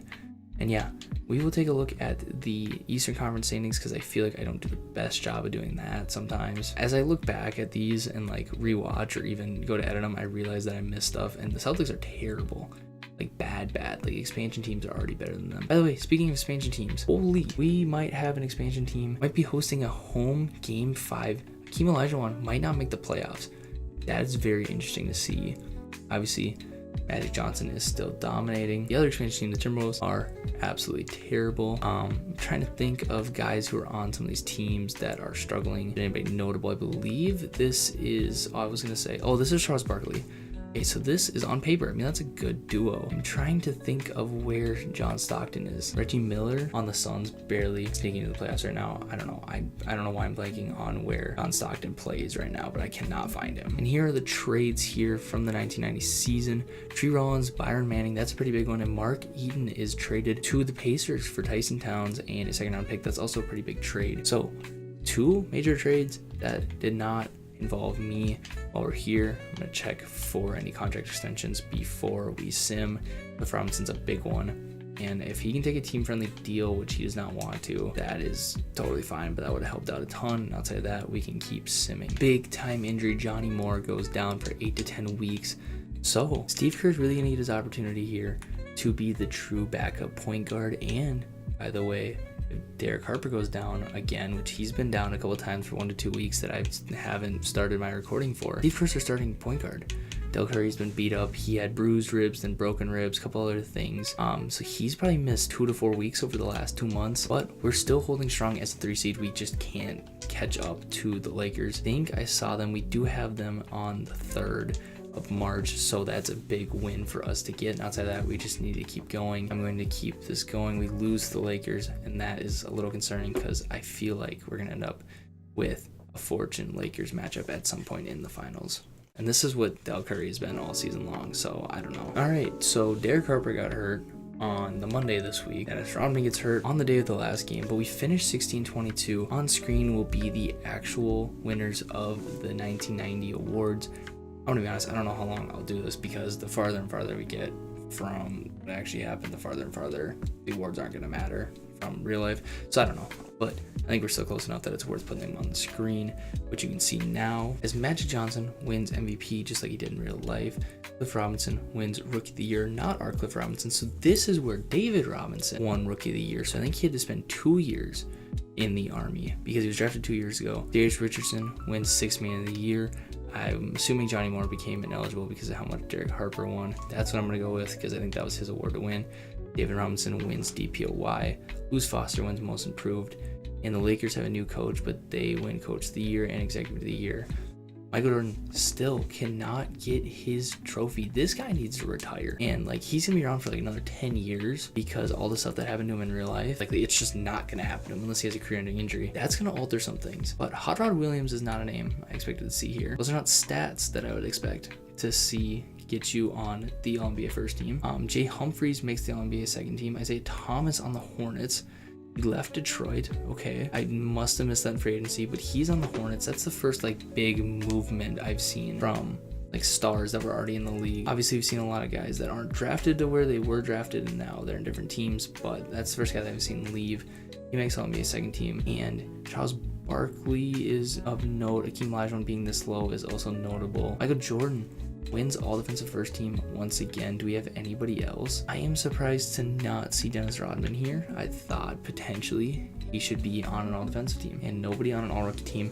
So once again, just gotta write down Michael Jordan wins the exact same awards he's won every single year. Obviously, I'm not gonna complain too much about having Michael Jordan on roster, as we are really a 2 seed that has to play as a 3 seed. That's just how it plays out with the standings and the tiebreakers and whatnot. I mean, we are one of the 2 teams out west, in my opinion, and I think we can beat anybody out east.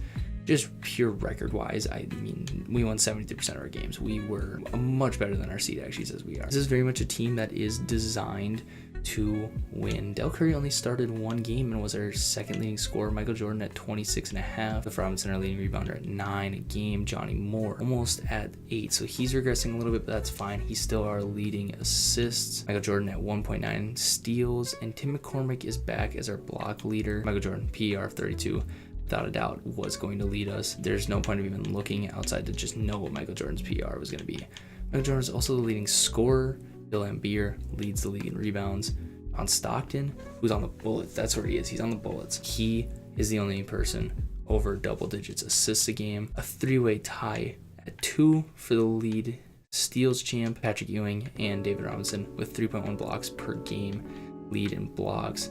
Dominique Wilkins was the field goal percentage champ, and the 3-point percentage is Reggie Miller at 45% on almost 2.5 threes a night. And Sam Vincent missed maybe one free throw all season long. How did his season go? He had a pretty solid debut season. Yeah, I mean, his numbers were back up. I'm happy for the guy, but obviously it wasn't going to work out here with his role. I think a different role was going to help him out. So yeah, I'm at least happy he's having success somewhere.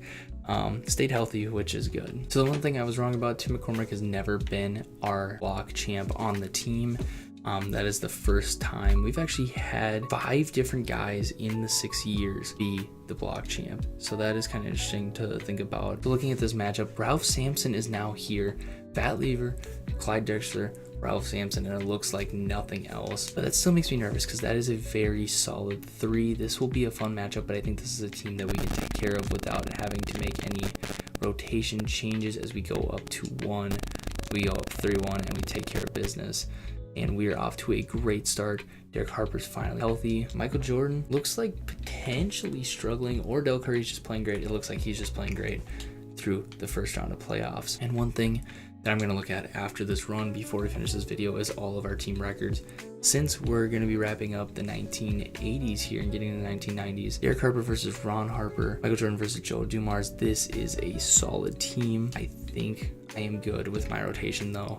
We'll see. We go down 1-0, and this, I was sleeping on this team. This is a good team. I see I was saying that they weren't supposed to be a 2 seed. We were supposed to be a 2 seed. Clearly, they are supposed to be a 2 seed. They are a very good team. As we win game 3, win game 4 to tie this up, they take game 5. I'm going to simcast as Rodman is fully healthy, and it looks like this is a close game. I don't want to call it too early. We potentially go home here. I don't like this. Don't like this one bit. This is close. Okay, we have control of this game. 27 seconds left.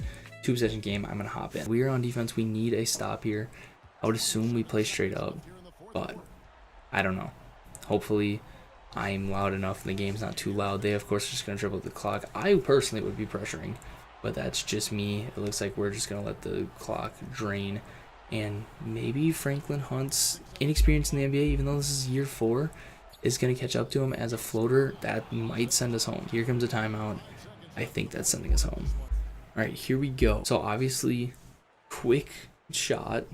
I don't think there's anything wrong with a quick layup here, but nothing too long. Like, this is taking too long. Jordan, what are we doing? What are we doing? It's time for us to say goodbye. We hope you've enjoyed our second round of the NBA Western Conference playoffs. Oh, okay. I don't know why we don't even attempt a shot there. That is a way to end our potential comeback tour. That is something. And the Lakers, I tried to claim their era was over, and they shut us down and won 2 more. So clearly I talked too early. Magic Johnson wins another Finals MVP. Clearly I got too ambitious after we won 2. It is what it is. I still am confused why we didn't even take a last second shot, but whatever. Over here, we might as well look at our team records. Michael Jordan is going to dominate points. I would never expect anybody else to be here. Maybe a Del Curry 50 bomb exists out there, but it is just straight Michael Jordan so far. Same with field goals made. Del Curry, obviously, I assumed. I'm surprised 3 and 5 is what's up here. I would assume even in this era, at some point, you threw up like 12 and 6 went in, but I don't know. For 25 free throws in a game is ridiculous. Mark West and Cliff Robinson being here, those make sense. Mark West, obviously no longer on the team. And Johnny Moore, almost 20 assists in a game. And this is why I hesitate moving on from him as our point guard. He's just been great at his role his whole time here. Nymphius still has the record. Randy Brewer challenged him and tied him. But 4 games at 6, Tim McCormick had a 5 block game this year. Michael Jordan obviously steals. And this is what I expected our points to be. A random Del Curry and then a bunch of Michael Jordan. But we get it in steals. Minutes, obviously that makes sense. Turnovers, that also makes sense. Now looking at playoffs, a 61 bomb in the playoffs for Michael Jordan. The rest of them obviously in the 40s. Same with field goals made. 3-pointers made. Raphael Addison and Del Curry, 2 guys drafted in the same draft class. Nobody's ever made more than 2 threes in a game. That is interesting. Free throws those are just insane numbers. Cliff Robinson dominates the playoff rebounds. Will Purdue in his young career gets a 4th place bid. Johnny Moore has a 20 assist game in the playoffs. Michael Jordan on here with 15 assists. I feel like I do remember seeing that game. Could be completely making that up. I probably am. Michael Jordan obviously rises to the challenge of the playoffs because never saw him in assists, never saw him in blocks. He's here at number 2. Steals, obviously, we expect to see him. Johnny Moore is also here. Minutes, that also makes sense. Turnovers, that also makes sense. Looking at a total season, would expect nothing less. And yeah, this makes sense. I mean, Del Curry has been our 2nd leading scorer every year. And Michael Jordan obviously has been here for 6 years. Field goals made, same story. 3-pointers made, Del Curry is yet to make 1 a game, which I mean, that could make sense. I guess, I don't know, looking around the league, I don't think there's anybody. 72 we saw this year for the Magic.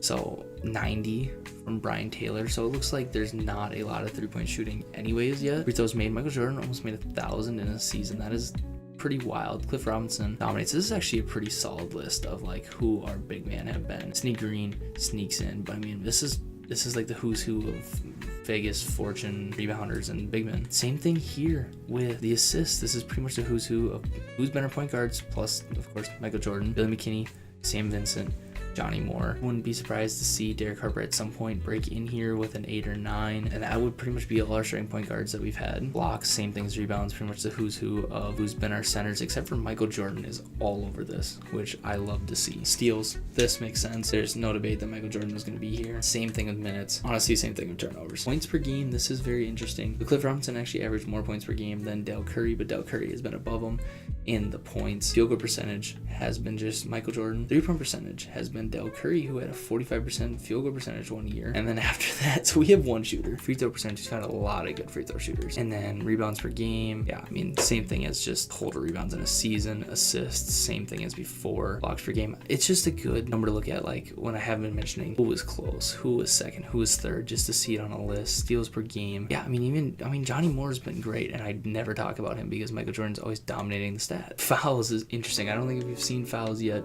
Sidney Green was a hack for a season. And obviously career hasn't been updating. I'm not sure if that's just an expansion thing, but that hasn't been updating yet. So that is where I'm going to leave this for now. Obviously we are up to 2 rings, 2-0 in the finals, but we're on a 2-year drought and we're on a decline, it seems like. Obviously the Lakers are absolutely back. The Celtics are gone. The Bird Magic rivalry is gone, but that doesn't mean Magic is gone as well. So it's still the question of, is this a new era? Is this just an extension of the Magic Bird era? We'll see. I'm hoping that we can solidify this as a new era and shut down Magic Johnson from extending his era. So yeah, I have no clue how long this is going to be. I have 2 like 50-minute files to edit. Luckily we got 3 seasons in, and I feel like I got good depth into all the stats. I know I missed stuff, and I'm working on trying to get everything every time, but I'm human. So yeah, other than that, hopefully I get this out to you guys soon. Hopefully I can get out season. Hopefully I can get out episode 4 soon as well. Yeah, if you enjoyed, like and subscribe before you go. And other than that, I'm out. Peace. The year is 1990. A 27-year-old Michael Jordan, fresh off another top 2 finish in MVP voting, watches Magic Johnson, the man who keeps racking up the MVPs, raise another championship trophy, his 6th in his career. While Jordan has 2 of his own, he is nowhere near comparison to Magic, no doubt the greatest basketball player the world has seen. He's fended off the new era of stars, Jordan in his Fortune, Hakeem in his Bulls, Stockton in his Bullets, Ewing in his Spurs, Isaiah Thomas in his Hornets, and the list goes on. All roads continue to lead through LA and Magic Johnson. At 30, he shows no signs of stopping soon. The league is expanding with its newfound talent, diluting the talent of the existing teams. Las Vegas has withstanded these changes, keeping their core intact. Sam Vincent is heading to Minnesota, the last Fortune member to leave Sin City. Yet, as the city has grown, so has the team's draw on free agency, securing guys such as Derek Harper and Dennis Rodman, as the Fortune continue to be a threat to the Lakers. Jordan is hitting his prime. He's clearly the prince of the NBA, waiting to take over, waiting for Magic's reign to end. He's stolen 2 championships from the GOAT, solidifying himself as immortal in the desert. Across NBA circles, the question has become, when will the prince dethrone the king and bring the NBA into a new era?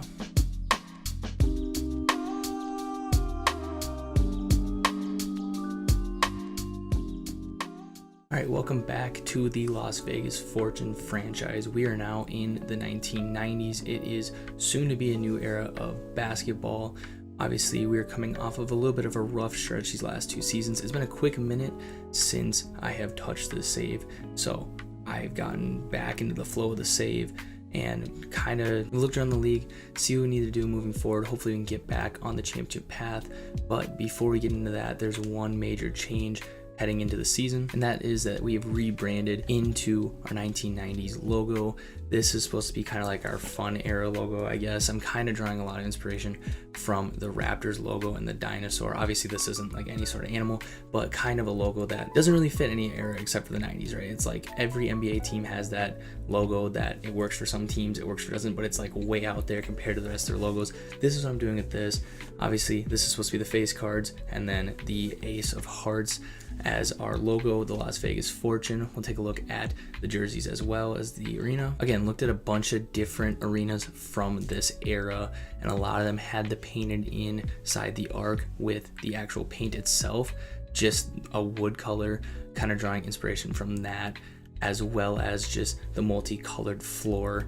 As you see, the top of the free throw line, that's a different color than the rest of the inside the arc, and then obviously keeping the perimeter the same color, as well as just a wood color inside the paint. And then for our home uniform, again, kind of drawing inspiration from the Raptors, how they just had the big dinosaur logo in the middle. We just have the big face card logo in the middle here, added a little stripe on the side, and then added a pattern on the back.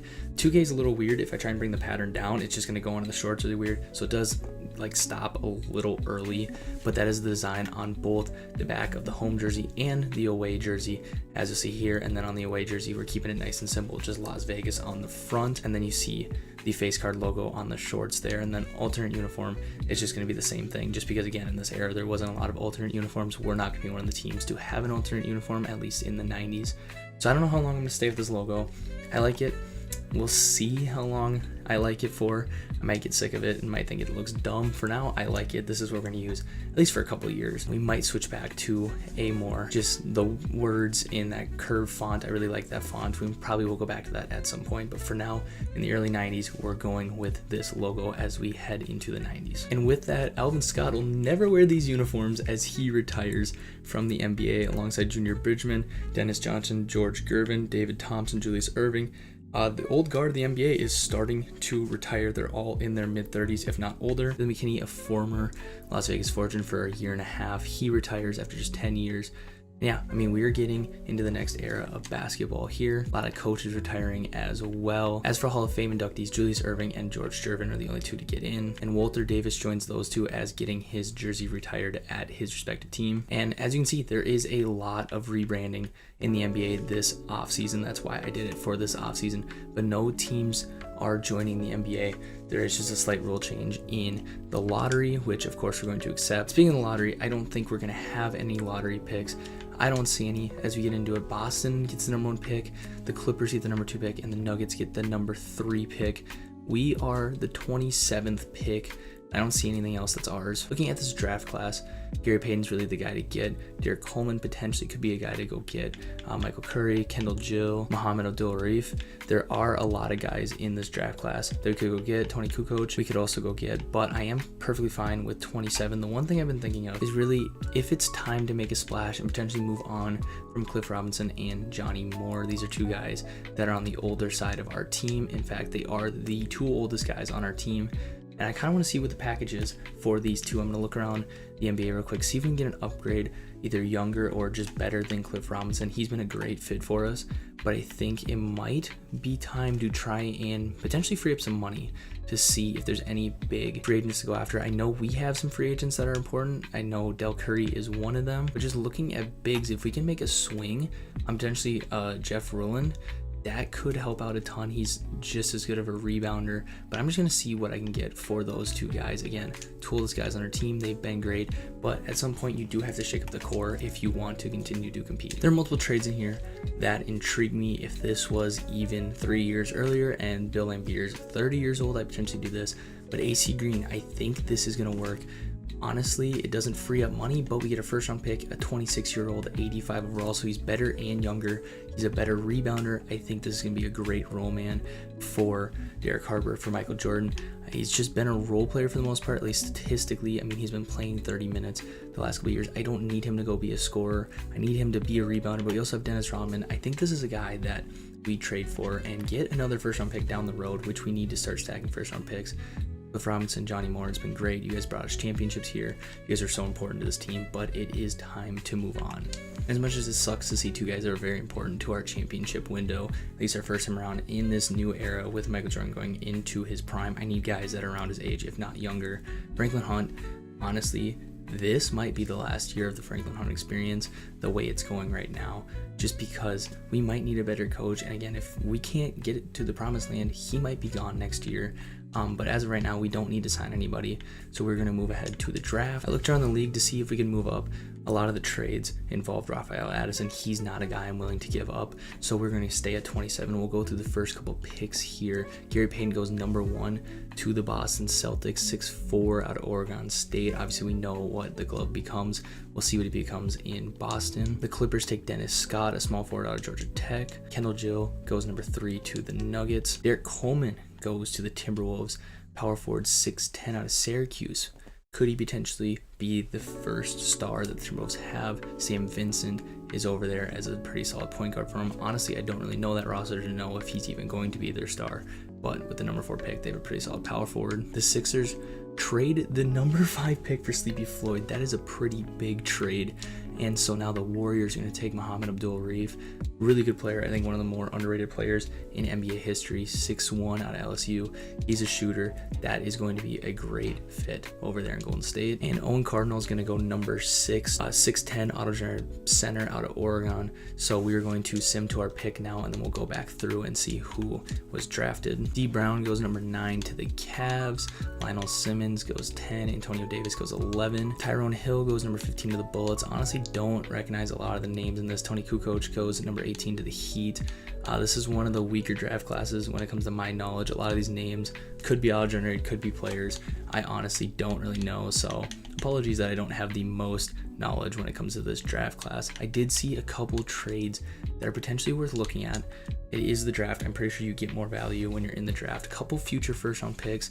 Really, if there's nobody that is worth taking, I might potentially trade. And looking around, there's not really anybody that I'm willing to go draft. I would rather actually just go push these picks back to a draft class where I feel more confident in my knowledge of A, players, but then B, just like where we are in the draft. So I'm honestly just going to pick one of these.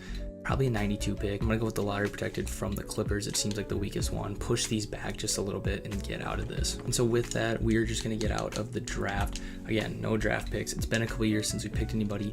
But again, I just haven't really been confident where we are in the draft and making a move.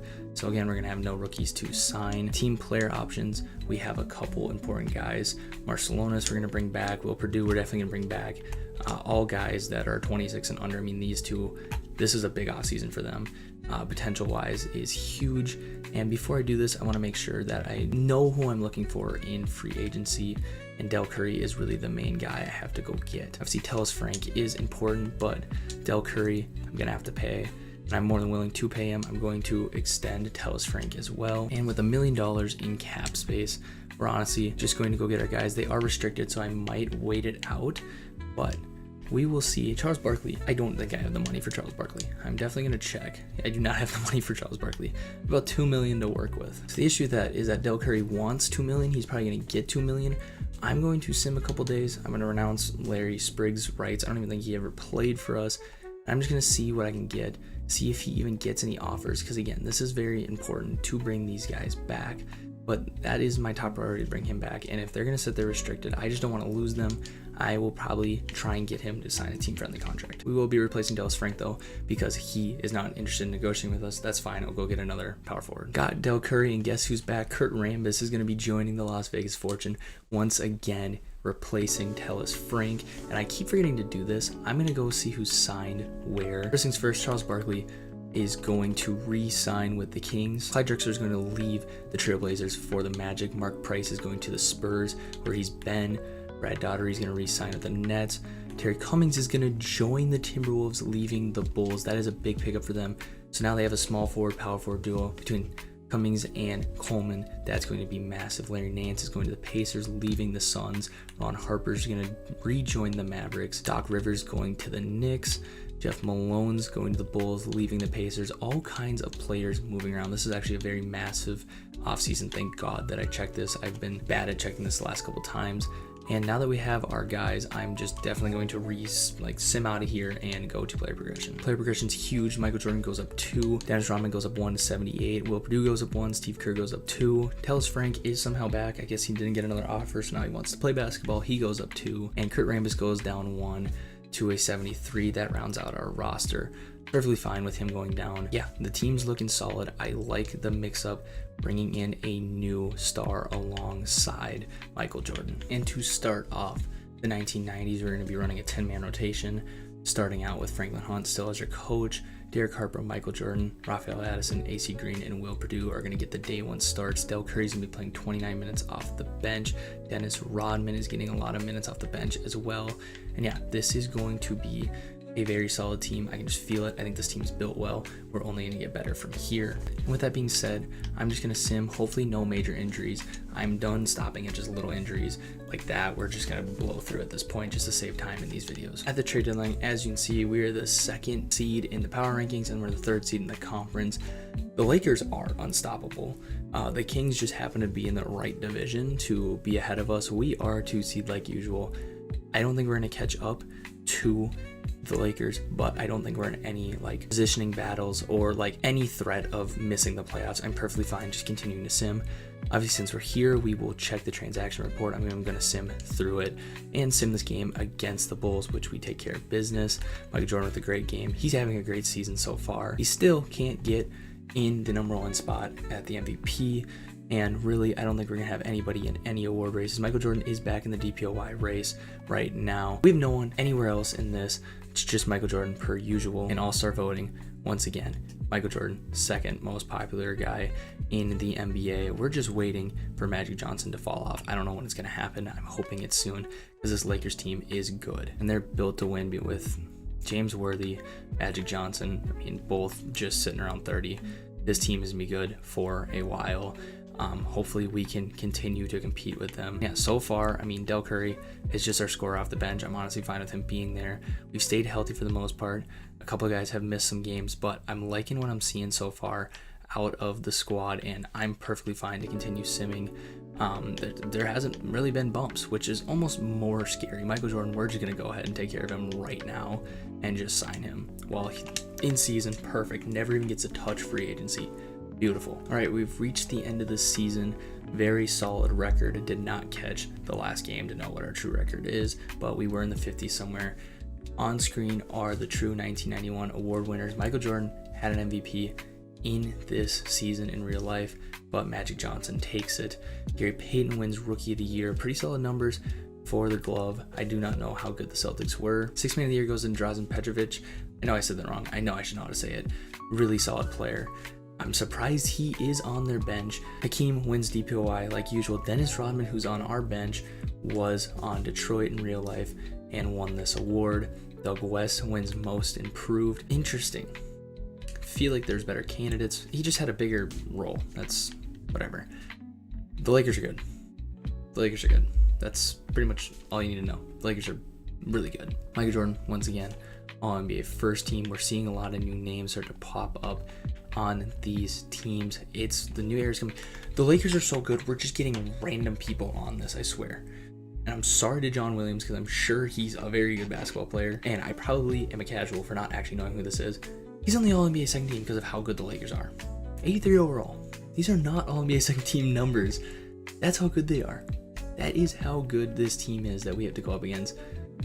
How Michael Jordan makes the All-Defensive first team. How in a video in a series that's about an expansion team, the Lakers just take it over.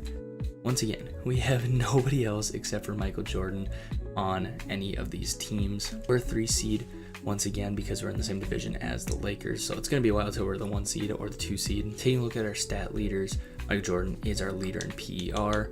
I don't think anybody expected anything different. Jordan also led in points per game. We have a new rebound leader, AC Green, our new pickup. He's currently injured. This is probably our most important injury of the season so far, but 9 rebounds a game. Dennis Rodman right behind him. Derek Harper also leads in assists now that Johnny Moore is gone, 5.9 leads. And then Jordan leads in both blocks and steals. We also finished 55 and 27, much better than the Dallas Mavericks, who are the 3 seed. Don't want to call them frauds. They are the 2 seed. We're going to treat them like the 2 seed. Jordan led the league in scoring. Hakeem led in rebounds per game. John Stockton is the only man over double-digit assists a game. Ron Harper at almost 2.5 steals a game. Rookie Gary Payton almost leads the league immediately. Blocks per game is Patrick Ewing. Clyde Drexler on the Magic shoots 60% on the season. Jeff Hornacek shoots 43% on almost 2 threes a game. Derek McKee is taking 3.5 threes a game, so the 3-pointer is coming in. It is coming very quickly. And free throw champ is Mark Price this year at 95.3%. So obviously with AC Green hurt right now, we do not have our starting power forward and our second star, so we are a little hurt right now. I am also going to shorten the rotation just a little bit as we get into this first round matchup, as hopefully we can get out of the first and second rounds. I think we have the better team still. Michael Jordan is the best player in the series, so I'm always going to believe we have a chance. Dennis Rodman, Horace Grant, I think will be a good matchup. Patrick Ewing is going to dominate Will Purdue. That's what worries me the most. Mark Price is solid. I think Derek Harper can take care of it, but hopefully Michael Jordan can dominate his matchup as well. But a best of 5, we absolutely need this to keep this playoff run alive and keep AC Green, get him healthy. Injuries is not going to help. Tied up at 1. I do not want to change the rotation. We're up 2-1, hoping for a win here, and we get out of the first round. Those are long-term injuries, which sucks. It really does. It's not going to want me to play them. I'm going to play them, and AC Green is back and can play. Obviously, he's going to come off the bench for now, which I'm totally fine with, because Dennis Rodman is working. In round 2, we're going to be facing the same team that sent us home last year in the Dallas Mavericks, and I think they just got better. Again, I don't necessarily like some of these matchups I'm seeing. I don't like the center matchup. Will Purdue is kind of a liability. I need him to start to progress, but Michael Jordan should be able to take care of business. I trust Rafael Edison to shut down Mark Aguirre, but we will see. As again, they're a 2 seed. Even though we have a better record, I still think, this is not off to a great start. Down 2-0, gonna shorten the rotation just a little bit, and AC Green's gonna have to start. And Steve Kerr is hot, but he's not even in the rotation. I'll give him a little bit of time. But we might go down 3-0 and get swept here, and we stay alive 3-1. If we go 3-2, then I'll simcast. Eliminated by the Dallas Mavericks. Second year in a row that the Dallas Mavericks have eliminated us. And that is tough to see as the Lakers three-peat. Magic Johnson gets ring number 7. I don't know. I don't know if we can get to that number. Karl Malone puts up a fight, but it's not enough. I don't know if that's a number we can get to. It's obviously a bit of an unfortunate ending to this season. Michael Jordan at 20 years old is not getting any younger. I think, honestly, more needs to be done, but the Lakers are just that good. Even if we beat the Mavs, I don't know if we necessarily get past the Lakers. They are just a good basketball team. But as you can see here, Magic Johnson owns the MVP award. Michael Jordan cannot be stopped as the leading scorer in the league, but honestly, I think I need more scoring options. I've been trying to just get role players. I think moving forward, I need to get more scoring options alongside of him, but this right here is almost a scary thing. That's a 3-peat, and really they haven't necessarily even seemed beatable. I would love to go back. I'm going to go back and see what happened here, if the Lakers were dealing with injuries or what it was. Obviously I can't go back, but if I see something in the old videos, the Lakers they're scary. They're scary. So that is going to do it for me. Obviously this is a little bit shorter than the last couple ones. Episode 3 was recorded like 2 months ago, and it took me that long with schoolwork and stuff to even find the time to edit that. That's why it became 2 episodes, so I could split up when it was posted. So this is a shorter one to help myself out, and then also get content out earlier to you guys. I think the next one's going to be a little bit longer in the sense of 2 or 3 seasons, but with the change in our logo and our jerseys. I wanted to go through that. Big change to the team as well, and kind of set up the next video as well. Wouldn't call this a filler episode, but was meant to be a little bit shorter. So I will get this out soon and then keep grinding away at this series so we can get this all done before 2K26 gets out. Yeah, other than that, I'll see you in the next one. Peace. The year's 1991. Magic and the Lakers did it again. They completed a three-peat, winning Magic his 7th finals and finals MVP. They dominated the 1980s, and they already are planting their fingerprints all over the early 1990s.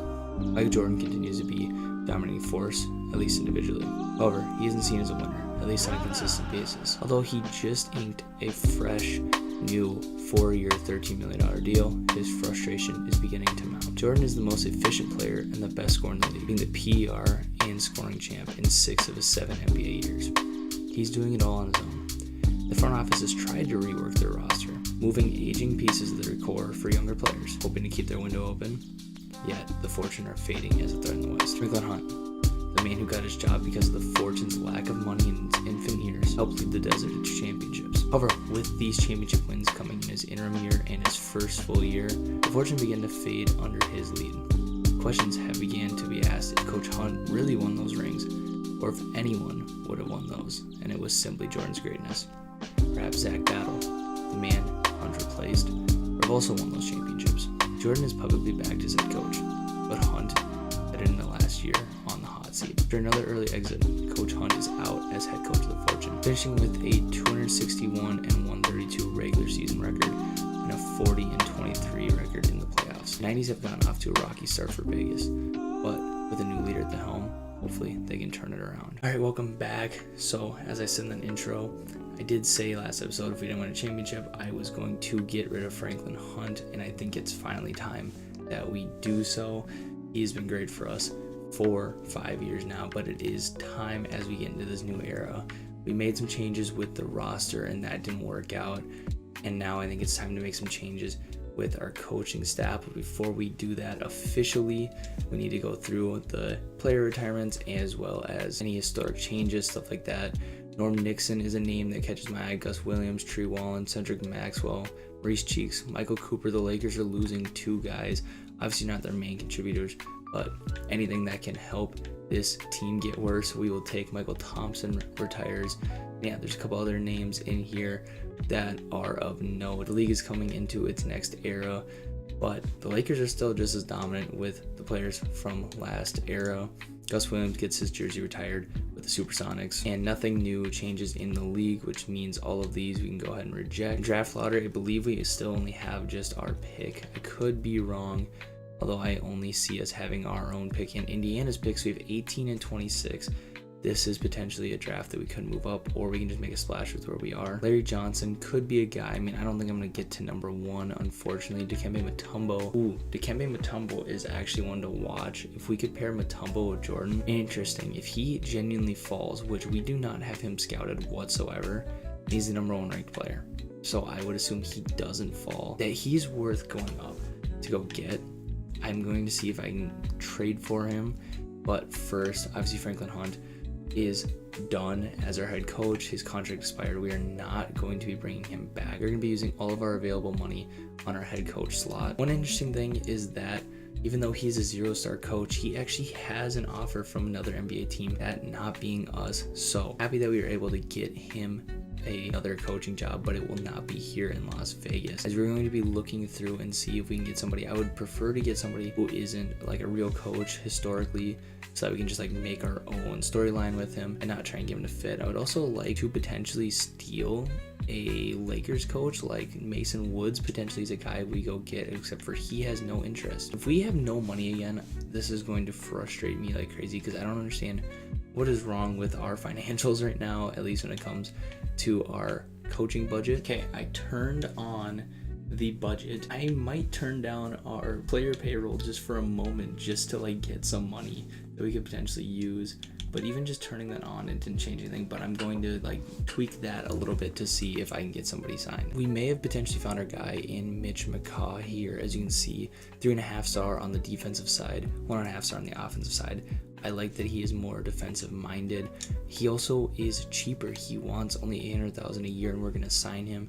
He will now become the third coach in Las Vegas Fortune history. So we're going to go and put our player payroll back up, and then I'm going to turn the setting back off and just be in the red because I don't want to deal with that. And we got a guy that I like now. So yeah. So talking to Cleveland, they have the number 1 pick. I want to make a big swing. This is all 3 of my picks for this draft, as well as Rafael Addison. This is a guy that originally last episode I said I didn't want to get rid of, but I think this is a swing that it's worth taking. I would trade Will Perdue, but he is on a expired like team option, so I have to trade Rafael Addison because he's the next youngest guy on the team. Like I suppose I could do Tellus Frank, but like maybe Marcelonis, but same thing. Like almost everybody I'd be willing to trade away is expired.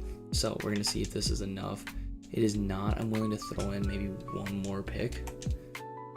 And now they got me hooked. Who is in the 1992 draft class? Okay, so 1992 is Shaq and Alonzo Mourning. So we're going to be giving them 1993 draft picks instead, and they do it. Rafael Addison, it's a lot, but Dikembe Mutombo is so worth it. So I've continued to say that I'm going to get Michael Jordan a 2nd star. I thought it potentially could be Del Curry. Thought it could potentially be Cliff Robinson. Could still potentially be AC Green, but I think guys like Del Curry and AC Green are more of 3rd star type of guys or really good role players. Dikembe Mutombo is going to be that guy for us, and I don't care that he's not the best rated recruit, and I honestly think it's because he's already 25, which I did not realize, but we know who Dikembe Mutombo becomes. We're going to go ahead and take him with the number 1 pick. We're number 55 out at Georgetown, 7'2". Will Perdue, he was a solid starter, but Dikembe Mutombo is an upgrade, no doubt. And this is actually our first number 1 pick of all time. Remember, Michael Jordan was the number 2 pick. The Bulls actually took Keem over MJ. So that is our first ever number 1 pick. Supersonics drafting number 2, take Larry Johnson out of UNLV, also a very solid player. I don't want to see what their like overalls are yet. I don't want to ruin it for myself. Kenny Anderson goes number 3 to the Denver Nuggets. Number 4 is Steve Smith, who I didn't even see was in this draft class. And we'll round out the top 5 with Billy Owens going to the Trailblazers. We're going to sim to the end, and then hopefully Dikembe Mutombo is not like this raw prospect player. And he is. And he is. So Larry Johnson potentially, like straight overall, probably the better pick. Larry Johnson's a really good NBA player. But Dikembe Mutombo, he's going to get there. I have faith he's going to get there. And I think regardless, this is a trade that, like, as a fan, you have to be excited about. Like, yes, you give up Rafael Addison, but you get Dikembe Mutombo. You get the number 1 pick. You have to make that as a GM. I'm going to bring back both these guys. Qualifying offers, once again, I'm just not even going to give it to these 2, but Rodman and Marcelonis are 2 guys we have to go get. With negative cap space, it's an absolute must to bring them both back. Marcelonis has been a solid role player for us, and then I have no clue where Dennis Rodman is. Rodman, we're going to bring back as well long term. He does not want to be here long term. He just wants a 2-year contract. That's fine by me, but I just need these 2 guys back, and we're going to get them back, and we'll renounce everybody else's rights, and we'll just let the roster autofill. I also brought in Jamal Wilkes because we need another small forward to replace Rafael Addison. And looking at the players who signed, David Robinson's re-signing with the Hawks. Scottie Pippen's going to re-sign. A lot of these guys were on their restricted free agents. Dominique Wilkins leaves Milwaukee to join the Knicks. So now the Knicks and the Lakers really look very strong. Reggie Miller staying with the Suns. Byron Scott staying with the Lakers. Chuck Person going back to the Trailblazers, where it looks like he potentially either signed a 1-year or got traded there. I'm not 100% sure. Fat Lever leaves Portland and is going to Miami. And here's a couple other ones. Jeff Rowland back again after last year, so must have just signed a 1-year deal, and contracts must already be getting a little weird even in this era. So a couple other guys of note. CB Floyd going back to Philly. I can't believe that they traded for him, and he was on the expiring year of his deal. Traded for him last year in the draft, but that is the most notable free agents. Player progression, this is huge. All of our top guys go up. MJ's a 99, Derek Harper's an 84, Del Curry's an 84, Dennis Rodman's 79, Steve Kerr up 2 to a 76, and Jamal Wilkes regresses from 73 to a 70. Kurt Rambis is down to a 72. I'm not worried about that now. I am super excited for year 2 of Mutombo, because year 1, obviously we get no progression out of him, and I'm really hoping that's a big jump. At 25, I'm hoping he has a big jump. And we have officially entered the Jordan era. So if we don't start racking up rings, then this is a lie. But as you can see, all the different changes, back to baskets illegal, hand checking's now allowed, zone defense is legal in 2001. Obviously some of these changes are a couple years down the road. G League in 2001, so that means now we can start stashing players in the G League, which would be huge. And then a couple more teams joining in the mid 90s. So I am a little ahead of my time with the jerseys and like the logo. I keep telling you, like the Raptors and the Grizzlies, like these teams that had like these fun 90s logos. Well, they're joining mid 90s, so I was a couple years ahead of time.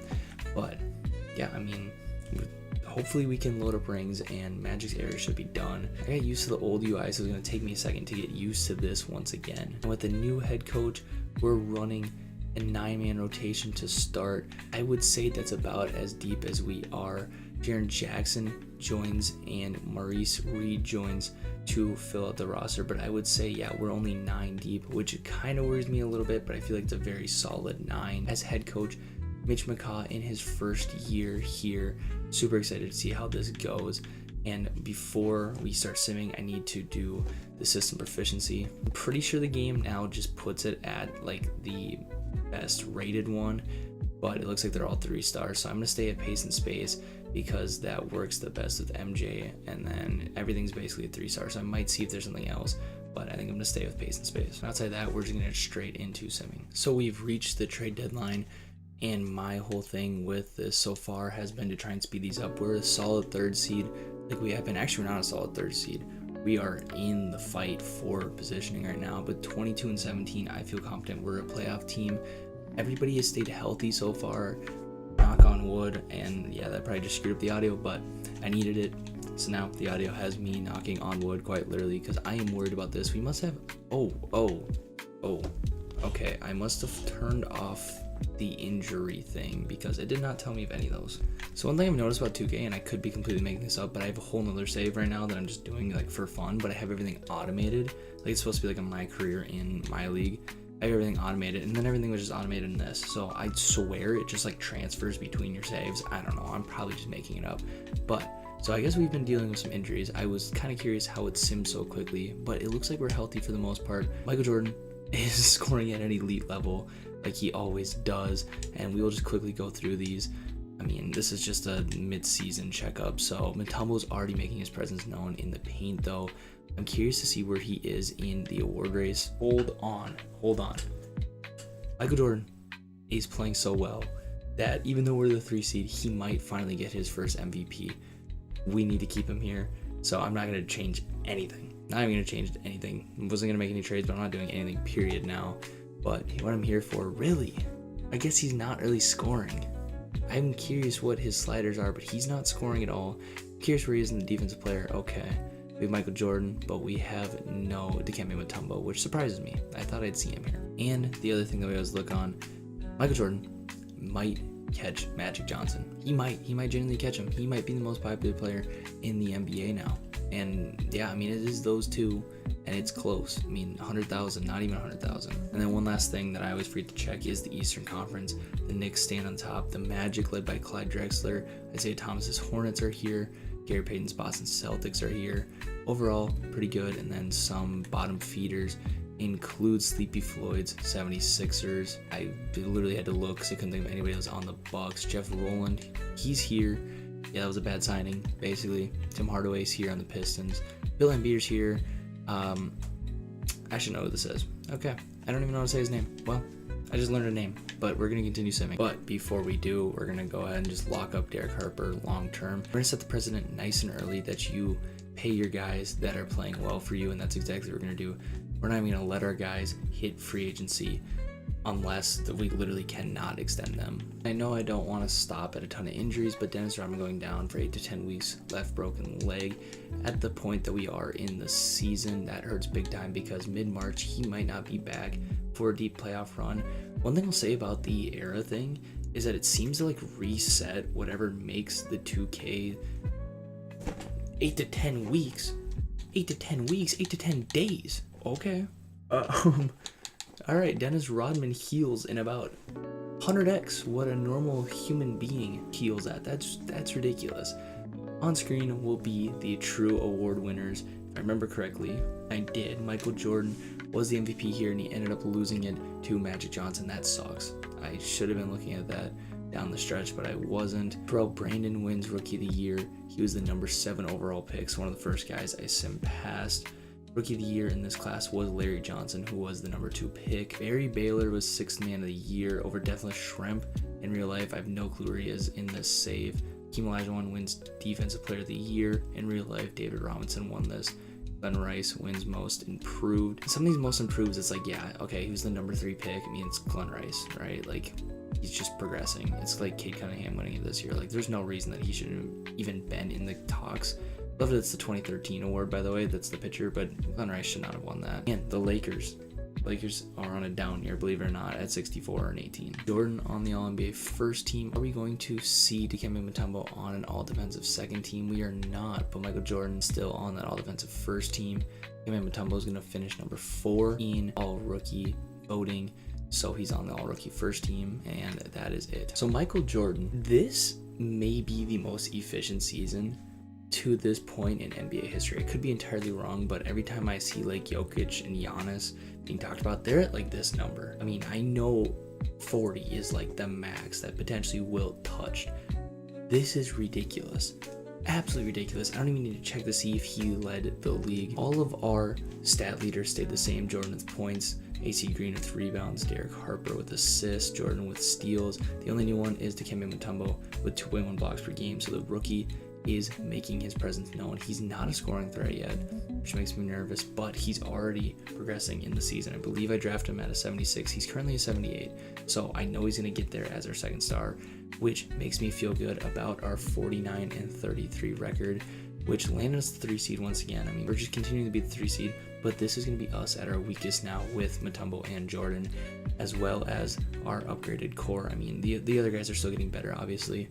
So I think this is the worst we're ever going to be. Jordan is the point champ. Jordan is the scoring champ. Hakeem's the rebounding champ. Stockton is the passing champ. Jordan's also the steal champ. Patrick Ewing with 3.2 blocks per game is the block champ. Dominique Wilkins shot 58% on the season. Reggie Miller shot 45% from 3 on 3 3-point attempts a game.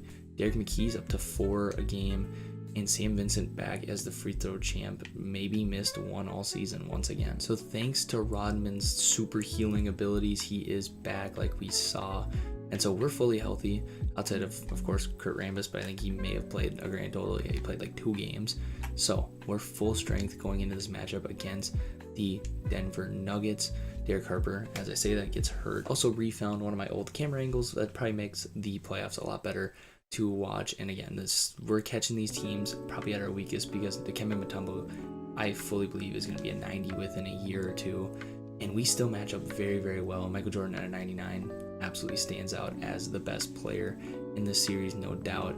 I think this is one that we can take care of very easily. And of course, we lose the first game, tied up at 1-1, and I'll go up 2-1, and we send him home. Okay, we're going to a game 5. I don't like a game 5 in the first round. It is what it is, and it looks like we're taking care of business, and they are hanging around a little bit. Del Curry is our leading scorer up to that point in the game, which is a little concerning. Michael Jordan is now passing, but if we can get Del Curry 20-point games in the playoffs, I'm living with that. I'm 100% okay with that. We're going to see our best friends in round 2, the Dallas Mavericks, and they look beatable.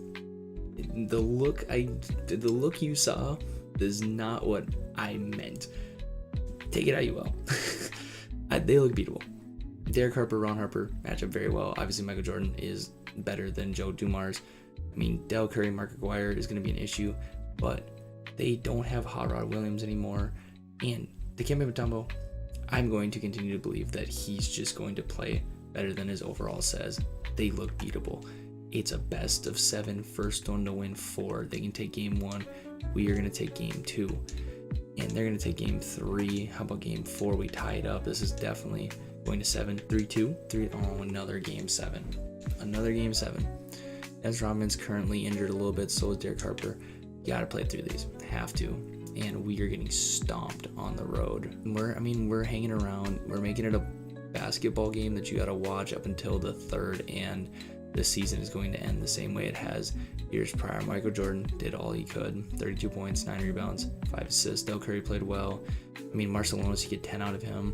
AC Green just didn't rebound at all. I mean, Mutombo, once the scoring comes around, this is the worst we'll be, because once the scoring comes around, and you can't necessarily see it the best, but 7 points, 13 rebounds, 3 for 3. I mean, he's just got to be aggressive. I don't know if I need to change his touches or what it is, but I mean, we took him to 7. The Lakers have now 4-peated. Magic Johnson wins ring number 8. John Stockton and the Bullets get there, beating that Knicks team. Obviously, still not happy to be a second round loser, but we took him to 7 after the last 2 years. We've only taken him to 5. Jamal Wilkes, after 1 year, hangs it up for the Fortune. He played a grand total of like 1 game, I'm gonna guess. Oh, he played 10 games. Okay. So, I mean, I guess he got to put on 52 a couple times, but we still thank him for his service. Joe Dawkins retires. Robert Parrish, Adrian Dantley, Johnny Davis. Not sure why I called out Johnny Davis instead of some of these guys that are on teams like Mike Bratz. But another big list of guys that are retiring. A lot of coaches starting to retire as well, including our CFO. So maybe we get an extra little like kicker and money. Maybe we have a little bit more money. Don't know what a CFO does, not gonna lie, especially in the video game. Robert Parrish, Adrian Dantley, and Jamal Wilkes get their jerseys retired by their respective teams. Jamal Wilkes was a longtime Laker, of course. A lot of rebranding, it looks like, and then a new rule where the shot clock only resets when the ball hits the rim. Yeah, some of these rules I didn't even realize they were different. You know, I just kind of always figured like, yeah, that's basketball, but it's been like that since, before I was born. Going into this draft lottery, I would assume that we are not going to be here anywhere, and we have the Clippers pick at number 13, and then we should have our own, which is at 24. So we're still sitting okay. I have a lot of people we can sign, but the computer can do that for me. Obviously, we have Shaq, we have Alonzo Mourning, Christian Laettner. Would have been a good draft class to try and get into as well, but I am completely happy with Dikembe Mutombo. I'm not going to try and get back into this draft and try and give up more assets to get Shaq, as much as it would be fun to go get him. I am just going to be happy with what I got. Robert Horry, Big Shot Rob, is potentially a guy we could go get at 13. Doug Christie, another guy we could potentially get. He could potentially slide maybe a little bit. Hubbard Davis is potentially a guy we can get maybe in the late first round pick, maybe their second round pick. Charles Spirell is definitely another guy that we can potentially get, even though they have him ranked number 6. So a lot of good talent spread across this, and so I'm not entirely worried about moving up. So we're just gonna let it play out as is. Portland Trailblazers are gonna go ahead and pick up Shaq. He's got the Superman tattoo, and I did not realize that was in his rookie 2K save, but 7'1" out of LSU, 300 pounds. Timberwolves take Alonzo Mourning, 6'10" out of Georgetown. And they're talking about Derek Coleman leaving, but they have a lot of bigs up there in Minnesota, so they'll have to figure that out. Chicago's going to take LaFonso Ellis, power forward out of Notre Dame. The Sixers are going to take Jim Jackson, shooting guard out of Ohio State. And the Suns are going to take Latrell Sprewell, who I was eyeing as a late first-round pick, but he's going to go number 5 to the Suns. So we're going to sim to my pick here. Christian Laettner goes number 7 to the Pacers. Tom Gugliotta goes number 10 to the Pistons. And a lot of guys that I mentioned are already out there, still out there, that we can go pick up. I mean, I didn't even talk about Clarence Weatherspoon. He could potentially be a replacement for Rafael Addison, who we had to give up to get Dikembe Mutombo. I mean, solid defender. He's already a league average defender, according to this. An above average rebounder. I think that's a guy we potentially go get. I want to say Robert Horry as well, but I think I want to take Clarence Weatherspoon. I think I can go get them both, really, and I'm totally fine with taking 2 small forwards, but Clarence Weatherspoon is going to be my pick at number 13. And picking with 24, Hubert Davis is still there. Malik Sealy's still there. That's another name I recognize. I think Hubert Davis potentially is the move. 6'5", he's tall enough to be moved to the small forward position, but he could be Jordan's backup, a very good shooter. Very, very good shooter. Still a solid defender. I think I'm going to take him. It might be a stretch according to the rankings, but I'm taking him with the number 24 pick. And we do have a second round pick, and so busy draft for us, and I'm going to take pretty much any of the guys that I recognize. And I mean, another center, I'm going to take the 7'1" guy. I don't know how to say his name, just kidding. I'm going to take Matt Fish because I don't say that name. I'm not even going to pick this guy up realistically. Noah is a real NBA player because the players can. UNC Wilmington is where he's from. So we'll see. Maybe he potentially makes the roster here. So at 13, we got a little bit of a steal, 75 overall, Clarence Weatherspoon. And then at 24, Hubert Davis was a 71. So we got 2 steals relative. I mean, both the guys taken right before our picks were absolute reaches. I mean, both auto-generated guys that were reaches. Here's a look at the second round as well. And I mean, even Matt Fish is a pretty solid pick for where we got him. And all 3 of them are going to make the roster as of now. Nobody with player team options. I don't even think we really even have anybody hitting free agency. Just kidding. We have Steve Kerr and Will Perdue, 2 guys that we're going to bring back. I think this is probably the last time I bring these guys back if they don't hit a big offseason. Like I said, I mean, this is going to be a big offseason for them, but they both progressed. They're both worth bringing back. It honestly just didn't let me extend them during the season. Otherwise, I would have. And those are 2 guys because we have no money. The game is going to autofill the rest of my roster, which I'm totally fine with. And hopefully we get some young guys potentially. I have no clue it's going to give me. It's probably going to give me some old guys. But we're going to give this a couple days and see. I mean, we have some solid players out here in free agency. And starting off with Isaiah Thomas going to the Clippers. He is done with the Hornets. He's on his 3rd team in his career, and the West just got a lot better. Mitch Richmond stays with the Hawks. Ralph Sampson joins the Supersonics. The Clippers also re-signed Buck Williams. Hershey Hawkins re-signs with Utah. Danny Manning re-signs with the Rockets. And all these guys, I mean, no offense to them, but they obviously all use face scans from later in their career. As Kenny Smith went to Minnesota for a year, hated the weather, went back to the Clippers. That Clippers team is scary. Sidney Moncrief leaves the Seattle Supersonics and signs with the Bullets, joining up with John Stockton.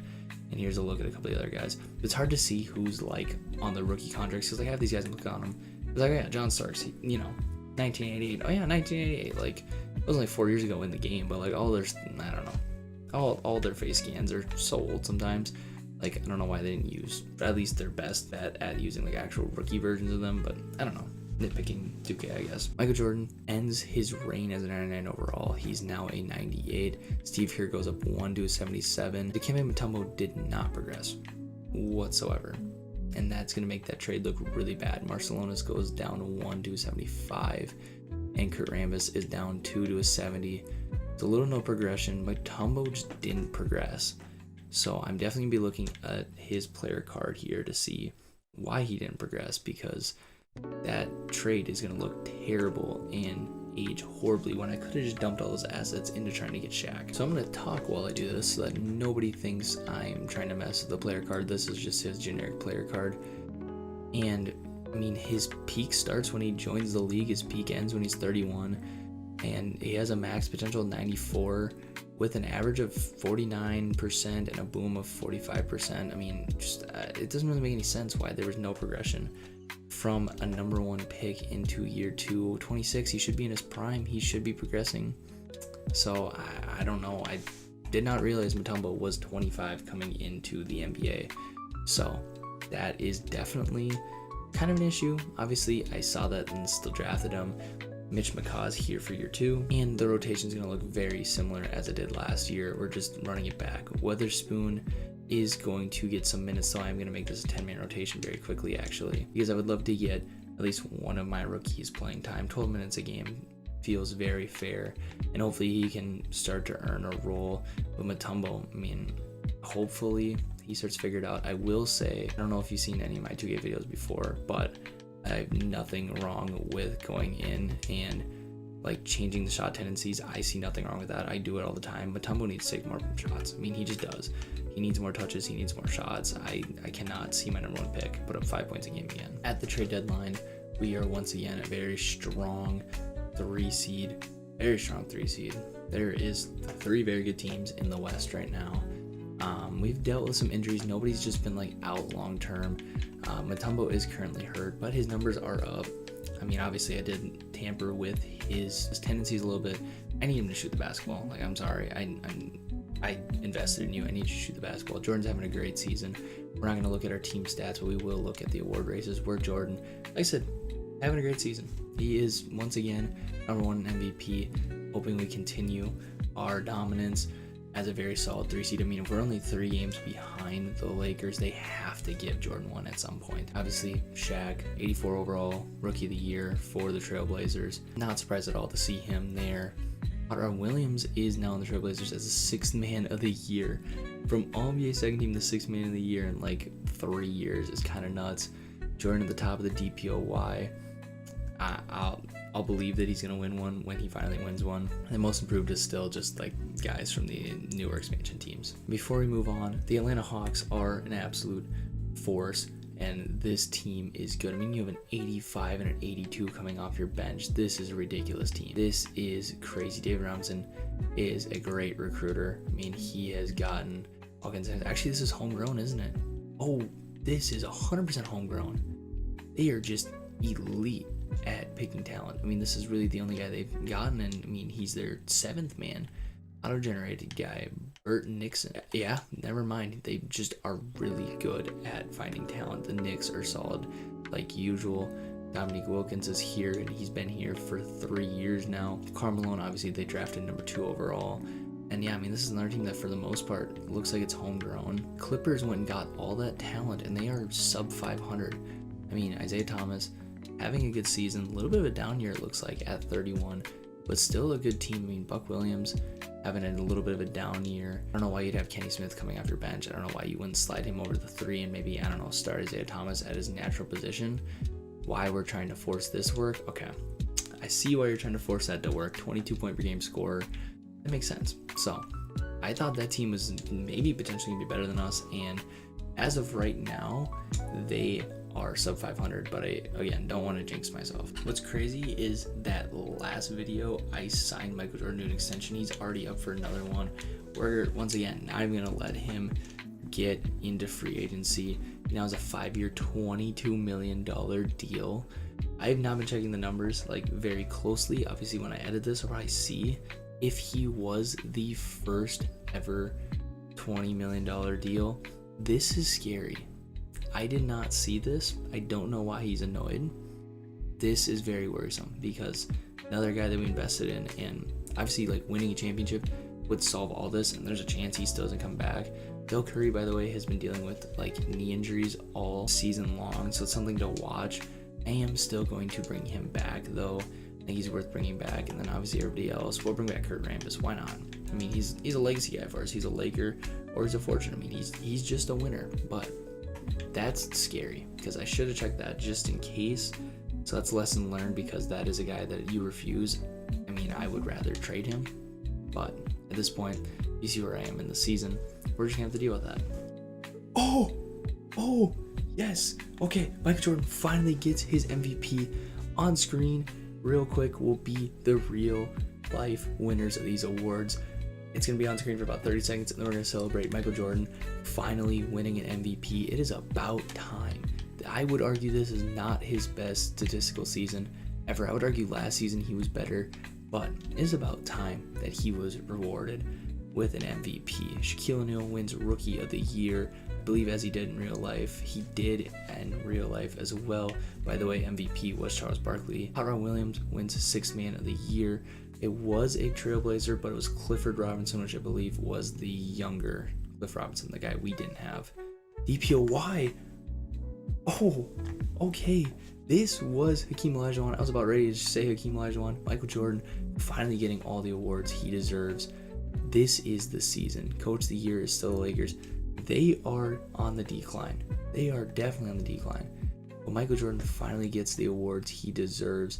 Here are the rest of the All-NBA teams, as well as, do we have anybody else on an all-defensive team potentially? We do not. Do we have anybody on an all-rookie team?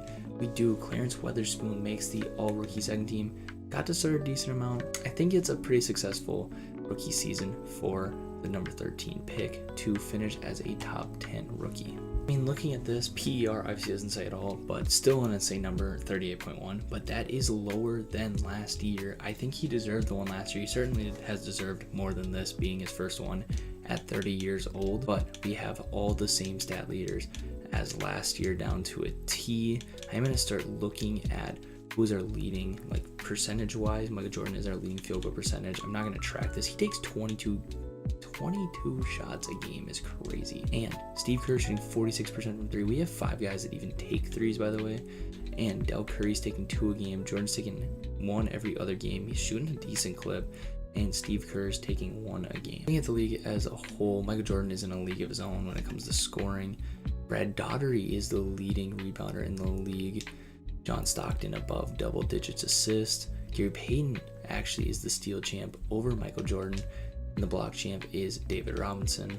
Field goal percentage goes to Clyde Drexler once again. Steve Kerr was actually the league leader in 3-point percentage. That's actually pretty cool to see that. And Sam Vincent on the Hornets now. Did not see him switch teams again. Probably missed a free throw game. He is having a, well, I would say career resurgence. I mean, he's making a career for himself. I mean, obviously a little bit less of a role than he had with us and his early years in Minnesota, but I mean, he's sticking around the league. He's still having a great career. Happy for the guy, and he's not in our conference, so I definitely can root for him. Like I said, we are the 3 seed. I believe we are pretty healthy, and we are indeed very healthy. We have no injuries whatsoever, so we can get into this first round matchup against the Warriors. Mohamed Abdul-Rauf is their best player. Actually, Dale Ellis is overall wise. And this is where we sent Cliff Robinson, or at least this is where he's ended up. Now I think about it, that's not our Cliff Robinson, so just ignore everything I said. But we are just flat out the better team. I don't want to say I'm not worried about them, because then this is going to happen and 2K is going to punish you for being super cocky. The MVP cannot go out in the first round. Cannot. You can't lose in the first round. That is ridiculous. And we're going to simcast all of these because I refuse to go home in the first round.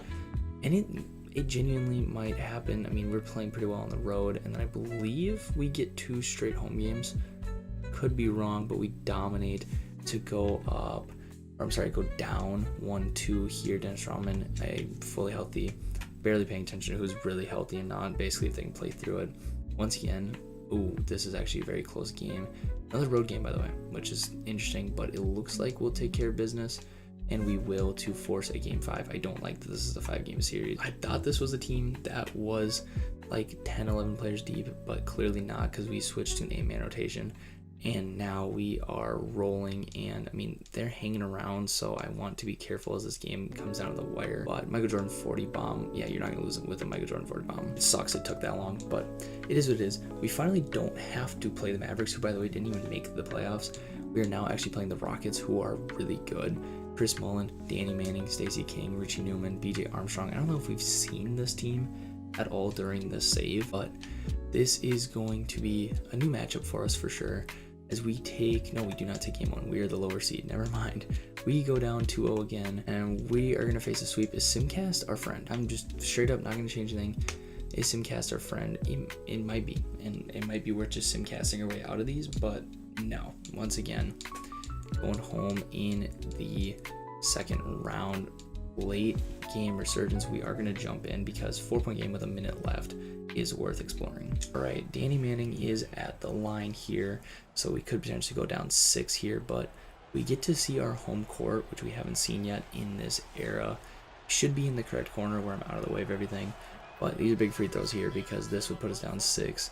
Hopefully the game's not too loud. Again, don't have my headset on, so hopefully the announcers aren't, talking over me too much or being too loud here, and this is going to suck, but hopefully we don't see any dumb stuff where the game just doesn't take any shots. And I mean, I don't know, hopefully Jordan just demands the ball. We need quick shots here. This is not looking very quick. Yeah, this I would like you to sprint the ball up. I mean, I guess this is fine. Get to the signature shot, knock it down. Okay, with a minute left, you probably should be up on him, down 4, but that's fine. I guess it is still like a 3-possession game with this amount of time, but again, we should probably pressure the ball a little bit. It's playing solid defense. Would love to nitpick 2K's defense, and we're living with that. Give it to Jordan. That works too. Derek Harper works. All we need is a score here. 40 seconds left in the game here.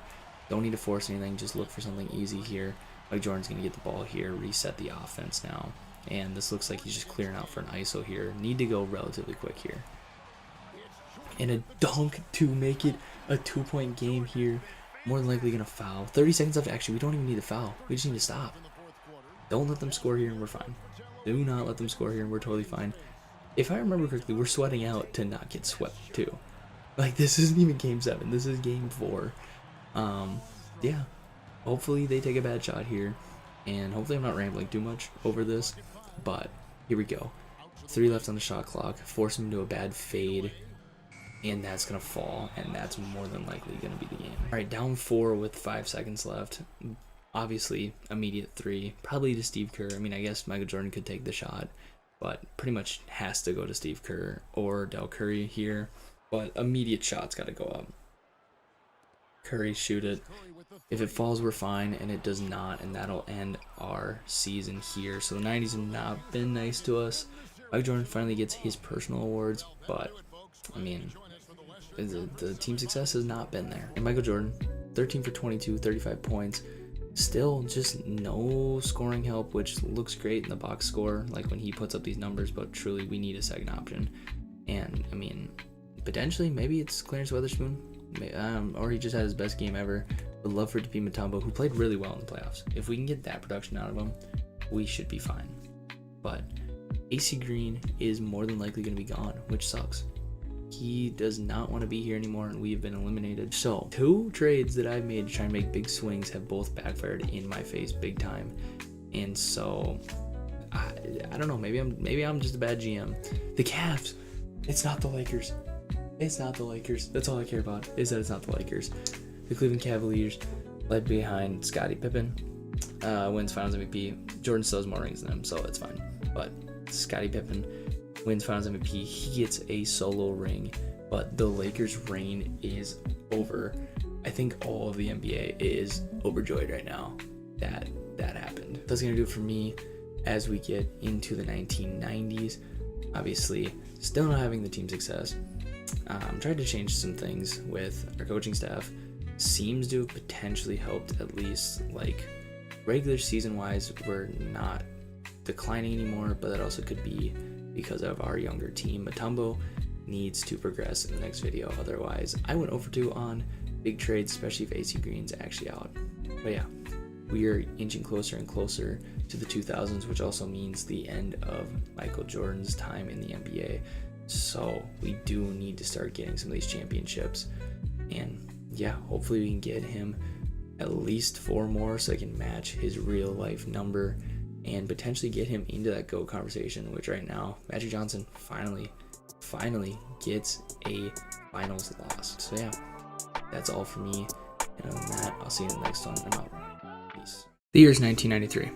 The Lakers' reign is finally over. Sadly, the Fortune were not the ones that ended. Instead, it was Scottie Pippen and his Cavs. The Fortune instead went home in the second round for the 4th straight year. Coach McCaw has not brought Las Vegas any closer than his predecessor, and in fact has them record-wise in a worse spot. Although, it may not all be on the coach. Front office took a swing, packaging multiple picks and fan favorite Rafael Addison for the number 1 pick in the 1991 draft, taking Dikembe Mutombo, a 25-year-old rookie. It was a gamble, one that has not panned out over the first 2 years of his career. That gamble also left the Fortune with empty pockets, not able to try and trade up the next year where Shaquille O'Neal went number 1 to the Blazers. Their big swing before that, trading for AC Green, who refused to negotiate his contract extension this past season and will now be hitting the open market as an unrestricted free agent. At age 30, MJ finally got his MVP in DPOY. He's no doubt the best player in the NBA, as Magic begins to fade ever so slightly. The Fortune have set the precedent that they take care of their guys and pay them early, and MJ has been the biggest proof of that, as he's locked in for 5 years at $22 million total, a contract that surely will be team-friendly on the back end. That leaves the front office at a crossroads. Derek Harper is 31, Del Curry is 28, Dennis Rodman, 32, Steve Kerr, 27, even Mutombo is 26. Do they accept their defeat on their big swings, flip all their aging assets not named MJ, or do they stick it out and try and make one more run with this core? All right, welcome back. We are in 1993, like you just heard. Once again, we go out sad in the second round. Pretty much used to it at this point, but this core is getting old. The youngest guy on the roster is Clarence Weatherspoon, who is 22. And in this era, most guys were like 20, 21 coming into the NBA. So it's not crazy for your youngest guys to be 22, 23. But Mutombo at 26, Steve Kerr at 27, even Will Perdue 27. All these guys are starting to hit their back end of their primes. And so this group is on their last leg together. I think I'm willing to stick it out for one more year, maybe make a small change if we need to. But the big thing is we really have no money whatsoever. Moses Malone retires, Marquise Johnson retires, Jack Sigma retires, Vinny Johnson retires as well, Mark Eaton does as well. A lot of guys starting to retire. Moses Malone surely had a great career here. Even in the sim, had a great career, even though it was the back half of his career. And he joins the Hall of Fame and gets his jersey retired at 2 spots. The Houston Rockets and the Philadelphia 76ers, Marquise Johnson and Jack Sigma, also get their jerseys retired. For historic changes, just 3 teams changing their logos and their jerseys. So no new rules being changed.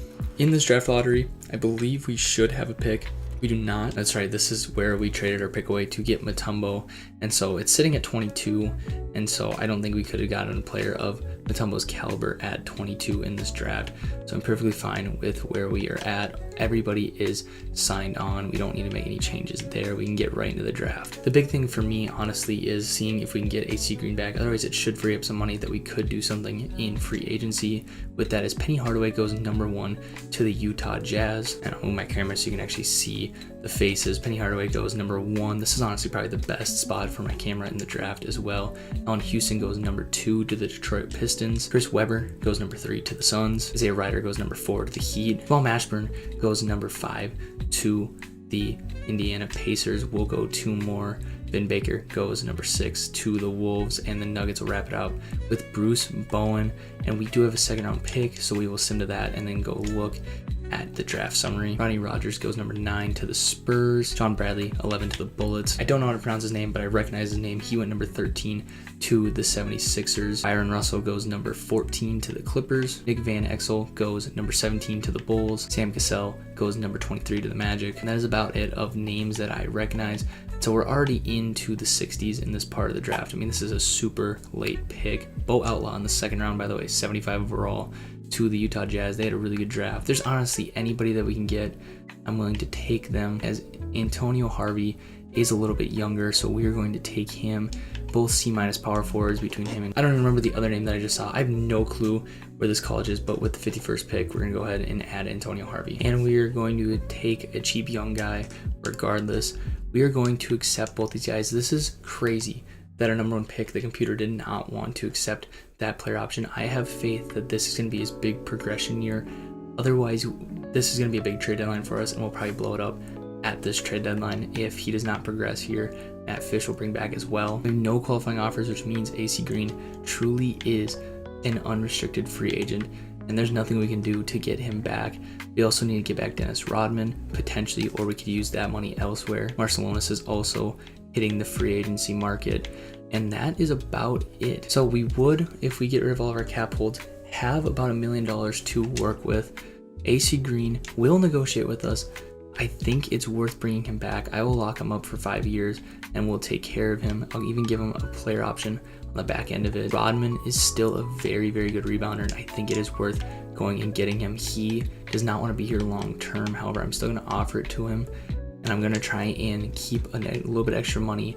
Marciulionis is potentially a guy that we could move on from. He has a role as us. He's not a shooter whatsoever, and I think it is time to move on from him. Even though he is a good shooter, he has B+ shooting, I think it's time to go get a different shooter for our backup shooting guard.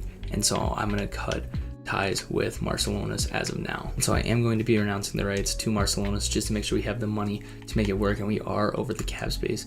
Totally fine. There's definitely still some solid players, and worst comes to worst, he is right here. So what I'm going to do is look into the player finder, see if there's a good defender and a good shooter out there in free agency. So I'm searching for A- 3-point shooting and A- perimeter defense. Michael Jordan is showing up with an A+ 3-pointer. I might have him start shooting threes. I might mess with his tendencies and see if there's anything I can do there. Again, I see nothing wrong with changing sliders because that is just part of the game. I don't think that's making a player any better or worse, but it could make him better in our system.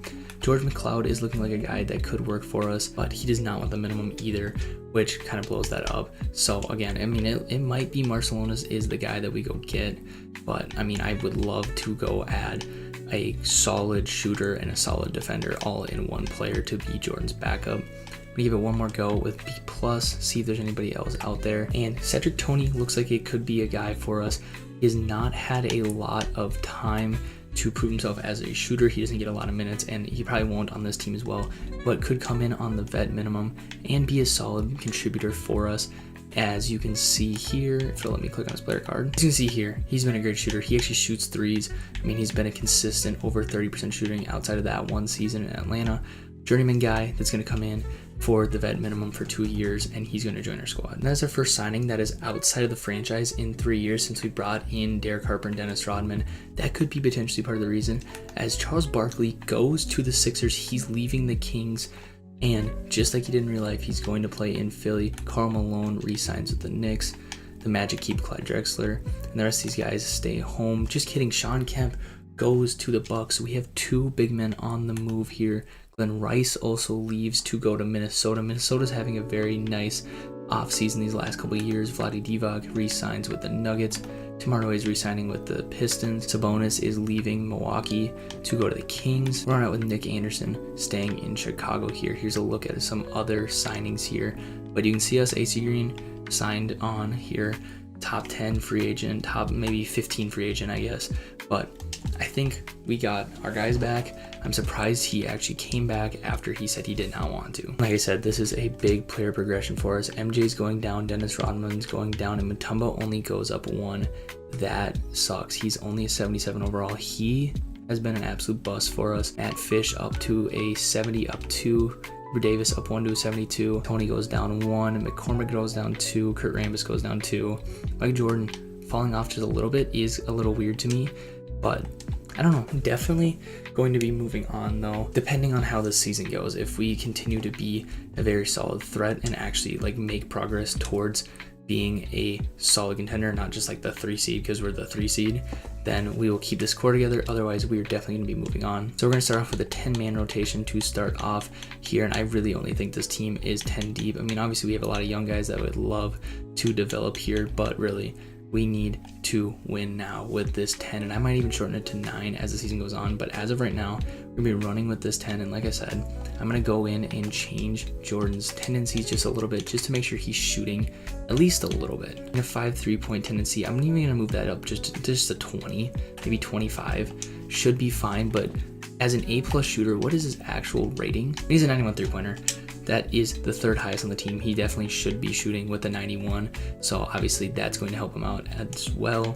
And we're just going to get right into simming. All right, we are on the day before the trade deadline. The only reason I let this team get to 15 and 24 is because we have not been healthy whatsoever. We lost Michael Jordan for 6 to 8 weeks. We lost Del Curry for about 4 to 6 weeks. We lost Dennis Rodman for 6 to 8 weeks. We lost Dikembe Mutombo for 4 to 6 weeks. So everybody's getting their opportunities to play on this team. As you can see here, we have everybody except for Antonio Harvey has made a debut for this season. A lot of them have played legit minutes. I mean, outside of Kurt Rambis, he's really the only one that's not played legit minutes at all. But as you can see, Michael Jordan, once again, just an absolute carry job. Cedric Toney is our 3rd leading scorer, and that's the reason why it is time to move on from this core.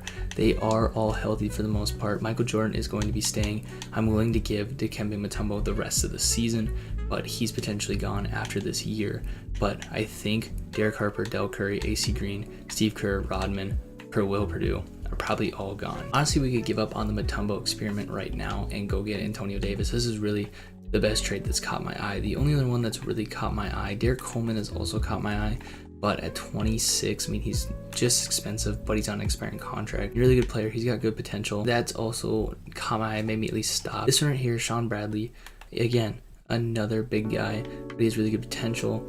I mean, there's hasn't really been any market for just Derek Harper. I'm going to throw Dennis Rodman in with him. Again, he's on that big contract now, so that might be more intriguing to teams now that he's locked down long term. I honestly think this is the trade. I know we're giving him a 1st round pick, which is probably the opposite of what we want to be doing. But Derek Harper and Dennis Rodman, 2 aging guys. We are not necessarily going to cut salary, but Terry Mills and Kevin Gamble are both high talent prospects at 26, so they're just hitting their primes. Kevin Gamble is 28, but 2 guys that can score the basketball. We need scorers. If it's not for the long term, I mean, Terry Mills looks like he could be a long term guy for us, but Kevin Gamble could keep us in a playoff run for this year. I'm going to go ahead and make this trade, and then we're going to get this pick back at some point with the rest of these guys, but this is the first domino to fall. And I have waited just a little bit too long to trade these guys as they do not have any value, but Del Curry is going to be sent to Milwaukee for Keith Parks, who will be our first auto-generated guy to be in this series. And I'm going to turn off like the 60-day trade restriction, make this a 3-team trade so I don't end up with Keith Parks. I want to keep any auto-generated guys off our roster, but he would be a pretty solid prospect, B+ potential. He's having a little bit of a breakout year, but I'm more interested in that first round pick. I know it has a protection on it, but I think it'll work out for us. And we're going to turn it right back on after this, but Rex Chapman is going to join the team in a pseudo 3-team trade, just because it's so hard to pull off 3-team trades in this, but has solid potential. Get a second round pick out of it. I don't want auto-generated guys on my team. And Steve Kerr and Will Perdue are going to leave the fortune for Sam Vincent and Malik Sealy. Sam Vincent, we need a point guard right now, so he's going to come in and be our starting point guard for the rest of the season. But I'm more looking forward to Malik Sealy. He has not played a ton for the Knicks. He has okay potential, but it is the best we could do. And then Sam Vincent, obviously, we can re-sign. He's already been here before. He knows the system. Even though it is a new coach, I think that's still a good pickup for us. Actually going to bring in Robert Pack as well to compete for that starting spot. I am going to end up cutting somebody eventually, but Robert Pack will be joining the team if I can make the money work. Sadly, to pick up a point guard, I do need to cut Kurt Rambis, and so that should open up a roster spot for us to go get Robert Pack, who just wants the minimum, and he's going to come in for the rest of the year. He potentially starts, but this team is not very good now, but that's okay. We do not have our own first round pick to have this season, which is totally fine because I think this team is still going to be competitive. I'm actually going to run Jordan as my 1.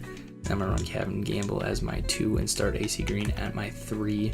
He's actually more of a natural 4 or 5, but I'm going to keep him there just because I would rather do that. And then we are going to go in a more development route with our bench. Rex Chapman is here. Robert Pack is here. Cedric Toney's season is likely over. He's going to transition more to a mentor than an actual ball player for us.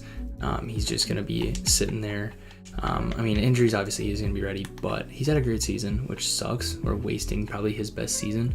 I mean, actually, it is his best season as a pro, and we are wasting that. And if we turn this around, he's going to get playing time, but I want to give some of the young guys some time here. We will quickly look at the award races, but I'm assuming that we're not in them. Michael Jordan is still right there for the MVP race, which is insane considering how the season's gone. He's also the leader for the DPOY, and yeah, I mean, the season hasn't been very good. As you can tell, All-Star voting, he is number 1 in All-Star votes, so he is indeed the most popular player in the NBA as of right now. And we're going to check the Eastern Conference standings real quick. As you can see, this whole thing is flipped over. We are nowhere to be found towards the top. We're one of the worst teams in the league, and now we don't have our own pick. Who has our pick? I might need to go overpay to go get that back. The East is looking pretty solid, pretty similar to how it was last year, and the Knicks look like the front runners. We got it back. We got it back. Overpaid like crazy, but we got it back because that would have been terrible assuming that we suck. We got Craig Hodges, who could potentially be Cedric Toney.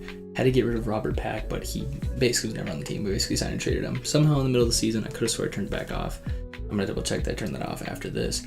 But we're going to go get a new point guard, and then yeah, we have our own first round pick back, so now I'm okay with tanking. So I want to show you this. I've been tracking every transaction we've ever done, and look how big this trade deadline is. This is all just the trade deadline. It sucks to blow it up. It really does. I mean, a lot of these guys, you see Steve Kerr has been here for a long time. It sucks to blow up your team.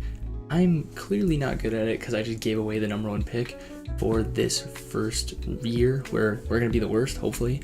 Yeah, that was a lot. We're going to have to go sign another point guard, but I'd rather have that issue than not having anybody. And then we're gonna go get somebody young and playmaking, and I just realized you can't sort by 2 things. So roster's full. This is falling apart on me if you can't tell a little bit. Like I said, not very good at rebuilding teams, like from the trying to tear a team down and then rebuild from there. You give me a really bad team, I can flip it, but yeah, I mean, this is not a good basketball team. We're gonna give Sam Vincent some minutes on the bench, just because then we do have a true point guard on the bench.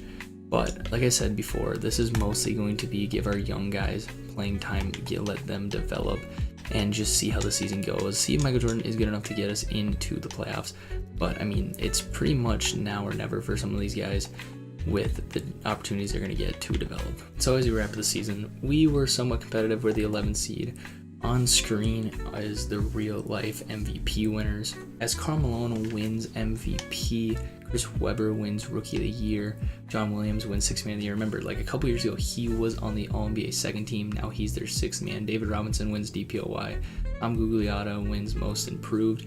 And the Knicks coach wins Coach of the Year alongside their Executive of the Year, Michael Jordan. This threw me off for a second because I forgot the MVP was a big, but Michael Jordan is on the All-NBA first team still. I'm going to assume we have nobody else on this whatsoever. He's also on the All-Defensive first team. I mean, obviously that was expected, but we have nobody else anywhere on this. So Jordan, no doubt, was our best player, but we have not seen another player in the 20s before. Terry Mills is a diamond in the rough, and I will show you why. Because Michael Jordan's scoring is down, at least for his numbers, only 29 a game, but we have almost another 20 point per game scorer. I think we'll take that every time. He is our guy now, and I keep saying we're going to find Jordan the second star. I think we finally did it.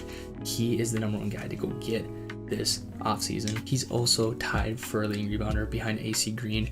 AC Green's probably gone in this offseason. I honestly just couldn't trade him because of when I signed him. Jordan was our leading passer. Sam Vincent, who played 80 games, I kept him. He was pretty much the only vet that I let play a ton. He almost was our assist leader. Jordan leads in steals. Mutombo leads in blocks.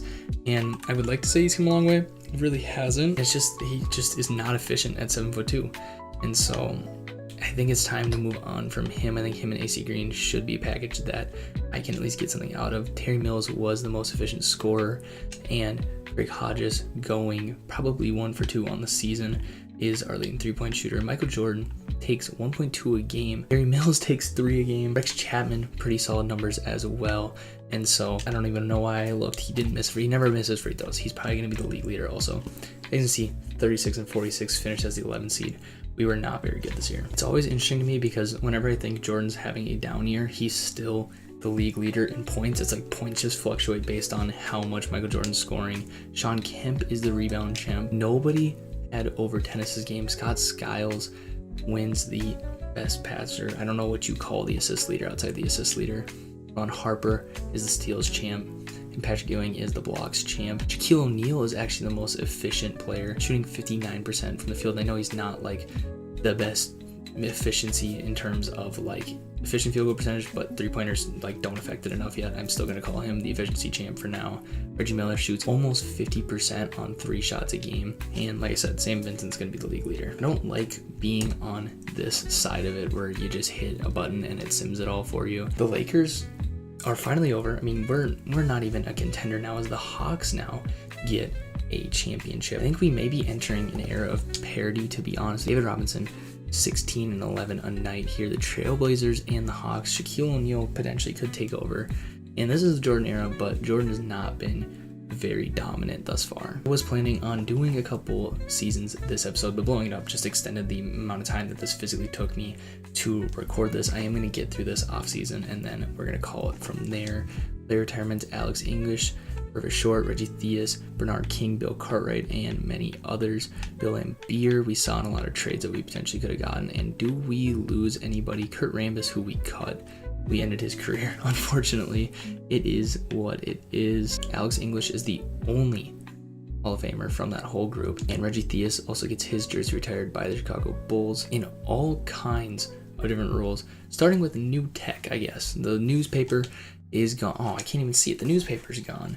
So NBA.com is now there, whatever, it's not really going to matter, but these are the rule changes that matter to us. Teams the same record have the same odds at a top 3 pick. Worst team has improved odds, and then players will be awarded 3 free throws on a 3-point attempt. I did not know that wasn't a thing. That is crazy that was a thing at one point. I suppose they probably had the free throw rules and then just added the 3-point line when they took over the ABA and never took the time to change that rule. As you see, we have the number 9 odds here, a 1.7% odds. We're just going to skip the end, see if we moved up. We did not, so we're going to stay at number 9.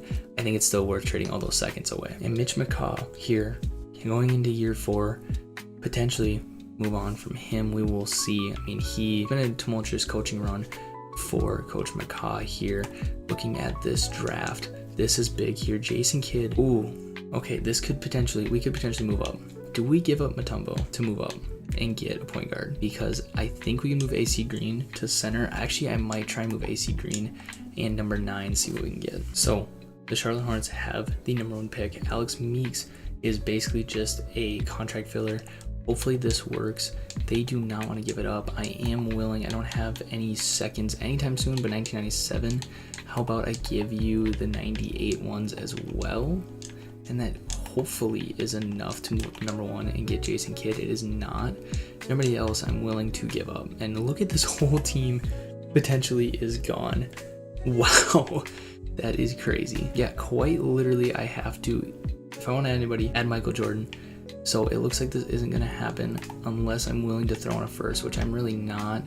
And so it's worth potentially looking to see if he falls to number 2. We could scoop him up. Otherwise, I'm going to stay at 9. And so big draft here coming up as the Hornets are going to go ahead and take Jason Kidd. That potentially was a point guard of the future, but I would rather not overpay than miss out on him. I mean, 82 overall coming in. I don't know. I mean, good player, but we potentially get Eddie Jones or Layman Murray or even Jalen Rose, who potentially move to the 1. A 6'8" point guard would be kind of interesting. And these are guys we could get at number 9. Grant Hill goes number 2 to the Nets. The Jazz take Glenn Robinson number 3. Supersonics take Cole Posey, which is an auto-generated guy, so now they just missed out. Carlos Rogers, I can't tell if that's an auto-generated guy or not, goes to Milwaukee. Danielle Marshall goes to the Heat with number 6. Juwan Howard goes number 7 to the Celtics. Eric Montross goes number 8 to the Magic. And I don't know why, but I talked myself into Jalen Rose being a point guard. I don't know why I just did that. I don't see any good point guards. Aaron McKee, I mean, that's a late pick, but I don't know why I just talked myself into this. And now I just want to see it happen. I mean, all-star ceiling. I think with these like higher picks, it's always worth looking to see if you can move back even a couple spots and pick something up. Nothing there, and I'm going to do it. I'm going to take Jalen Rose, and I'm going to make him a point guard. 6'8" out of Michigan. I don't know why, but it just feels like it could potentially work. 75 overall. If he drops, if he stays in the 70s, I'm moving him to point guard. He's going to be my point guard moving forward. Eddie Jones goes number 10, and I am not even seeing any other guys. Aaron McKee goes number 16. Brian Grant goes number 17. I don't know why there's so many auto-generated guys that went before all of these actual players. It's so annoying. I wish that when they did these like historic ones, it made the auto-generated guys like at most like a 61 or something like that. So you truly see all of these old guys. But I mean, it is what it is. They're probably just too lazy. They probably put it in and then we'll never touch it for 10 years. 2 years, $2.29 million. And like I said, I'm going to see what he is as a point guard. He is a 72. He's a 72. He's going to be my point guard now. St. Vincent's going to be his mentor. He's my point guard now. I don't care if it's not realistic. Mutombo, I'm going to bring back one more time. And all these guys, I might as well just give him one more year. Terry Mills is a must get for us. Matt Fish would be awesome to bring back. In theory, we should have money. In practice, not really after we go get our guys back. I think I'm okay with Rex Chapman going, but these guys are of the utmost importance to go get. I'm willing to give Terry Mills a player option. I want him back that bad. Kevin Gamble, if you're willing to take a team-friendly deal. Ooh, he wants less years on his contract. Okay, I'm gonna give him a 2-year deal with that amount of money, and then I'll throw Rex Chapman a contract and just see, same thing, if he'll take a team-friendly deal or not. And Tim McCormick, I'm gonna let walk. I think his time here in the desert is done, and so we're gonna get all our guys back. Matt Fish, I do have to renounce his rights. I'm gonna hold on to him. And we have so many trade exceptions that I forgot about. Sam Vincent is potentially a guy we have to go back and get. So we have $600 million to work with in our cap hold. Or no, we are over the limit big time, which means we're gonna lose Sam Vincent, who got a big contract, and we're gonna lose Matt Fish, I believe, because I don't see him as a player that's affordable for us, which is fine. That just means we need to go get those guys back, so in another form, or I was sorted incorrectly and now I can see them. Sam Vincent's willing to play for 2 years on the minimum, and I mean we just always don't have money to make these, as Sam Vincent took the opportunity we gave him and gave him a big role, and he's going to the Chicago Bulls, so we do need to go get another point guard, and it's going to be a playmaker. And I mean, it's actually, I'm gonna go get a high potential guy. I'm gonna go get a high potential guy that hopefully is a real person, like Demetrius Calipir, who he wants real money. That's fine with me, assuming he'll play for the minimum. So this gives us an actual point guard that is going to be our backup here as we get Matt Fish as well. Patrick Ewing has left the New York Knicks for the Indiana Pacers. I'm sorry, he left the Spurs for the Indiana Pacers. I forgot. Karl Malone's on the Knicks. He's on the Spurs. Now he's on the Pacers. Mark Price re-signs with the Spurs. So that duo breaks up. The rest of these guys have re-signed. Reggie Miller. Hold on. Reggie Miller goes to New York to pair up with Karl Malone. This is a big offseason. Trying to look for guys that also left. Brad Daugherty's going to replace Patrick Ewing after he left the Nets. Terry Cummings is going to the Hawks. He's left Miami and Minnesota now in back-to-back years. Dallas Schrempf is going back to Minnesota where he was last year. Dominique Wilkins is going to the Spurs. A lot of movement between like stars, just swapping teams basically. Like pseudo sign-in trades. Charles Oakley goes to the Nuggets. A lot of movement here towards the top. The league is getting shook up, which is very fun to see all these different guys on different teams. And Mutombo in the free agency picture is a star. And on this team, can he be a star? He's up to 78 at 28 years old. I don't think it's going to happen, but we still have this logjam of AC Green and Terry Mills that would like to break up. I don't know if Terry Mills can run the 3, but he's up to an 88. And I mean, I like Kevin Gamble potentially as a 6th man, so I'm going to see if I can move Terry Mills to the 3 here. But Rex Chapman goes down 1. Mutombo, like we said, goes up 1. Hubert Davis goes up 1. Demetrius Caleb goes up 1. Tony Harvey goes up 1, Malik Sealy goes up 1, Matt Fish goes up 1, a lot of guys going up 1. Jalen Rose technically went down 3 because I moved his position, but he will be the day 1 starting point guard. And I know it's technically the next season now, but LaFonso Ellis for AC Green, and we move a pick back a year. I'm going to do this. I'm going to look to see that there's nothing crazy back here, but he's so much younger and he's just as good, and I can move him to the small forward position most importantly. And yeah, I'm not seeing anything that is worth doing outside of that. So we're going to go ahead, and LaFonso Ellis is joining the Chicago Bulls. I'm sorry, he's going to join the Fortune from the Chicago Bulls. Not to ruin anything, but this looks like it could be a squad here now. We have a lot of talent on this team, and honestly, I don't even think this is our best version of this lineup. This is a very solid in-season rebuild. I think this team is really good, and you know I'm excited because I'm talking with my hands, but this is for next episode. So, wasn't planning on this being a one-season episode. I know there's been a decent amount of those lately, but I also didn't plan on blowing up our whole roster midway through the season, so change the plans. And so we're going to stick with just one season for this episode. I mean, I've been recording for over an hour now, so I think that's a good stopping point for us with this new core that hopefully Michael Jordan in the last 10 years of his career, we are in the Jordan era. Hopefully he can truly make this the Jordan era. Right now it's looking like it might be an era of parity, and so I want the Fortune to put their footprints all over this thing and take over this era and hopefully rack up some championships. And yeah, hope you enjoyed. Other than that, I'm out. Peace. The year is 1994. The core that Jordan came up with in his 20s is gone. Del Curry, Derek Harper, even AC Green, all shipped out at the trade deadline. Last year was the first time in 7 years and just the third time in Fortune history that the franchise missed the playoffs. Once the massive sell-off at the trade deadline happened, the team shifted to a more developmental season, hoping to land a high draft pick and develop their young guys. They finished with the 9th pick and took Jalen Rose, a wing player. However, the front office went an unconventional route, announcing that Rose will develop and play point guard in the NBA. He looks to command an offense that features Kevin Gamble, Terry Mills, LaFonso Ellis, Dikembe Mutombo, and of course, Michael Jordan. But now, Jordan, on the wrong side of 30, does not want to stick around for a rebuild.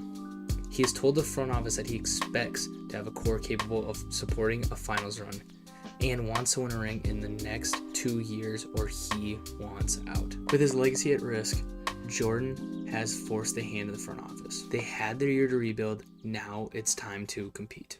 All right, welcome back. And as you heard in the intro, yes, Michael Jordan wants out after 2 years. He does not want to be here on the wrong side of 30. We have kind of failed him. He only has 2 rings going into age 31. Jordan is a 10-year pro, and he has 2 rings. He's lacking in his personal awards. Obviously, he's been one of the best players in the NBA his whole career. The lack of championships is really getting to him, and so he wants out. He's giving us 2 years here to rebuild with this new team. Also, a quick thing that you may have noticed, I am in a different spot now. I'm at my home for the summer here. This is the house I grew up in. So you see my brother Connor's decorations on the other side. So yeah, CB guy, go subscribe to him if you're not. Yeah, we still share a room and we're at home. So a little bit of a different setup, but we have the same house while we're at college this year, so that background will be back very soon. Coach Mitch McCaw is heading into year 4. This is the final year of this contract. I think depending on how the season goes, we will keep him long term. But like I said, Jalen Rose is going to be our starting point guard to start the year. This is a deep team. We are going to go 10 deep, but I think Matt Fish and Malik Sealy, 2 guys that are not even going to get minutes for us to start the season, are very capable of playing basketball for us at a high level and can fill in if we have injuries. I think this team is really 11, 12 deep, but again, I'd rather have the team just run 10 to play our best players. I think this is a team that can compete right away. LaFonso Ellis, we traded AC Green for at the end of last video. He's going to come off the bench to start. I think it's just a weird fit to try and get him in the starting lineup, so hopefully he's in the 6 man of the year conversations. And Dikembe Mutombo is a guy that if this is not a good season for him, he's probably gone at the trade deadline. It has not really worked out for him. We're going into year 4 here. I might mess with his tendencies a little bit more just to see if we can boost those stats, because this is a guy that he cannot have these numbers. He's too good of a player, but that driving layup is so low. So you guys that have been around for a while know that I am not against messing with tendencies alone, of course. Michael Jordan's, I believe, went down. I thought I moved it up. I'm going to bump it up just a little bit more. I want him shooting the basketball. He is a very good three-point shooter, and I really want Mutombo taking more shots as well, especially when he's close and underneath the hoop. I mean, those just have to go up when he has the ball. We cannot have him kicking out there. We need him to score. I also need him to be a lot more physical. And he had very high ratings, but we're just going to max out his block and shot tendency, as well as I believe there is a rebounding tendency. I'm going to look for it. If I can't look for it, then we'll move on. But I want to upgrade that as well, because like I said, he needs to be more active in the offense. Couldn't find it, probably making it up. So we're going to get into simming here, and hopefully these are 2 quick seasons here, and hopefully we're either getting rid of Michael Jordan, hopefully not we're getting rid of Michael Jordan, but hopefully we are getting to the end of these 2 years here, and hopefully we have 2 rings. Otherwise, it is time to move on from Michael Jordan and get as much as we can from him. And just really quick into the season here, I didn't realize I was underneath 14. We're going to pick up Michael Adams for the minimum. He's a 79 overall point guard. He could start for us. However, I'm going to have him be a backup to Jalen Rose, but if that experiment starts to fail, he will come in and start for us. And then also, full disclosure, I am going to change some of Jalen Rose's passing tendencies. You probably don't care about this, but I am just going to do it just because I'd rather have this like on video and show you guys than like have the stats be weird and then people assume that I'm like just trying to cheat. So yeah, we are going to upgrade his passing tendency. That was kind of an oversight on my end when I moved into point guard, but a slow start. We have dealt with injuries here, and I'm going to give him to about mid-December before we start making moves if we need to. We're testing the depth for sure. Michael Adams, who we've had now for 20 games, just tore his Achilles. He's done for the season. His career might honestly be over at 31 with a ruptured Achilles. LaFonso Ellis has been hurt like crazy ever since we traded for him. I don't know. I mean, he's also only played 20 games. We are about 25 into the season. Dikembe Mutombo's also hurt for 4 to 6 weeks, and we played 27 games here. Can't stay healthy, which makes it hard to decide if we have to make moves or not. But I think I'm going to go to the trade deadline at this point. Well, this is awesome. Right before the trade deadline, 4 to 6 weeks. Again, have 3 people hurt still, and we cannot win a basketball game and can't really do anything. So this is awesome. Oh, LaFonso Ellis is back. Perfect timing. Hopefully somebody can get this offense going. Here's the trade deadline. We had a little bit of a win streak here towards the end, which gives me a little bit of hope. We'll take a look at the standings for both conferences real quick here. The Utah Jazz at the top alongside the Seattle Supersonics, and we are in the middle of the pack here on the lower side, of course, the 11th seed right now, but we are competitive. I think we're a move or 2 away.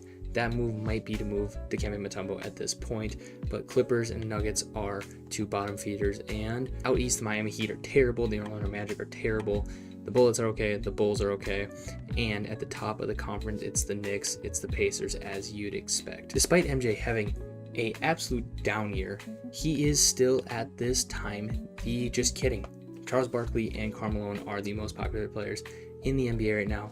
However, out west, it is Michael Jordan. Looks like he is potentially the 4th or 5th most popular player behind Shawn Kemp and Patrick Ewing, maybe even Scottie Pippen. But I mean, he's having an absolute down year. His age is starting to show a little bit, which is crazy because he's still in his prime. Tim Hardaway is in the MVP conversation, but not Michael Jordan. I was really hoping to see 1 or 2 guys in the 6th Man of the Year race. From the Fortune, we have nobody. Defense Player of the Year, Michael Jordan is still right there. Still a very good defensive season. But the most glaring thing to me, and it is probably a good thing, Michael Jordan is not outright our points leader. Technically, he's not our point leader because Terry Mills has played more games 2 20-point per game scores. I was curious why his scoring was so far down, and I'd like to think that this is a good thing, but this is one of our worst seasons, so I don't know. I don't know if we have too much scoring now. I think it's honestly just, do we have enough rebounding? But I think it's really this guy. He's still shooting 30%, and he is shooting straight layups. I mean, this is like, he's not taking very many jump shots. I think it's time.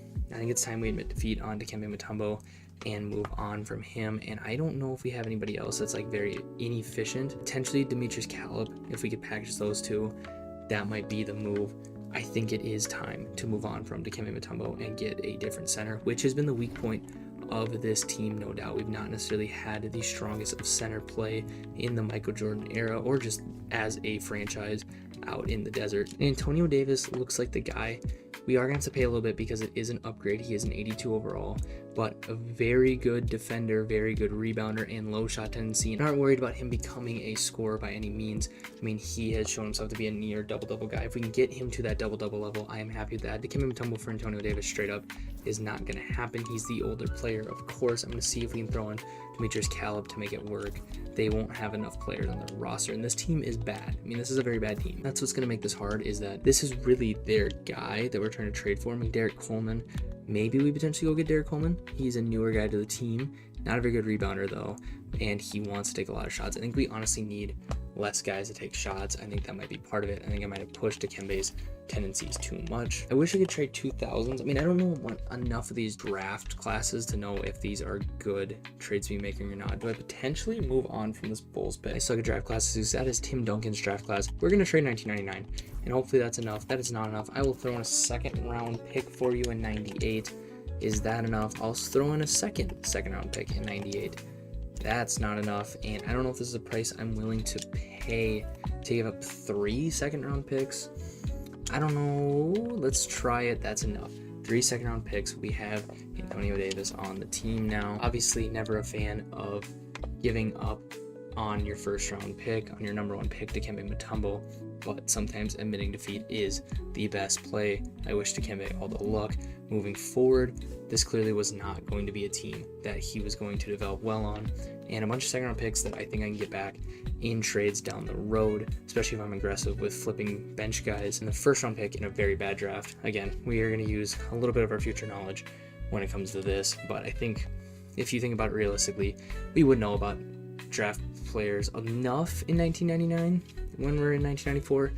I don't know. You could consider it cheating if you'd like, and I can't really defend myself against it, but I'm more than happy with this trade. Hopefully this is enough, just one small move. And with the ruptured Achilles injury to Michael Adams, I think I'm going to go out and get another point guard here to finish out the season. And I think that'll be the only other move we make, and then of course extending contracts. So all of the real players want money, so we're just going to have to stick it out with Jalen Rose and Demetrius Caleb. I might potentially try and flip some of these back guys real quick. You'll see it if I can get a trade done. Otherwise, we are going to sim to the end of the season. We're going to go ahead and flip Demetrius Caleb and Antonio Harvey for Nigel Knight, 27-year-old point guard who I think is going to be a good backup for Jalen Rose. And I will see if I can do the mentorship. I don't know if I can in this era, but we're going to go ahead and make this trade. And Earl Collins, I'm just going to go ahead and release after this trade. And to stay above 14, we'll sign Anthony Peeler, get back into simming here. So now here's the rotation. Currently, of course, because we have some injuries, it wants to start Nigel Knight. I do not want to start him. I would rather start Jalen Rose. I'm willing to give him some minutes, but I think Jalen Rose, I need to develop him as a starting point guard. I think that's going to be a smart move. I'm willing to bet on it, and the Michael Jordan should be back anytime soon. So this is going to be a healthy team, and hopefully we can go on a run to end out the season. The man I just traded for got hurt. That's awesome. 2 to 4 months. That's awesome. I'd just love to see that.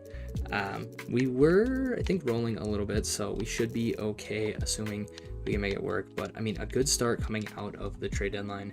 Hopefully that's the only injury of the back half of the season. We cannot catch a break. We just got LaFonso Ellis back from a 2 to 4 week injury. Terry Mills, our other 20 point per game scorer, just got hurt here as we round out the season. That hurts because we are above 500. We are right in this race here. Hopefully it's one of those Dennis Rodman ones where he's back very, very quickly. As we're rolling, LaFonso Ellis, I didn't even realize he got hurt again. He can play the floor. Perfect. We should be okay. End of the season here, I believe we just made the playoffs. It was very close at the end. I probably should have started the recording. On screen is the real life 1995 award winners. Karl Malone wins MVP. Glenn Robinson wins Rookie of the Year. Cedric, I should know how to say his last name, wins 6th Man of the Year. David Robinson wins DPOY. Chris Webber wins Most Improved, and the Knicks coach wins Coach of the Year. Michael Jordan still on the All-NBA first team, and he's also on the All-Defensive first team, so still just the normal stuff we see. Did Jalen Rose make an All-Rookie team? He made the All-Rookie second team. I'm happy with it. I think he had a good rookie season. I'm satisfied with this. He was not the full-time starting point guard. However, I think he can get there next year.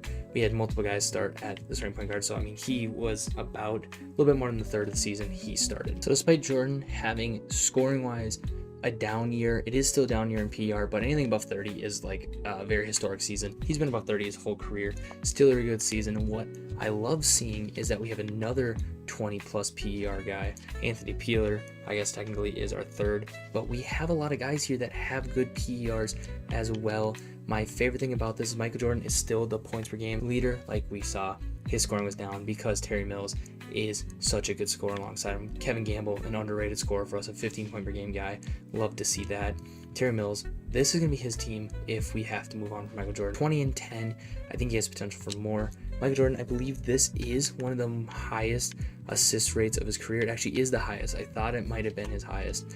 And so he's becoming more of a passer as he gets older. Love to see that. He's still awesome defensively, and Terry Mills great on the rim protection. He's also our leader in field goal percentage. 3-point percentage was Hubert Davis, taking about 2 a game. Michael Jordan taking about 1 a game. I thought I bumped his thing up, but I think it might have just reset. I've noticed that some of them just tend to reset during the progression, but still shot a very good clip. And Michael Jordan was our free throw champ. As for the league as a whole, Mitch Richmond led in points per game. Chris Webber led with almost 14 rebounds a game.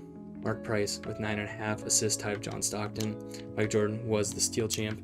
Block champ was Sean Kemp. Shaquille O'Neal at 62% is just absolutely ridiculous. Hubert Davis led the league, 50%. I don't know why I didn't click the first time. That is a massive number. I can't wait to go re-sign him. He's going to want a massive contract, which he's more than worth.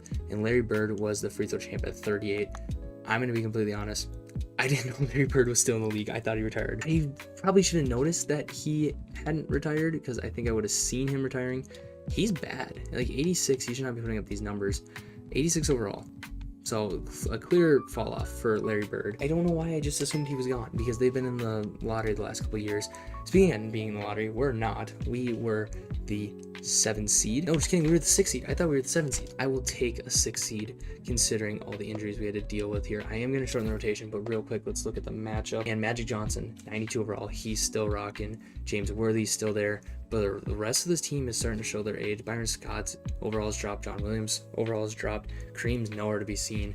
Ronnie Seekley is now their starting center. I think we match up very, very well. Like I said, I am going to shorten a rotation. I'm not going to start Jalen Rose. I'm going to start the vet instead. And we are going to go to a shorter rotation, 8-man rotation here. I'm going to give Hubert Davis Clarence Weatherspoon's minutes because he is hot right now. Clarence Weatherspoon is cold, as you guys can see there right above my head. And so getting into this 5-game series, I'm hoping we can seal this one. We go down 1, now we go down 2, and I'm going to assume this is not looking good for us, and we are battling here at home. We could potentially send this to a game 4. I think we will be able to do it, and Simcast has been our friend, I would say, for the most part over the course of this. And so this is the force of game 7. Again, we're still at home. Hopefully we can take care of business here. It looks like we're off to a great lead, and I think we should be able to hold on to this. I'm getting a little nervous here down the stretch, but I think we are good, and we are going to force a game 5 here to get to the second round. I have not gotten past the second round in a very long time, but last time that we missed the playoffs, we did make the finals the next year, so we have some high hopes for the season, and we are dominating this game 5. They are sticking around, again, making me nervous, but we're going to see the Timberwolves in round 2. And this team's come a long way from being an expansion team. Alonzo Mourning is here, Wayman Tinsdale is here, Glenn Rice is here, Kendall Gill, Eric Murdoch. Glenn Rice, Alonzo Mourning is a very good 1-2 punch, but I think we can match that with Michael Jordan and Terry Mills. I think we are the better team. The point guard position is really going to be the make or break for this series. And if you look, the West is wide open. The Utah Jazz, the number 1 seed, have been knocked out in 4. So I think we should be able to beat either the 4 seed or the 8 seed if we're able to get past the 2 seed Timberwolves, which we are not. I feel like we're going to go down 2-0 again. And hopefully we don't go down 3. Okay, well, I will simcast every game if we need to, if that's what's going to bring us hope, and if that's what's going to bring us luck, as it's so far, it has been kind to us. This might be the end of the road, though.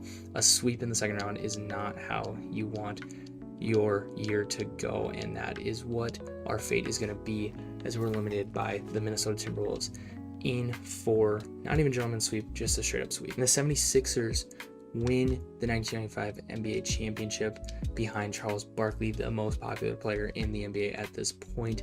Barkley gets his ring that he never got in real life. For me, this offseason is going to be very aggressive. Larry Bird retires. Okay, we did see it. Larry Bird retires, Jim Paxson retires, Danny Shays, Orlando Blackman, Jeff Rowland. There is a ton of names here. This is a big retirement cycle.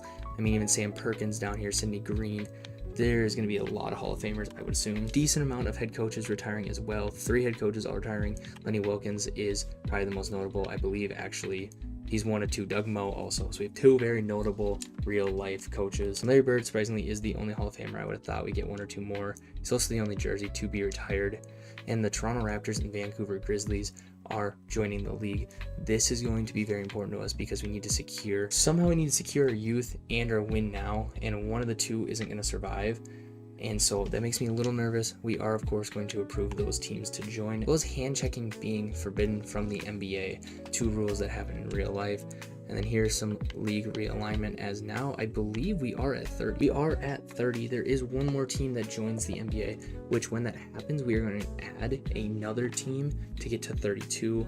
It might be the year after because I'm not 100% sure when the Bobcats join the league. But just know we will finish at 32 with our number because I like even numbers. Draft lottery, we're not going to be in here. We have pick 20 and just pick 20. That is fine. We should be able to get some value at pick 20. And I think I missed Mitch McCaw retiring. I cannot find him. Yeah, I mean, I'm in the MCC. I think coach just retired on us and I didn't notice. He called it quits. I can't find him. I don't know how else I'm sorted by last names. Our head coach retired and I didn't even notice. Okay, so we need to find a new head coach. Unfortunately, Mitch McCaw's time has come to an end. He retired. He didn't want to deal with being the coach that ran Jordan out of town. He just quit. Coach McCaw ends his career with the Las Vegas Fortune with a 183-145 record and a 12-18 record in the playoffs, no fouls appearances, and thus a 0-0 finals record. Can't believe the guy just retired on us. I wouldn't want to be the coach that runs Jordan out of town. However, having that little faith in yourself, I don't know how I didn't see that. I'm very annoyed I didn't see that. So we do need to go get a new head coach. And yeah, there he is. I just missed it. Mitch McCaw retiring. That's nuts. That is nuts. So now I need to do the little thing that I did last time to go get a coach. I can't find the tab I'm looking for to mess with the scales. However, this last year was our biggest profit. I did stumble across this. Up 84 million. We should have the money to sign a coach, yet somehow we don't. Found it. I turn on finances. So we got to do this. We got to drag it over to staff payroll. Now we should have some money to spend here on a head coach. I sent out 5 coaching offers. Leon Murray's the first one to accept. So I think I'm going to bring him on. A 2.5-star, 4.5-star offense, defense. Not a ton of potential. 4-year, 157. He's not the best guy. I might decline it and see because I do like the Doyle Palmer just because he has potential and he's very defensive oriented, which I think is what we need. I also want to necessarily hold off for Gerald Eaton. I think I'm going to decline him and wait 1 more day and just see, but we might not get anybody and then we're just going to hurt ourselves. They want to sign Doyle. I want to sign Gerald Eaton. He's the best guy available. He's a 5-star offensive, 4-star defensive with 4-star potential. This guy's an absolute stud. Double check that this isn't a name I'm forgetting. Otherwise, he is our head coach. Gerard Eaton is not a real coach. Not Gerald. I don't know why I said Gerald. Gerard Eaton. He's going to be our new head coach. 4 years, 157. Welcome to the squad. And hopefully, this face right here is the face of the future. As for protecting players, it does not want to protect LaFonso Ellis. I disagree with that. Rex Chapman is the guy that I'm willing to give up. I'd rather keep LaFonso Ellis. I know that we're doubling up at the power forward position.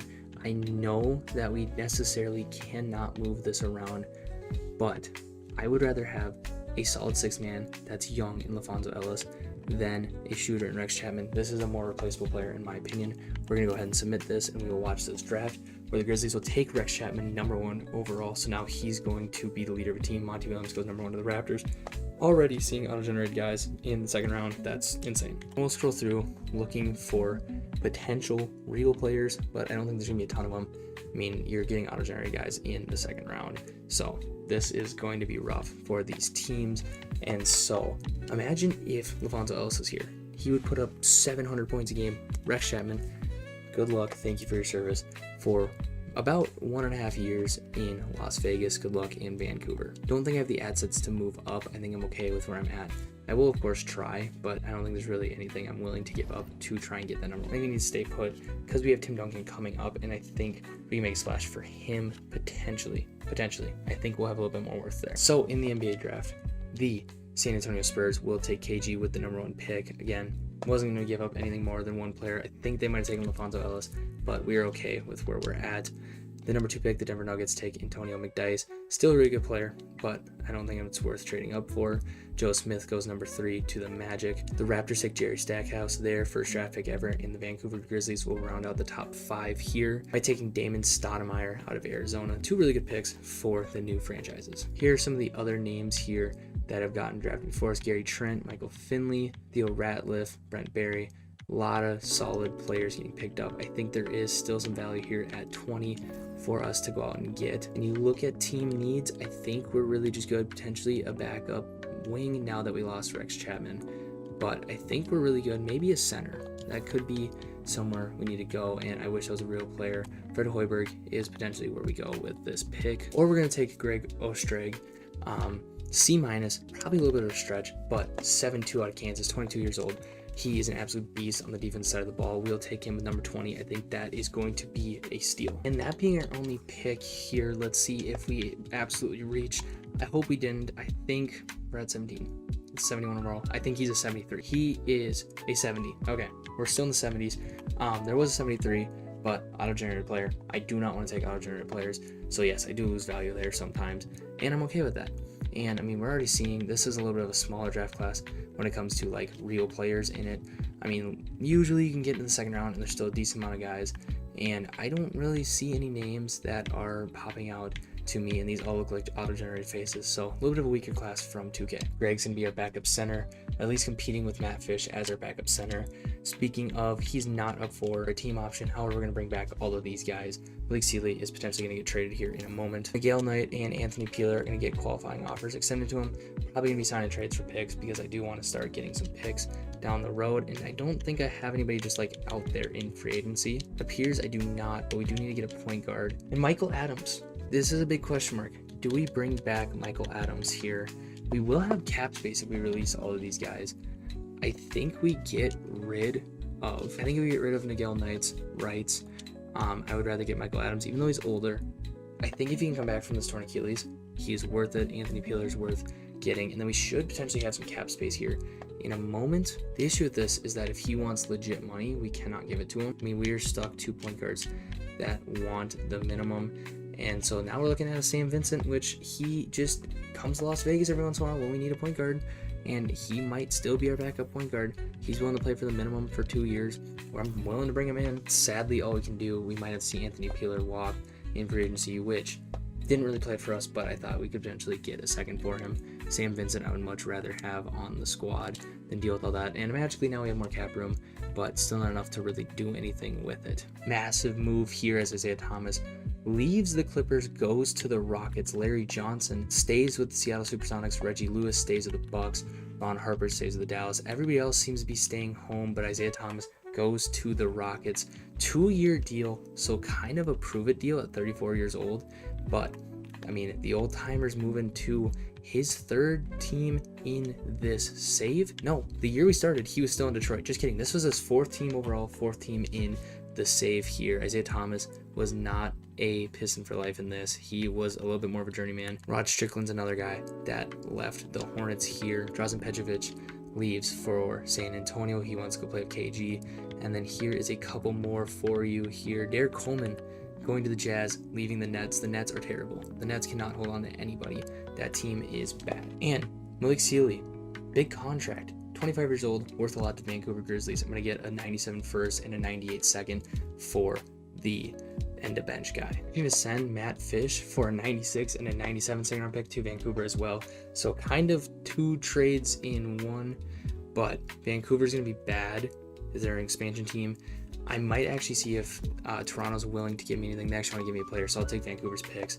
These should be early second round picks, and then it loads up our draft capital just a little bit more. In trading away 2 end of bench guys, we now control all of Vancouver's draft picks for 1997. So fingers crossed they suck for 3 years. We have seen some expansion teams become very good very fast, but those are 2 guys I don't think we're going to develop for us. Speaking of development, both Jordan and Terry Mills go down 1. Jalen Rose goes up 5 to 77, which is awesome to see. Sam Vincent, who cannot stay away from the city, he's been back here. This will be his 3rd time in Las Vegas. Goes down to 75. He is age 32. He's going to be a great backup. Hubert Davis up 1 to 74. And that's the whole roster right now. So we are going to have to pick up some guys in free agency to start the year.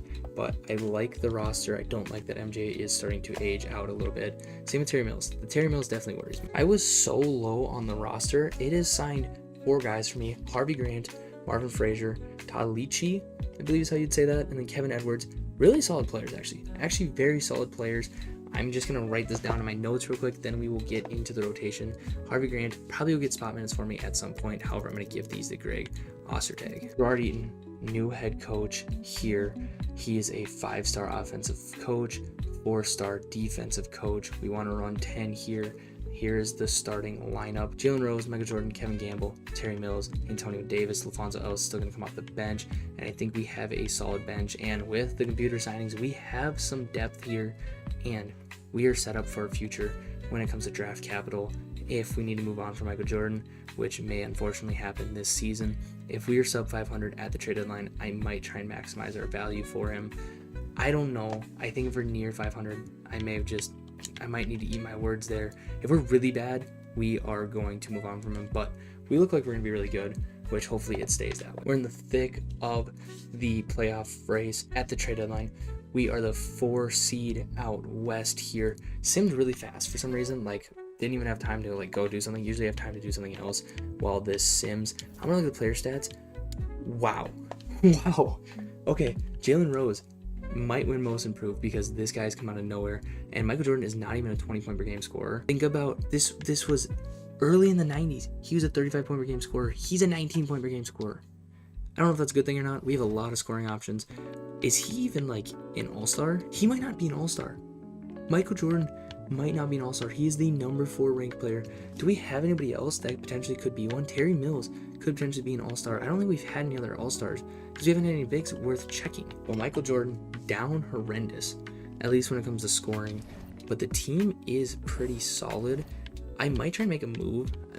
I don't know. Kevin Gamble might be a guy that I move. At 30 years old, I want to be more proactive when it comes to moving these guys. Antonio Davis is fed up, livid. Let's get rid of him. Let's see if we can package these 2 and get something. Wouldn't this be something? Is it Del Curry and Dikembe Mutombo?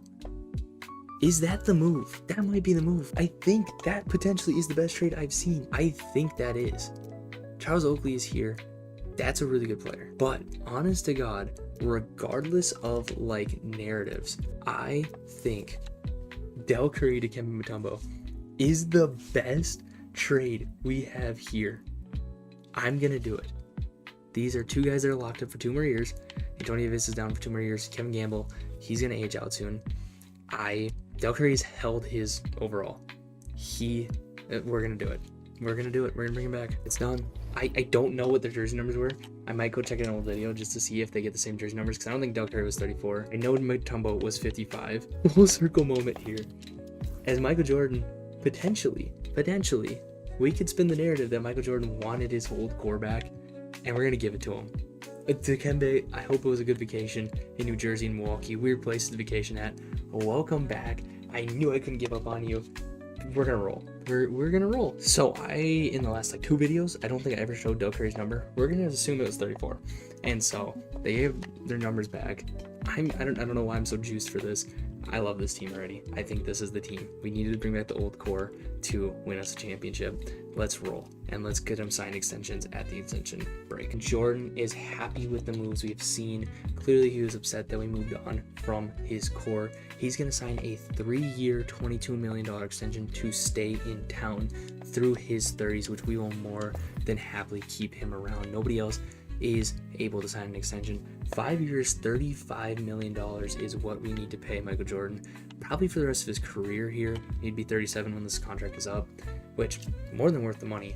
As, I mean, we have the core locked up outside of LaFonso Ellis, and I mean, Mutombo's already hurt, but numbers are looking good from the kid. I don't know if I can call the 29-year-old the kid. Charles Barkley wins the 1996 MVP on screen, will be the true award winners. This is a user created Charles Barkley, which is why it looks a little bit weird, but he's been a dog this whole save. I think this is actually pretty realistic. However, it does say he's 23, so I will have to go fix that at some point. I think I probably have to do that with Reggie Miller as well, make sure he's actually the correct age. Kevin Garnett wins Rookie of the Year, no surprise. He was indeed an all-star, by the way. Michael Jordan was able to be an all-star. Juwan Randle wins Sixth Man of the Year, surprise, a real player didn't. Michael Jordan with the DPOY, we love to see that. And then PJ Brown wins Most Improved over Jalen Rose, probably the Sixers coach, wins Coach of the Year. Michael Jordan still on the All-NBA first team, still waiting to see somebody else on an All-NBA team. MJ on an all-defensive team as well.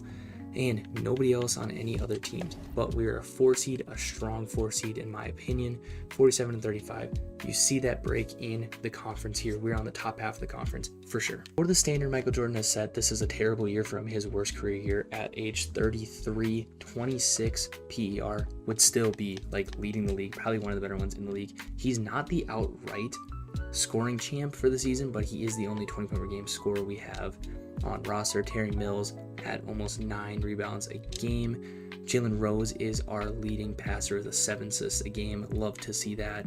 I love that gamble's paid off so far. Michael Jordan still is our steal champ, and Terry Mills barely beats out Mutombo as the block champ. That vacation has seemed to work out for him, as Todd Leachy is our field goal leader. 17 games played, so this is pretty legit. He's a shooter. Okay, he's a shooter. Interesting. 60% shooter. That might be a little less legit. And Sam Vincent, once he's back, he's going to be our free throw champ. Mitch Richmond is the scoring champ for the league. Chris Webber is the rebounding champ. Mark Price is the assist champ. Penny Hardaway is the steals champ over Michael Jordan. I think it's the first time in a while he's lost that. Blocks champ is Theo Ratliff, who I believe is a rookie. He is. Shaq is still the field goal champ. And Jim Jackson is the 3-point percentage champ.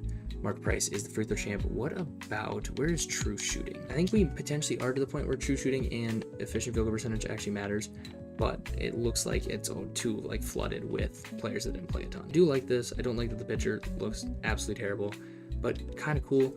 Here's the full roster. I'm actually gonna move my camera real quick. This is the first round matchup that we are going to see. This is both rosters. As you can see, Michael Jordan far and away statistically is the best player. I don't even see who is the best player when you look at it like this. And I don't want to say anything.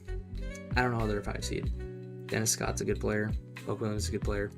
I don't see how this is a 5 seed, and now we're probably going to lose. Yeah, I mean, we're going to lose. So we're going to shorten the rotation here. I always have to eat my words here. Sam Vincent's going to start for us. And we were running 10. Again, we're going to run 8. Michael Jordan, Del Curry are getting old. So they are getting tired through these. We tie it up at 1-1. We go down 2-1. And of course, now we need a Simcast. And Simcast has been our friend, at least so far. But it doesn't look like today is going to be the day here.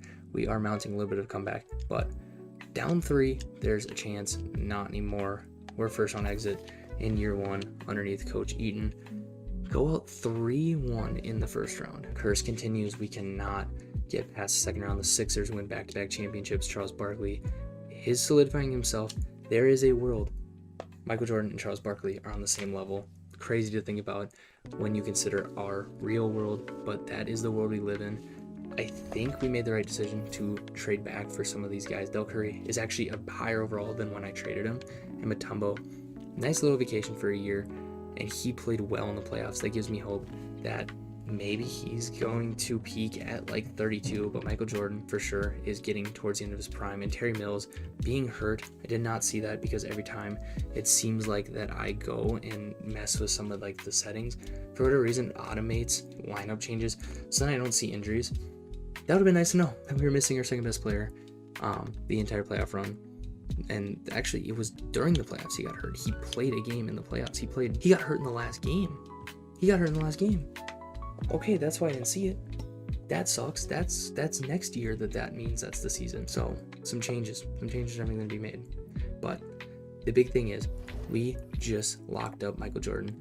long term. He is happy with what he's seen outside of the playoffs. I think we are good at least for one more year. He wants to see the new coach. He wants to see what this core, a little bit of old, a lot of new, can do.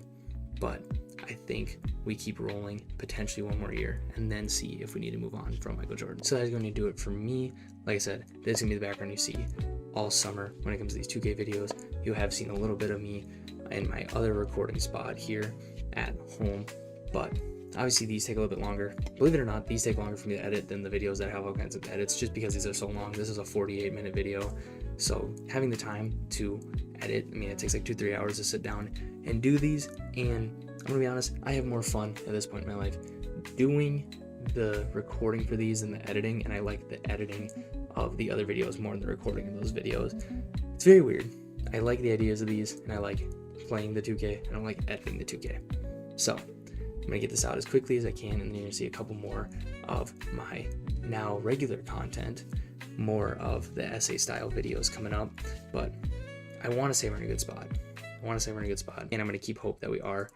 And we have 4 80 pluses on the team, so we should be good. So hope you enjoyed that. Peace. The year is 1996. Despite all efforts, the Fortune were unable to win a championship within Michael Jordan's timeline.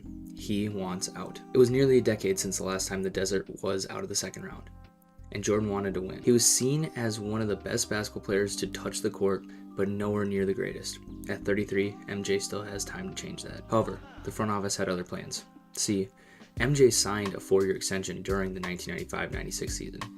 For Jordan, it was a way to guarantee the most money, and the team had made some promising moves. For Las Vegas, it was leverage. In this era, player empowerment was laughable. The front office now demanded Jordan to play through the contract. After the 33-year-old threatened to go play baseball, the front office came to the table to find common ground with their star. Regardless of the era, MJ is one of the top 3 players in the league and had been since he had entered the league. This is a player that you would rather trade than get nothing for. The front office looked at the roster and the 1996 draft and saw a window of hope. The two sides came to an agreement that if Las Vegas could trade into the top 3 and secure a player who looked to be a surefire Jordan running mate, he would stay for 1 more year. If not, he wants to be traded before the start of next season. This is a win-win for the franchise. Trade into the top 3, land a Kobe Bryant or Allen Iverson, and either have a lethal duo or Jordan's heir to the throne is already on roster. If not, the inevitable would happen, and they would receive a haul for Michael Jordan. The Jordan sweepstakes were beginning, but the Desert had one more opportunity to stop them. All right, welcome back, and this is a very pivotal offseason for us. The goal is to get a top 3 pick. I think we have the assets to do it, although most of our roster is on restricted free agents, but I think we still have the assets to do it and hold on to Michael Jordan. It does depend on who gets the number 1 pick though. If it's a team that needs a shooting guard, we might not be able to do it. You look at this draft class, and shooting guards is the position to go get. You have Kobe Bryant, Allen Iverson, Stephon Marbury, you have Ray Allen, you have Sharif Abdul-Rahim, you have Marcus Camby here, you have Steve Nash. A very, very solid draft class. We don't have a first-round pick right now. There's not really a way for us to trade up with any of the first-round picks that we have, because most of our picks are locked up because we traded previous years. So we may potentially have to go get some first-round picks without doing it with free agency, because we all need to do this before the draft. But let's get into the early part of the offseason here. As former Las Vegas Fortune Cliff Robinson hangs it up after 16 years, he had a pretty solid run for 4 years with us, won a couple championships with us, really good player, alongside Kevin McHale and Sidney Moncrief. Hanging it up, Larry Nance and Danny Ainge are names to mention as well as Tom Chambers. And after our head coach retiring on us, I need to check this every single year, but we are good. Nobody retired from the Fortune. Kevin McHale is the only Hall of Famer from this class. Sidney Moncrief is able to get his jersey retired, and no rule changes of note, so we are able to just move past that into the most important thing for us. Who do we need to try and go trade with? The Bullets, Raptors, Jazz have the top 3 odds. We don't have a pick, so we'll sim to the end, and it is the Utah Jazz. This is a very guard-heavy team. You have Penny Hardaway and you have Hershey Hawkins, 2 guys that are in their prime. They don't need a shooting guard, so we may be able to get this number 1 pick a little bit cheaper than if it was a different team. A team like the Raptors landed with the Jerry Stackhouse here is 21, but this is a team that really needs a shooting guard. That would have been a lot harder to trade for. And the interesting thing about this is to flat out trade for the number 1 pick from the trade finder. They want Michael Jordan. We are trying to keep Michael Jordan. So this is something to think about if we can't get this pick and we really want to just move on from Michael Jordan. But I think there are other trades out there for him. When you look at who's signed and who we can trade right now, Terry Mills being injured really hurts because that is a guy that at 28 we could potentially try and move. But I mean, we have scraps as of right now. We have Greg Ostertag, which we'll throw in. He's only worth 1 star. Sam Vincent's worth 1.5 stars. Really, it's going to be Del Curry that has to be moved to make this happen. And I think with the assets that we have, we maybe can get it done with just giving up Del Curry, throwing a 1997 pick, maybe one more. I would rather throw in my own personally, but we cannot trade it. And like I said, we can't trade any of our picks right now that are ours ourselves. So we do have to trade these Grizzlies picks, and it's still not enough to get it done. I wonder if I throw in Greg Ostertag, if that's enough. It is not. Throw in St. Vincent instead. Still not enough. I'll throw in both of them and see if we can get this done. And 2 first-round picks, a second-round pick, and Del Curry, who is having a down year statistically, but is still a very good player for us. Is this enough? It is not. One secondary move I'm going to make is trade Greg Ostertag and this second-round pick to the Kings for John Konchak. He is a 2-star value versus 2.5. So really, we're just combining our assets just a little bit to try and get a little bit more value. And if we can't get this done, 79 overall at 33 is pretty solid. And already we're getting just a little bit more value out of this if I throw in Sam Vincent and maybe those 2 first-round picks. That might potentially be enough to get this done. Outside of that, I'm really out of assets outside of potentially Dikembe Mutombo, but I don't necessarily want to give him up. It looks like that might have to happen. And I mean, I'd hate to give up on the guy already, but he's a young guy. He's worth the value, and it is done. Del Curry to Dikembe Mutombo were pretty much rentals. It's not going to make Michael Jordan happy, but what will is the #1 pick. Now, Del Curry is a guy I might potentially go target before the end of the offseason, but right now it is all about drafting who we think is the better of the 2 prospects. I personally think Kobe Bryant for the storyline, but also just I think he is the best overall player. He can play small forward, which we now need. Allen Iverson is more of a point guard, and we have that in Jalen Rose. A walking bucket as his archetype is awesome. Kobe and Michael Jordan, 2 legendary shooting guards, going to be teammates here. Kobe Bryant, welcome to the team. 6'6" out of Lower Merion High School. He's going to wear number 8, and 23 and 8 are now going to be teammates. Super exciting stuff for us moving forward, as Toronto's going to take Allen Iverson with the #2 pick. He is going to be absolutely legendary for them and around at the top 3. Stephon Marbury is going to go play for the Bullets here, another shooting guard taken. And both are 82 overalls, so there was no wrong option. Even Stephon Marbury wasn't necessarily a bad option at an 80 overall. Steve Nash at a 78, Ray Allen at a 78. To round out the top 3. Here's a look at the rest of the draft here. A lot of names here. Lots of names. This is one of the bigger draft classes in NBA history. And we got our guy, Kobe Bryant, wearing number 8. He's locked in. I'm going to see what he is at small forward. He goes up to an 83. However, I might potentially move Michael Jordan to the small forward position at 33 and let Kobe Bryant run his natural position, because at 17 he is the future, and Michael Jordan does have to realize that if he wants to stick around, there's going to have to be sacrifices made. That is saying that we did make enough changes to keep him happy. I'm not sure if that's necessarily the truth, but this is going to be fun for the 1 year. Again, he's under contract for 4 years, so there's not a whole lot that he can do to leave unless we trade him. John Konchak can get us a first-round pick. I might flip him already. And I mean, 2 first-round picks from Los Angeles. We're going to go ahead and take that because this is a guy that I was just using as a trade asset. I don't necessarily see him as a future. I think we can go get a different center or move one of our power forwards to center. Jalen Rose has been a solid starting point guard. I think he still has a lot of potential to grow, so of course we're going to bring him back. And all 3 of these guys are going to get qualifying extended offers. LaFonso Ellis is a big get for us. He is probably our starting power forward moving forward, especially if Terry Mills hurt. However, you do see Hakeem Olajuwon as a unrestricted free agent. We do have the money to go get him. Do we go make a big splash? That is something to think about. Alonzo Mourning's also here, but I think Hakeem is the guy to go get, and I'm okay with losing LaFonso Ellis if we go get Hakeem Olajuwon. And the Bulls have us beat right now because of that no trade clause. I'm going to go in and see if I can offer him just a little bit more money, and then of course that no trade clause, which I'm willing to give him at 33. Alright, while editing this, I realized that I mixed up when I had paused versus when I had unpaused during free agency. So as you can see, we got Rick Smits instead of Hakeem Olajuwon. I tried all the top centers. Rick Smits is the guy I ended up getting. So yeah, and then you can see all the guys that I had to renounce rights for. But yeah, just screwed up which way I had it paused versus when it wasn't paused on my recording. So that's why you miss it. But and Akeem is going back to Chicago where he has a legacy of his own, and that is totally fine because we got our guy. We'll try and get Clarence Weatherspoon on a team-friendly deal here. I think he is going to take this contract, and he will, which gives us a little bit of flexibility, I think, to have at least one more space open. Still don't have cap space for LaVonzo Ellis. However, we had created cap space to hold on to Hubert Davis. Same thing, we'll give him a little bit smaller contract as well. And while he's looking over his options, we have other positions we need to fill for the minimum, starting with getting Rick Smits a backup. Here at the end of free agency, Rick Smits obviously is our big get at 88 overall, but here's how we fill the rest of the roster: getting Clarence Weatherspoon back, getting Hubert Davis back, and picking up Spud Webb, undersized but a very, very solid player, picking up Isaac Austin, another big, Matt Fish, another big, and then Andrew DeClercq. We have a lot of bigs now on the roster. We filled it out pretty well. I'm very happy with how our offseason went. And I think we have our first auto-generated star, Barry Baylor.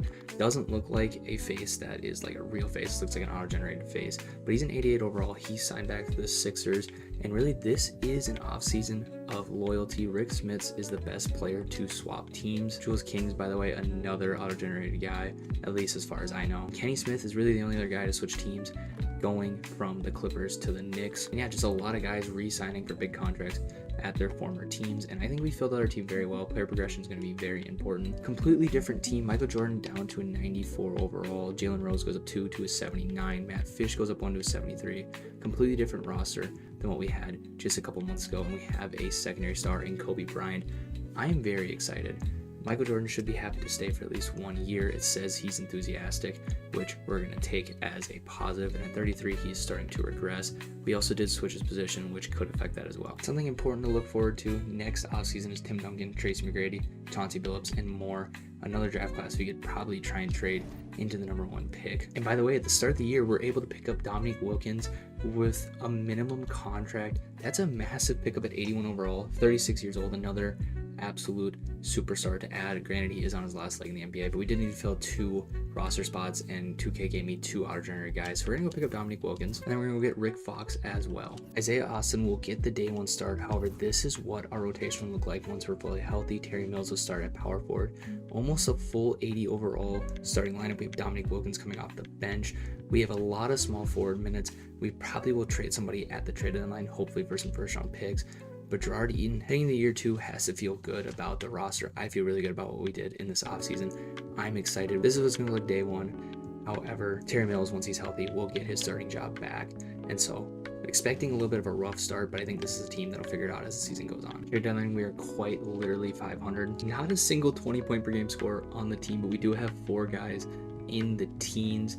And I'm potentially looking at trading away Hubert Davis, and I was going to trade Clarence Weatherspoon. However, he tore his Achilles and is done for the year. Matt Fish is also a guy I'm looking to trade, and I want to get some picks for these guys, end of rotation guys that I think we can replace pretty easily, either in free agency or just the guys we have on roster.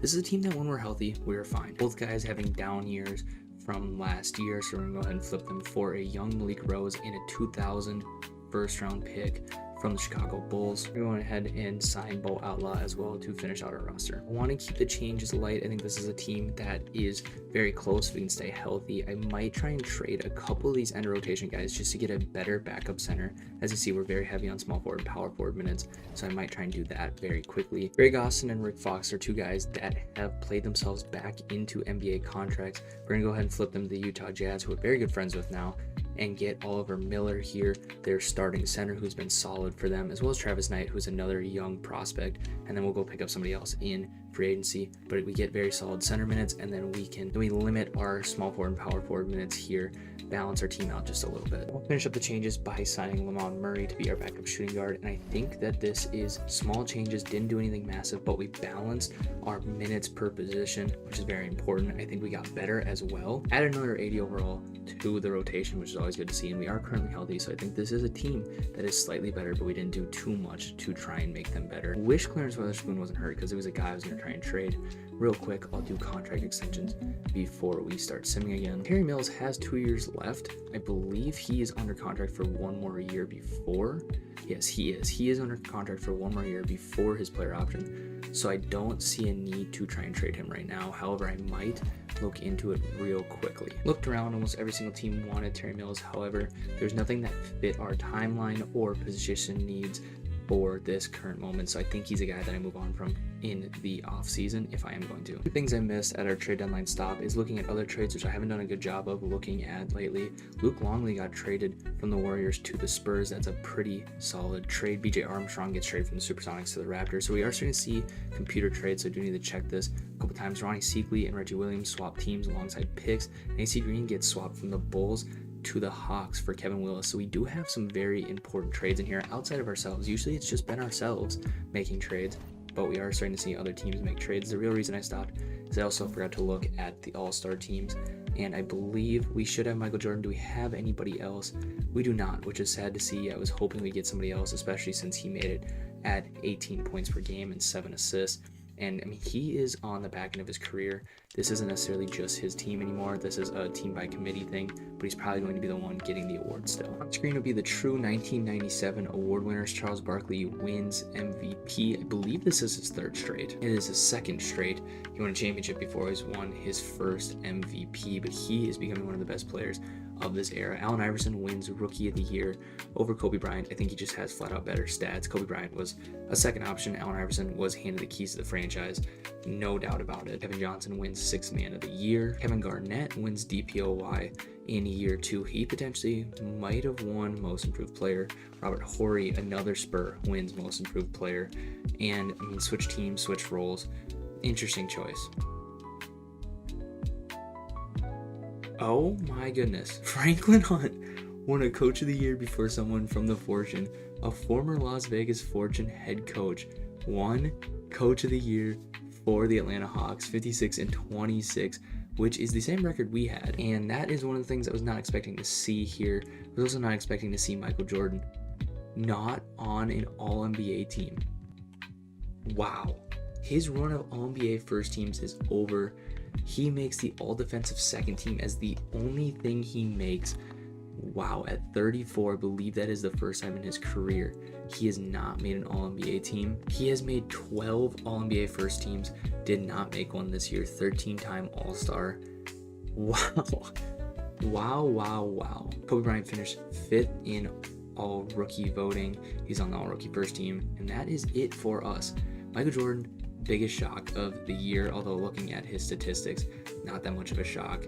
And we might just have to trade him just to get value out of him. Jordan is still far and away the most efficient player on the team, despite the fact that he is no longer a 20-point per game scorer. Terry Mills is catching up to him. I mean, it's not even like a definite scoring leader, but we have so many scoring options. Adding Oliver Miller just gave us 5 double-digit scorers, so we don't have an outright dominant scorer anymore. Terry Mills at 8.5 rebounds a game leads the team. Michael Jordan has become a very good passer in the back half of his career, leading in assists. He's also our steals champ, and Terry Mills is our block champ. Jordan is also our most efficient shooter, and Dominique Wilkins, who we lost for the season with a couple weeks left in the season, was taking about 1 3 in the whole season and made one of them. Michael Jordan was our best shooter, and I mean, we don't really have any shooters anymore. We did end up trading a lot of them, but it worked out because we are the number 1 seed. So maybe trying to get on the shooting wave early was hurting us. Mitch Richmond wins the points per game champ. Charles Barkley, 13 rebounds a game, leads the league. Michael Adams, 9 assists a game, leads the league. Michael Jordan is the steals champ. Blocks champ is KG. Shaq, no doubt, wins in field goal percentage, and 3-point percentage is, of course, Del Curry, who we traded away. Had a very good season shooting the ball. However, statistically, it does not look that impressive. Free throw champ is Barry Baylor. We're just going to have to live with the fact that this guy has become a star. And we face who else but the Utah Jazz in the first round as an 8 seed. This is a team that we helped design. They have Isaiah Austin, Rick Fox, Sam Vincent, and Del Curry, all from us. Add on Penny Hardaway, and Glenn Robinson, and Derek Coleman. This is a scary team. I'm actually very nervous that we will get upset here. When you look at on paper, we look like the better team, but you never know. With an 8 seed like this, it's very scary, but we were able to take care of business in game 1 and game 2, and they stay alive, force a game 4, which Rick Smits gets hurt in front of. So I can't speak. We're going to a 9-man rotation, and they tied up 2-2.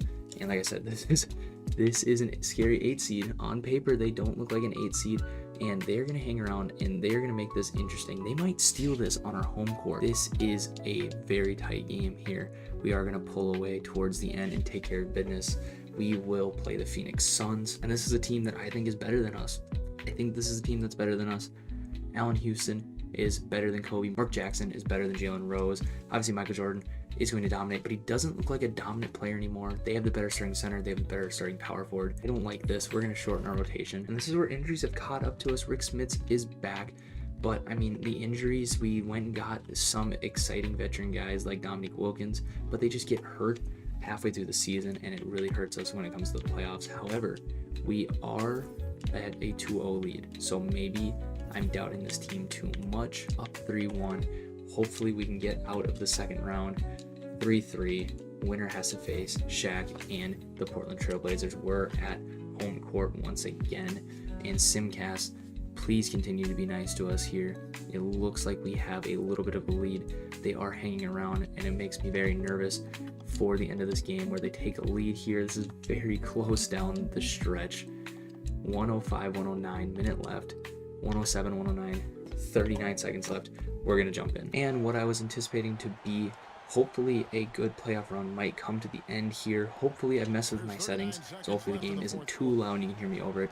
2-point lead here. If they even shoot a 3, you're kind of screwed. That is not a matchup I like, even though Michael Jordan is a very good defender. Wide open 3, and that is not going to fall. That gives us control of the game, and a foul sends Michael Jordan to the line. 29-10 from Michael Jordan, showing why he's one of the best players of all time here. He's going to knock down a free throw to put us up 3. If he knocks us down, this is more than likely the game. 30-10 is vintage from MJ. All right, here we go. A quick score is needed from Phoenix to stay alive. They don't necessarily need to force the 3, which in this era I don't think they will. They are going to just hold the ball, get it in to Jackson in the corner, who's going to knock down a 3, and that makes things interesting. Rick Smits with the inbound here. I was going to say I would rather have it. That's not Michael Jordan. Not sure why Michael Jordan isn't in the game here. Lamont Murray's going to shoot the game-sealing free throws here with 23 seconds left. And I'm an idiot. I put myself in the wrong corner. Here's the corner that actually makes the most sense so you can see the score. 23 seconds left here in the game. We are up 3, and I think they might be out of timeouts.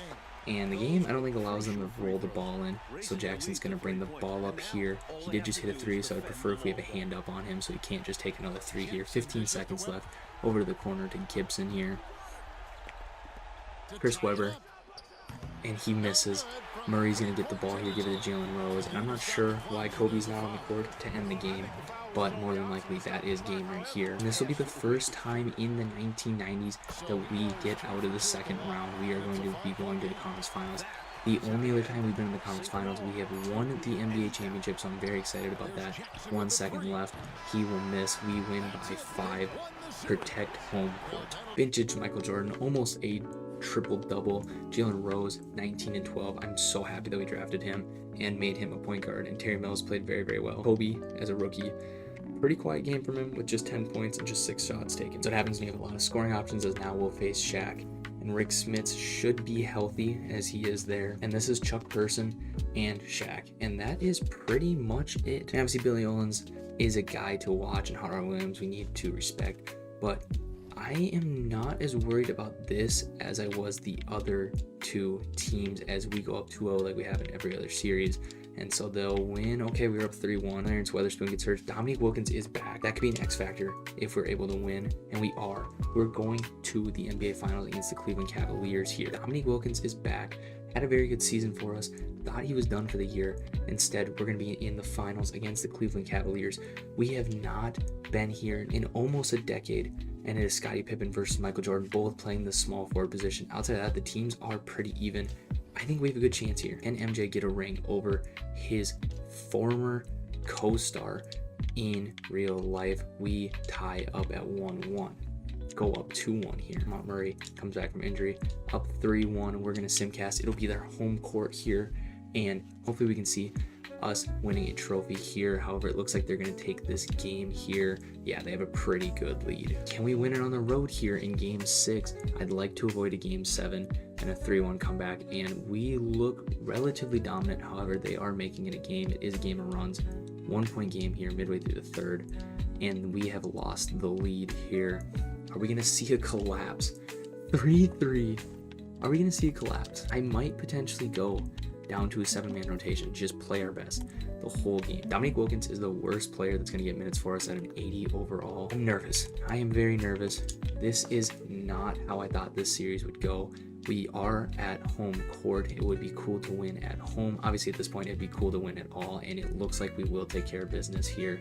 I am obviously going to jump in so that we get the trophy celebration, but we're going to have the bench players in here with 32 seconds left. We trade for the number 1 pick, instantly win a championship. Could not have written it any better here. We do have the starters out still, even though we're up 29 and against Scottie Pippen. This has to feel great for this team here, as Scottie dunks on MJ to finish the season. A little revenge there, but we're going to go ahead and win this game handedly. Here we go. And they've done it, the new NBA champion.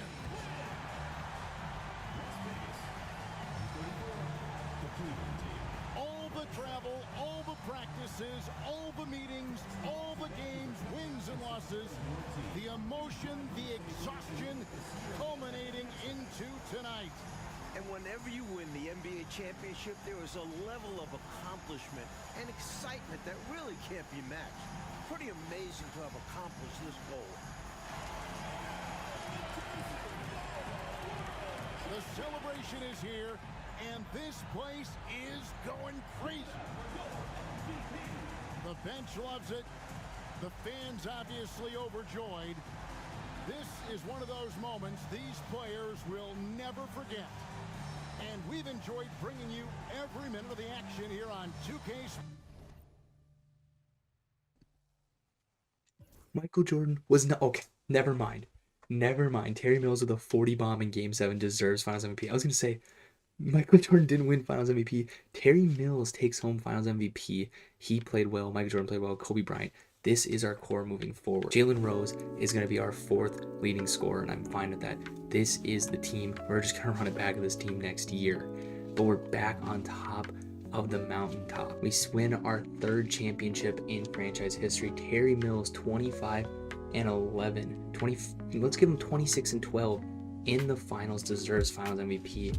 And although we didn't see Michael Jordan win this, it is good to see that the legacy of the franchise isn't tied directly to just one player. This does damage Jordan's legacy, but as a franchise, it's great to see other players having success as well. And there we have it.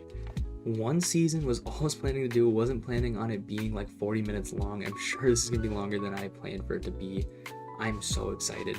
We finally have a core again. Michael Jordan, his era, he didn't necessarily dominate, but now Kobe's coming in, and with Terry Mills winning Finals MVP, I really don't know who the face of this team is anymore, and I'm perfectly fine with any answer you have. I'm excited to keep working towards this. The next couple ones I'm going to try and speed up, especially for winning championships. So obviously I know 2K26 is around the corner, and I want to get this done before 2K26 comes out. However, if I don't, I will finish it on 2K25 at some point. I'm also trying to prioritize my off-season content a little bit as well, so these are going to be a little bit stagnated, but hopefully I can just get more content out to you guys in the back half of the summer. So I'm excited. We got Kobe, we got Jordan, we got Terry Mills. We have a team now. It feels like any move we make has worked out, and this is awesome. Hope you guys enjoyed. Other than that, peace. The year's 1997. The big swings paid off. The Fortune are back on top. Terry Mills scores 40 in Game 7 against Pippen's Cavs to earn himself a Finals MVP. This Fortune team looks to define the back half of the 90s. Finals MVP Mills, all-defensive member Michael Jordan, top 10 center Rick Smits, rising point guard Jalen Rose, and former number 1 pick Kobe Bryant. This big five runs as one unit. Jordan may still get the regular season awards, but the desert can now beat you in all kinds of different ways. A new era is nearing, and the Fortune start at the top of the mountain. All right, welcome back. We are indeed at the end of the 1997 season. As you can see, we just won in the NBA Finals for our 3rd championship in the franchise history. This is a very, very good team that is still relatively young with their new star in Kobe Bryant. This team is no longer just defined by Michael Jordan. With Terry Mills being the Finals MVP, we finally have multiple players to define this team's legacy. The franchise isn't completely just tied to Michael Jordan. This is also a team that is locked up long term, at least for our core players. However, we have guys like Dominique Wilkins who will be on expiring contracts that we either need to replace or get back at 37 years old. I'm not sure if getting him back is the right decision. We have all kinds of guys on the back half of this team that are like that are just on one-year deals that we were able to pick up at the beginning of this season here, and it really paid off. And getting into the offseason, Dominique Wilkins goes out as a champion. He retires as a member of the Las Vegas Fortune here. Obviously played a relatively limited role just because he was injured for most of the season. Ended up playing 59 games, so actually played the majority of the season, but 9.8 points per game. Most of the sim was the back half of his career. You see the back half of the prime of Dominique Wilkins was in this save, so you didn't get to see Dominique Wilkins in his true fashion, but was still a solid player till the very end. Guys like Derek Harper, another former Las Vegas Fortune, retires. Buck Williams and Kiki Vandeweghe also retire. Dominique Wilkins and Mark Aguirre are the only two to make the Hall of Fame, and Dominique, Mark Aguirre, Kiki Vandeweghe, and Byron Scott all get their jerseys retired by their respective teams. So I believe that is the first former Fortune to make the Hall of Fame. And the Washington Wizards are now officially going to be a thing. The Washington Bullets are changing their name and everything else here, and a lot of other teams changing their logos as well. Going into the draft lottery here, it is the Knicks, Lakers, and Kings here at the top, but the Sonics will end up with the number 1 pick. This is the Tim Duncan draft. I don't necessarily know if we have the assets to try and trade up. I might go look real quick. There wasn't enough value for us. We'd have to give up Terry Mills or Kobe Bryant, which I don't want to do, and we have pick 30. We might be able to get something there. We still have head coach Gerard Eaton locked down for 2 more years, so we're good. As you can tell, I'm trying to speed through this just a little bit more than I have in past videos so that we can get closer to present day before the series ends. I don't have a specific end year in mind. I don't necessarily know if I'm going to try and get all the way to modern day. I'm going to try and pick an era to just stop at and then leave the rest of history kind of that, just a guess. As Seattle Supersonics are going to take Tim Duncan with the number 1 pick. Los Angeles Lakers are going to take T-Mac. He's going to start his career in LA. He's going to take Kobe Bryant's spot. And Chauncey Billups rounds out the top 3 going to the Dallas Mavericks. The Knicks take Brad Miller with the number 4 pick. And Anthony Parker rounds out the top 5 going to the Kings. Keith Van Horn goes number 6. Stephen Jackson goes number 9. Rick Brunson goes number 15 to the Utah Jazz. And that is about it of what I recognize as well. But I think there are still some valuable pieces out in the draft. Alvin Williams is something that comes to mind. Mark Blount comes to mind. Looking at this roster, we do need a backup point guard, and I think that is really our weak spot. I think we're very solid at center.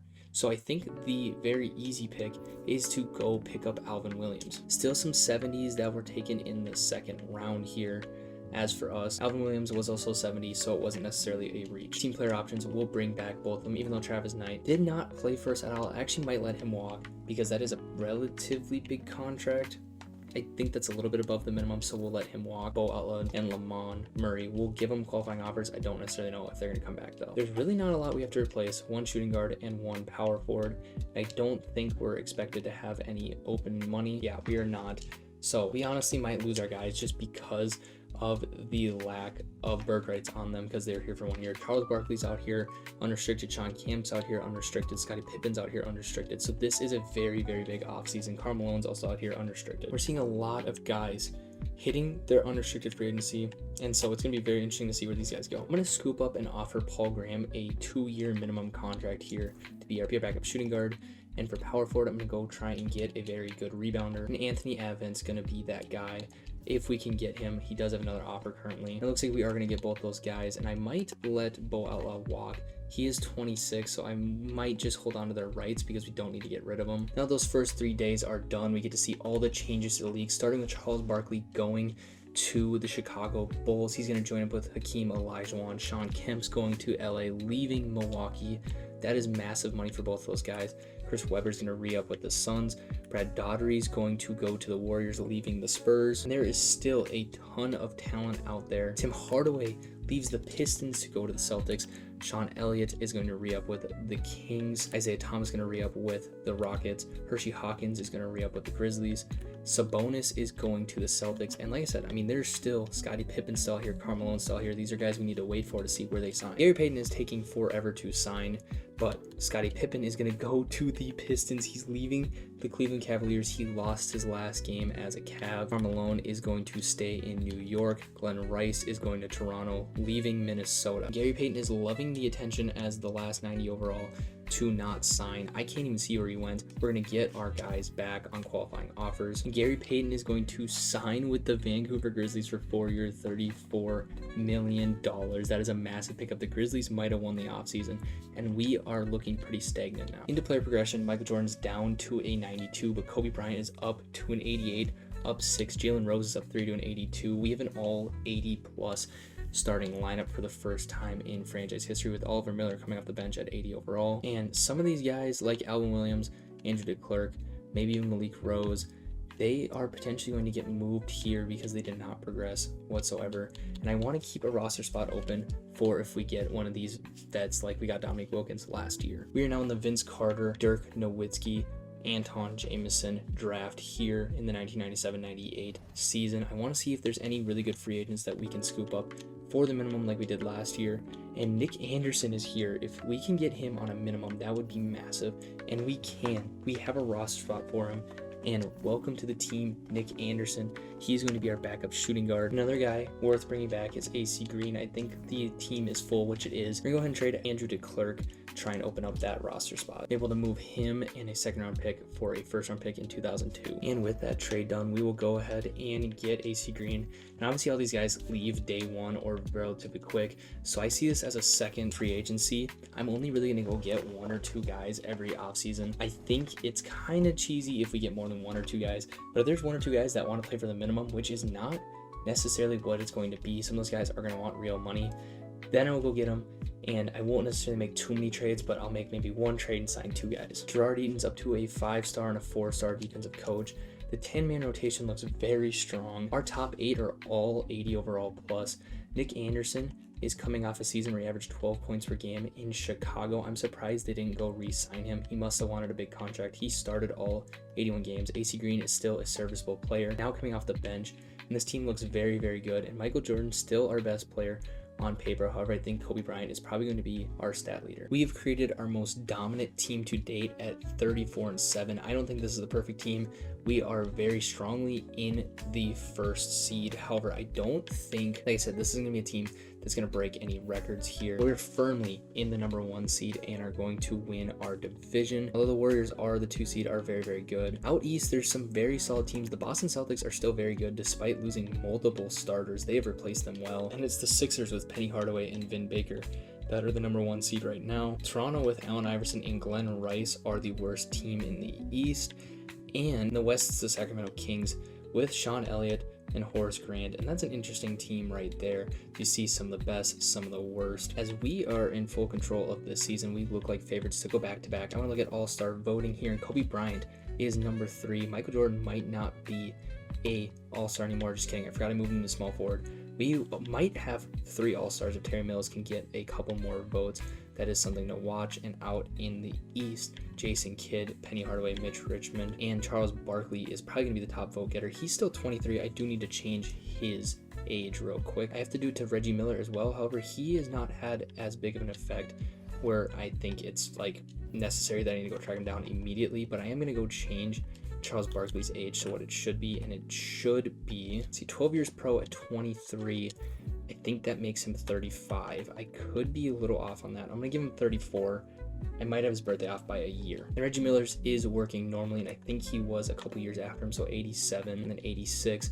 So I'll give Charles Barkley 33. Again, I might be off by a year or two in his age, but I just want to get it close enough. And Terry Mills still wants to test free agency despite just winning a Finals MVP. We will go re-sign Oliver Miller to that contract. I might test the market on Terry Mills, but if it's not something I absolutely love that I think is going to get us better, I'm not going to pull the trigger, and I'm going to just make sure he's a guy we go get in free agency. At 30, he still has life in his career. Looking through, this is really the only trade that's even a vertical trade at this point. I mean, he's a little bit younger, but he has more money.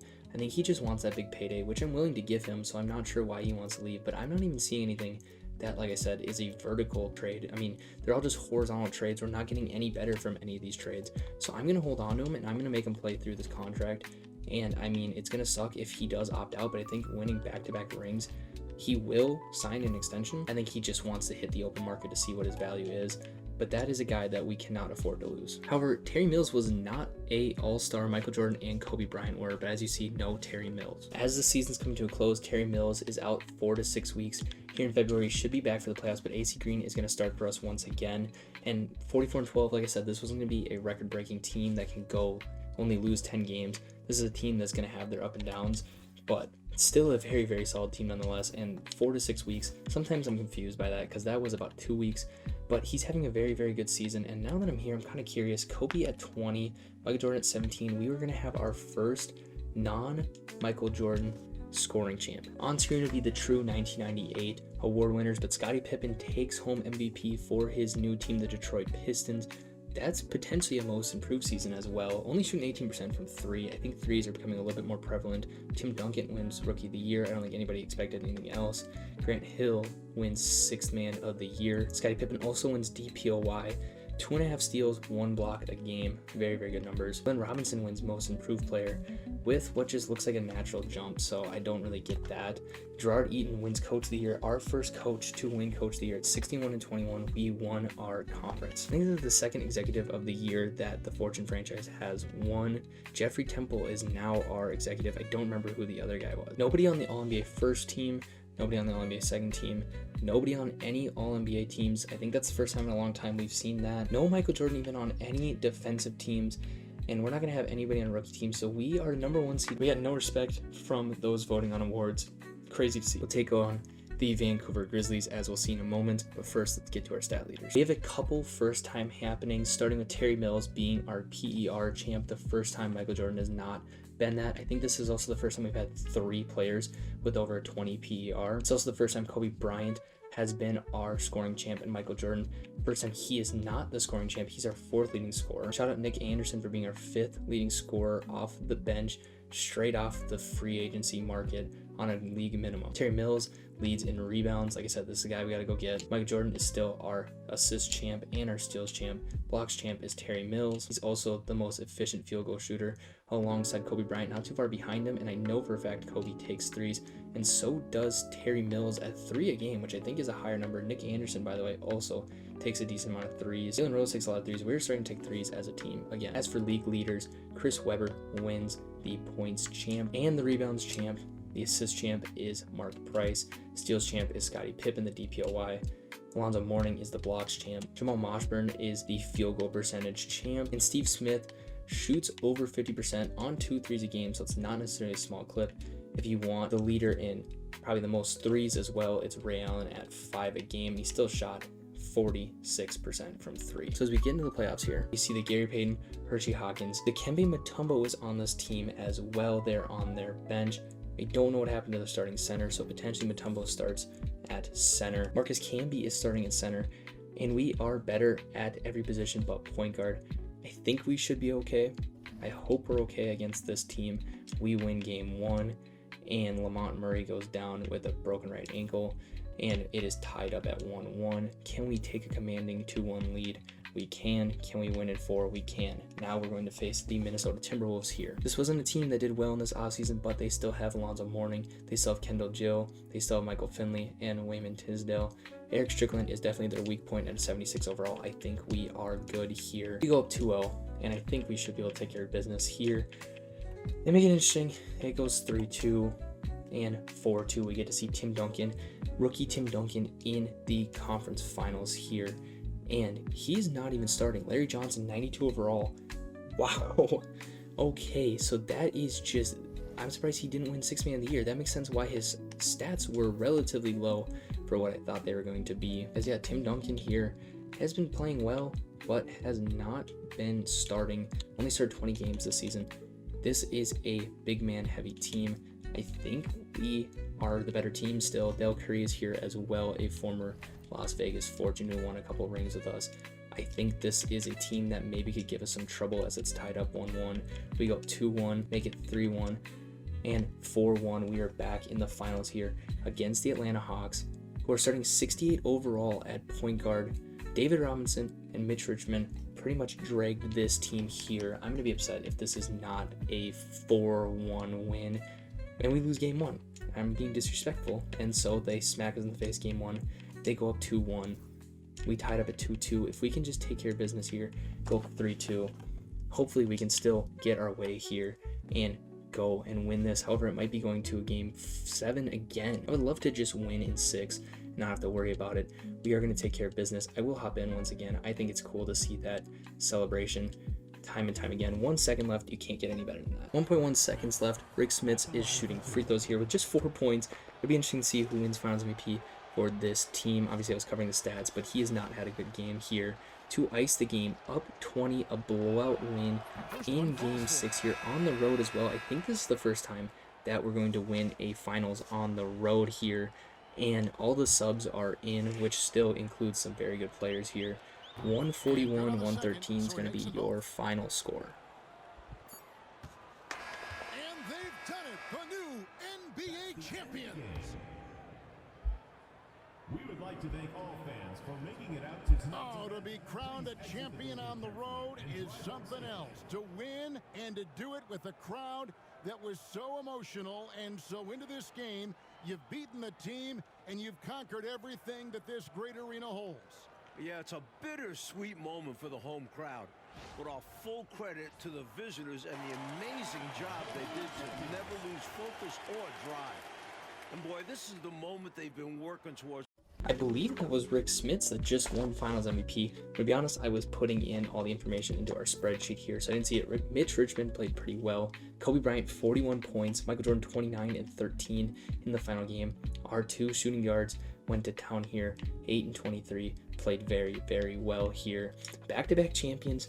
Now we're aiming for a three-peat, and there it is. The Las Vegas Fortune have won the NBA championship.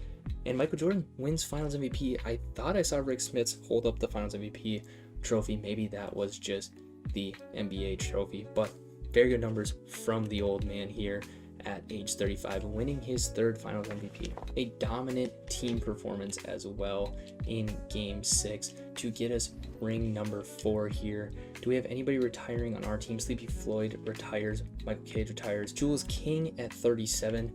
Could we potentially have our first auto-generated Hall of Famer? I don't know if he had the peak to be a Hall of Famer, but still a very, very good career from him. Rod Williams also retiring, and we don't have anybody retiring from our team. And James Worthy retired and made the Hall of Fame, so no auto-generated Jules Kings in the Hall of Fame. James Worthy also gets his jersey retired. Mid-level exception, this could be huge for us to go sign one of these guys, re-sign a Nick Anderson. That would be huge for the offseason here. This is a very good offseason for this to hit. I would assume we have the last pick in the draft. We have a lottery. We have a lottery pick. I don't know from who, from the Clippers. Doesn't move up from 11. Does not. We stay at 12, and we also have 30. I did not realize I had a lottery pick in this draft.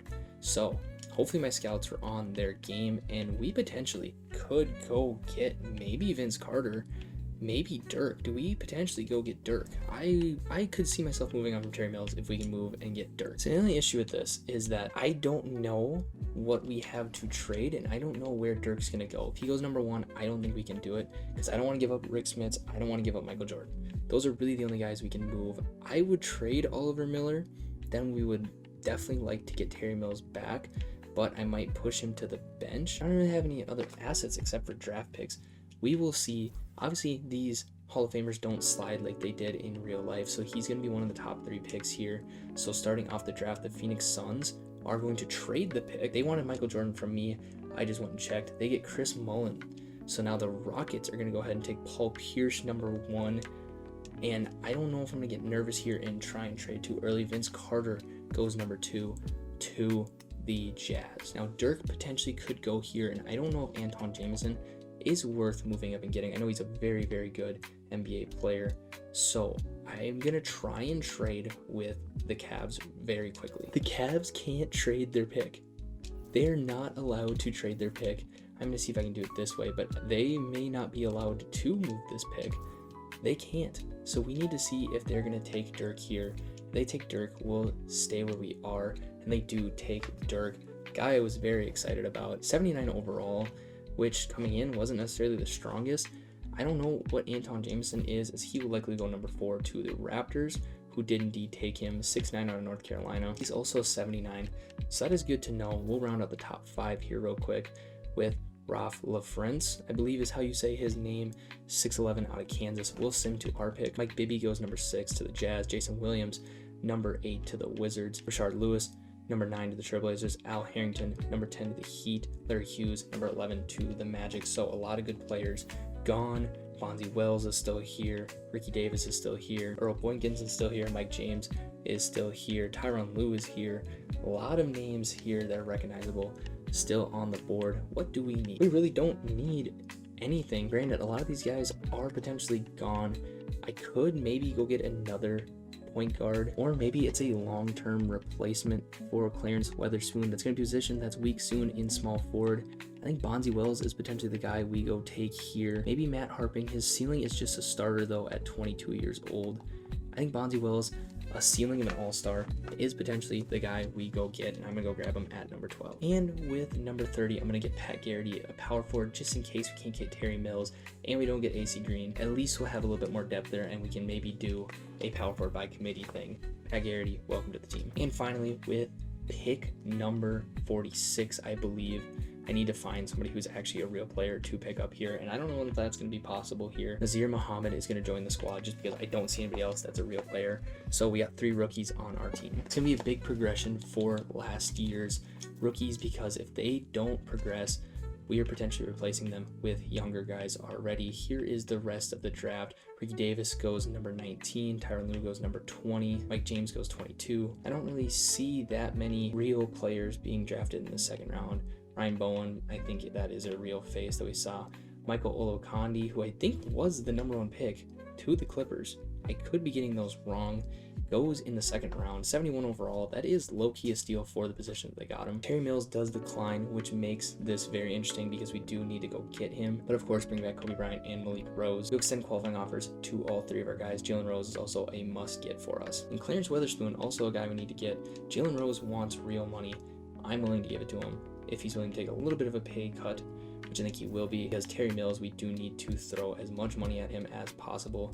He potentially is the first $50 million player, and that is fine with me. I am not going to give him a no trade clause because I do want to trade him at some point if he's going to start to regress at 35. Clarence Weatherspoon, I'll give the minimum to, especially if he wants to re-sign for 2 years. We are able to get all of our guys back, and we are going to have to now renounce the rights on AC Green, which I'm actually going to renounce this instead, and hopefully go get AC Green or Nick Anderson. And there's not a world we're getting Nick Anderson because he has multiple legit contracts. So he got his ring as a 6-man, proved he's still an NBA level player, and he's going to go play for probably the Timberwolves or the Warriors. However, AC Green has no offers, so I could potentially get him back if we do have money, or he's a guy we can sign again in the beginning of next year. But we got our guys back for sure, which is the most important thing, and we don't have any cap room whatsoever. We are so far over the cap. Patrick Ewing leaves Indiana to go to the Dallas Mavericks on a 2-year, $18 million deal. Terry Mills, 4 years, $40 million. I think that might be the first one to officially break 40. I think there's been a couple 39s. I'm not 100% sure though. Cole Posley, an auto-generated player at 87 overall. Cam Singletary, also auto-generated. So there's a couple auto-generated guys that are becoming very, very good. But a lot of guys just re-signing, it looks like. That makes my job easy here, as we'll go to player progression. And like I said, a lot of these young guys that they better have pretty solid regressions, otherwise we might trade them. Michael Jordan down to 90 overall. He's no longer the best player on the team. Kobe Bryant is he a guy we potentially trade at 35? I don't know. Terry Mills is still getting better. Rick Smits is still getting better. Jalen Rose is still getting better. Alvin Williams is up to a 72 at 23 years old. Malik Rose is still a 72. I think I might trade Malik Rose and Alvin Williams. Those are 2 guys that are taking up legit money. Clarence Weatherspoon has been our guy. He barely played last year, but 2 years, 105. I might move him as well very quickly. Malik Rose and Paul Graham are going to be traded to Portland for 2 first-round picks in the 2001 and 2000 draft. That'll open up 2 roster spots for what is hopefully a couple solid players in this secondary free agency or buyout market, whatever you want to look at it as. There's always a couple guys that are pretty solid NBA players that get picked up around this, like in real life, this part of the year in like August-ish. So this isn't the most unrealistic thing. However, I don't want to abuse it too much because it is 2K, and obviously you get the first opportunity to get these guys. And Doug West, a shooting guard, that's a very solid pickup.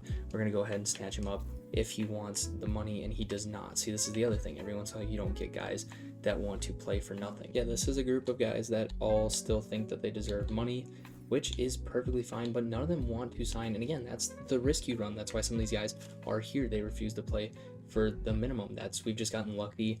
This hopefully isn't something that keeps us afloat, but it just makes us better, and hopefully this isn't what costs us a championship. I think we still have a very good core without these types of guys. And so 10-man rotation it is for Gerard Eaton in year 4.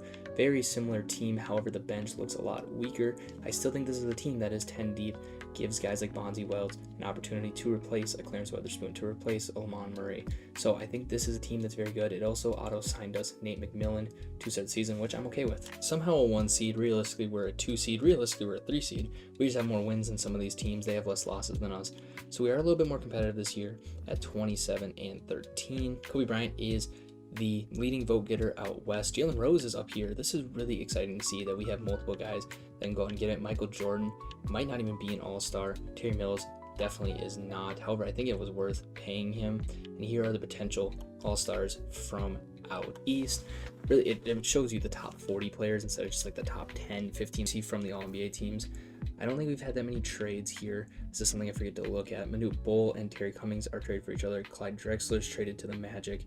Malik Rose, that was us. Chris Millen gets traded to the Rockets from the Suns. Might have been the other way around. Sometimes I'm not 100% sure how to read those. I do forget to do that from time to time. Love that we're not the only team making trades now. And speaking of trades, this is something I was pondering. Is it time? I think I need to look at what his value is at this point. And his value at this point is to hold on to him. He's 90 overall. He's on the back end of his career. He's a legendary player. We missed our opportunity to trade him, which is fine. It's Michael Jordan. He's still a 90 overall. He's still going to be our 3rd, 4th best player.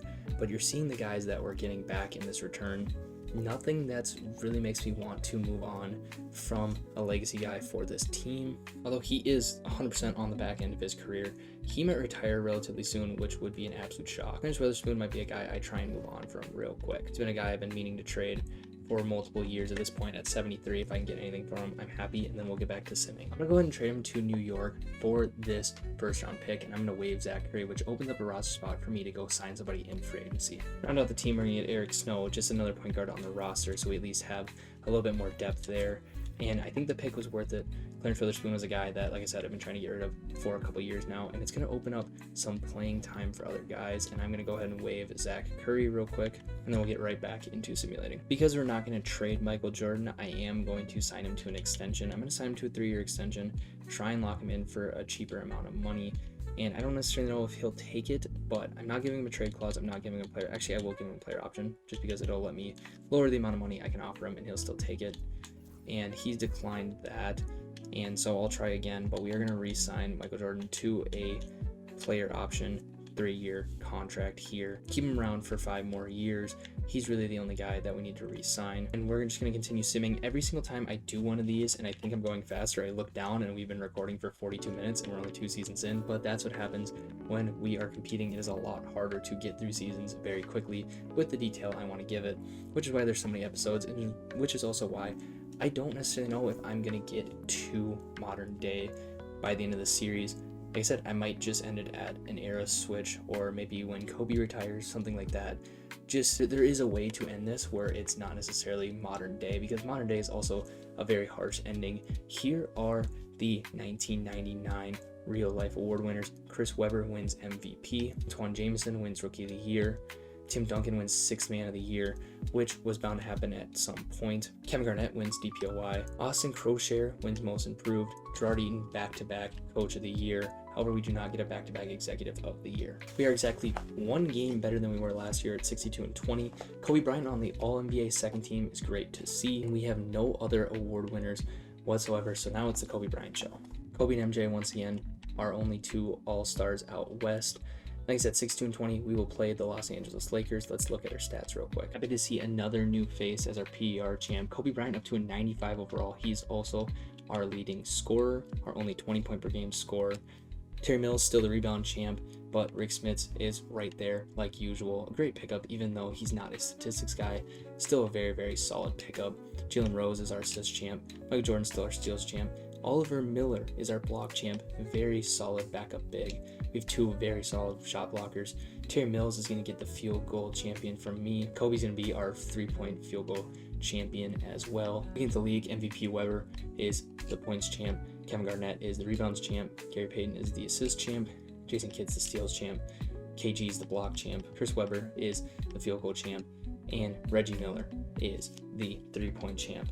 So, like I said, we're going to be taking on the Los Angeles Lakers. They have Sean Kemp here. They have Muggsy Bogues. I don't necessarily know. On paper, this doesn't look like a team that we need to deal with that heavily, and really it's Sean Kemp. He came here just to put up stats, it looks like. I think this is a team that every time I disrespect a team, they take game 1, but Rick Smits goes down, and we are beat up a little bit. I am going to shorten the rotation just a hair. I don't know if Nate McMillan, especially Cold, needs to be playing in the playoffs, so we're going to go ahead and simulate the round here. We're going to go down. We're down 2-1. I don't like that, and we lose in 3. I don't know why I didn't simcast there. From back-to-back champs to first round exit. Wow. And the Lakers go on all the way. I disrespected them. Oh my god, they had T-Mac on the bench. I disrespected them so hard. T-Mac must have been hurt or is on the bench. Oh my god. That is an insane way to end the 1990s. Next year's 2000. Oh my god. I completely overestimated how good we were and underestimated how bad that team was. And history is cyclical. If you look back at the history of this team, you will see 1986-87, we win a championship. 87-88, we win a championship. We lose in the first round. The Los Angeles Lakers win a championship. Go to the 90s. You go to 96-97, we win. 97-98, we win. 98-99, the Lakers win. Both decades we've simulated. We win in the 7 and the 8 of the decade, and in the 9 of the decade, the Lakers come back and win the championship. Crazy how history works like that. So that'll do it for me. Only got 2 seasons in, was hoping to get a little bit more in, but we are at 46 minutes already. So like I said, when we are like rolling and in the playoffs, these seasons get a little bit longer. When we suck and we lose in the first round, I can cut out like 10 minutes, but I would rather go slower, go more detailed, and get more seasons and just end it a little bit earlier. I am trying to get to a decent ending, but it doesn't have to be perfect, because what I think is a good ending and a good storybook way to end the series, other people might not agree with. It is what it is. I appreciate you guys for tuning in, and hopefully we can go get a championship, and it hopefully isn't 8 more years before we do so. Yeah, it'll be good. And peace. The year's 1999. History has repeated itself. Just like in the 80s, the Fortune were looking to three-peat before losing the first round, allowing the Lakers to win a ring, this time led by T-Mac. In another reoccurrence, the Desert rebrands heading into the new millennium. New, bright, fun-colored logo shines over the stadium where their new, bright, young star Kobe Bryant plays. The Fortune is no longer Jordan's team. Whether he likes it or not, the keys have been handed to Bryant. The former MVP's play has decided that for him. In his ultra-competitive nature, Jordan has demanded a trade with no conditions for him to stay. As to not lose the goodwill of the fans, the front office complies. For the first time, Michael Jordan wouldn't leave Las Vegas. He has been there the franchise's entire history. It isn't the storybook ending they expected, but the one that will allow everyone to end on good terms. A new logo for the new face of the team. The Las Vegas Fortune are ready for the 21st century. All right, welcome back, and yes, we are going to be rebranding heading into the 21st century, and yes, we will be trading Michael Jordan. I know I threw a lot at you there. We will start with the rebrand because I can do that here looking at the playoffs, which we saw the number 8 seed Los Angeles Lakers defeat us and then go on to win the championship over the 3-seeded Charlotte Hornets. As you can see here, we've added a third color being blue. We also have green, but I couldn't add a fourth color. I wanted to keep the maroon and brown that we had as our main logos, even though they're not as important to this logo. Another more fun logo, because the 90s and 2000s were a time where logos had a lot more character to them than just a basketball and a circle. You see, we have the cactus representing the desert, and then we have the chips for Las Vegas and all the gambling that happens in Las Vegas, and the chips actually play a role throughout the uniforms as well. So looking at these uniforms, obviously the home, we kept it nice and simple. We did keep the card design on the back because I did really like that. We kept that across all 3 uniforms in case I forget to spin the uniform around. But you see the chips on the home uniform with Fortune there, and then the number in the bottom corner. As for the road jersey, we play into our new color, the blue. Obviously you see the team logo on the shorts as well, and then the same stripe design on the side, and then like I said, the cards on the back. We have our first alternate uniform in team history, and it's green. A little out there compared to our other uniforms. and it is strictly just the chips without anything Las Vegas or Fortunes. And like I said, I haven't had an alternate uniform yet. I want to be one of the first teams to have an alternate uniform. I actually don't know when the first team started having alternate uniforms, but we have to be close to the first one. I don't know if I like it. I don't hate it. I don't know if I'm absolutely in love with it. I might change specifically this uniform. So yeah, I like the design we have for these two, and I like the new logo and the color scheme. So those are going to stay for a while, potentially the last one of this series. We'll see how long I like this logo. As for the arena, again, adding more color to the arena. That is a theme of this new rebrand, is adding more color beyond just our red and maroonish colors that we've had. This is also a big off season for all the faces of the 80s and the early part of this series. Retiring, we see Magic Johnson retiring at age 39, 20 years pro, which he did not get in real life. He had to have his career cut short. Isaiah Thomas retiring as a member of the Rockets after an 18-year career.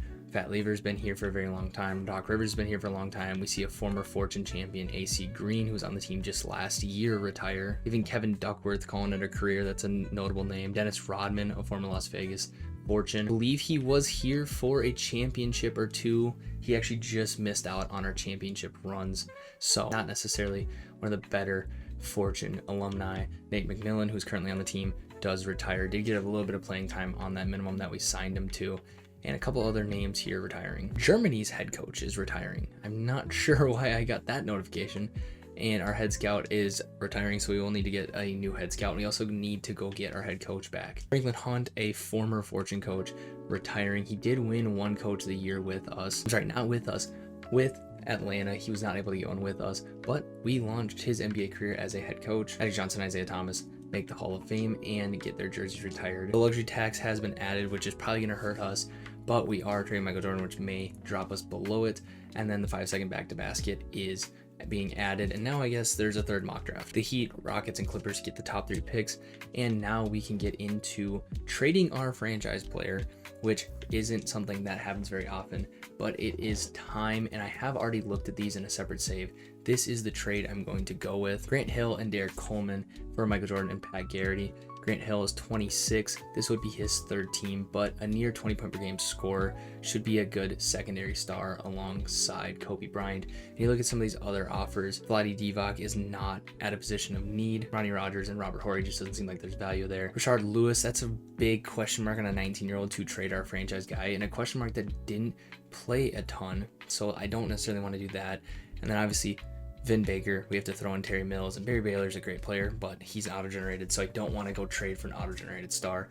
That leaves us with Grant Hill and Derek Coleman. And so Michael Jordan is going to more than likely finish his career in Atlanta with that big contract of his, and we go get 2 very good players and a potential secondary star for Kobe Bryant. I will say the situation I just traded Michael Jordan to is not a bad one. He still has David Robinson, he still has Mitch Richmond, and he's now the third option of that group, and there is a little bit of drop off there. I will give him his number 23 or 45, obviously out of respect for the player that he is. I don't know who has 23 that is making it so he cannot wear it. Yeah, nobody on the active roster is wearing it, so it must be retired. So I will go ahead and give him 45 to finish out his career. I know it's a shocker of a trade, but I would like to get some value for the 36-year-old, and it's not like his jersey isn't going to get retired here, and it's not like we can't potentially have him come in as a coach at some point. Running on terms that we are okay with, we get value out of him.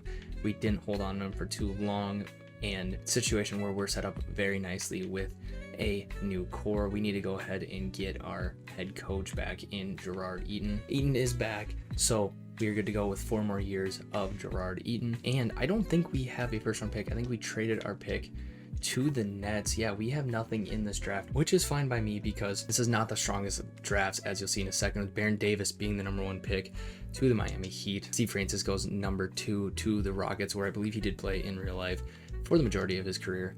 Manu Ginobili is probably the biggest riser of this draft, going all the way up to number 3 to the Clippers. Andre Miller goes number 4 to the Raptors, and Jason Terry goes number 5 to the Nets. Lamar Odom goes 6 to the Kings. The Bucks take Freddie Woodson, who appears to be a auto-generated player. We'll go to the end of the top 10. Andre Karolinko goes number 8 to the Knicks. Elton Brand goes number 9 to the Spurs. And Kenny Thomas goes number 10 to the Jazz. We have no picks in the first or second rounds. Here's a quick look at some of the other draft picks, with Rip Hamilton going number 11. Chris Anderson going number 12, Sean Marion going number 15, Ron Artest going number 16, Raja Bell going 19, and then here's a couple other names here in the first round. And then here's just a quick look at the second round. Is we have Wembanyama's older cousin or something. He can't be, maybe he is old enough. This could potentially be Victor's dad at 6'9", but probably not. We'll bring back all three of our guys on team options. I'm gonna let these two walk. And one thing I am considering now that we traded away Michael Jordan and we are over the cap is, do we try and trade away Terry Mills, who we did just pay? He's 31. Do we potentially trade away Rick Smits? Do we potentially go into a whole new era? I'm gonna look at these guys' value, and if the next thing that we talk about is free agency, that means I didn't make a trade. This might come as a shock, but I'm going to move Rick Smits here for Raf LaFrentz. The reason why is because this guy can flat out shoot the basketball as a big man.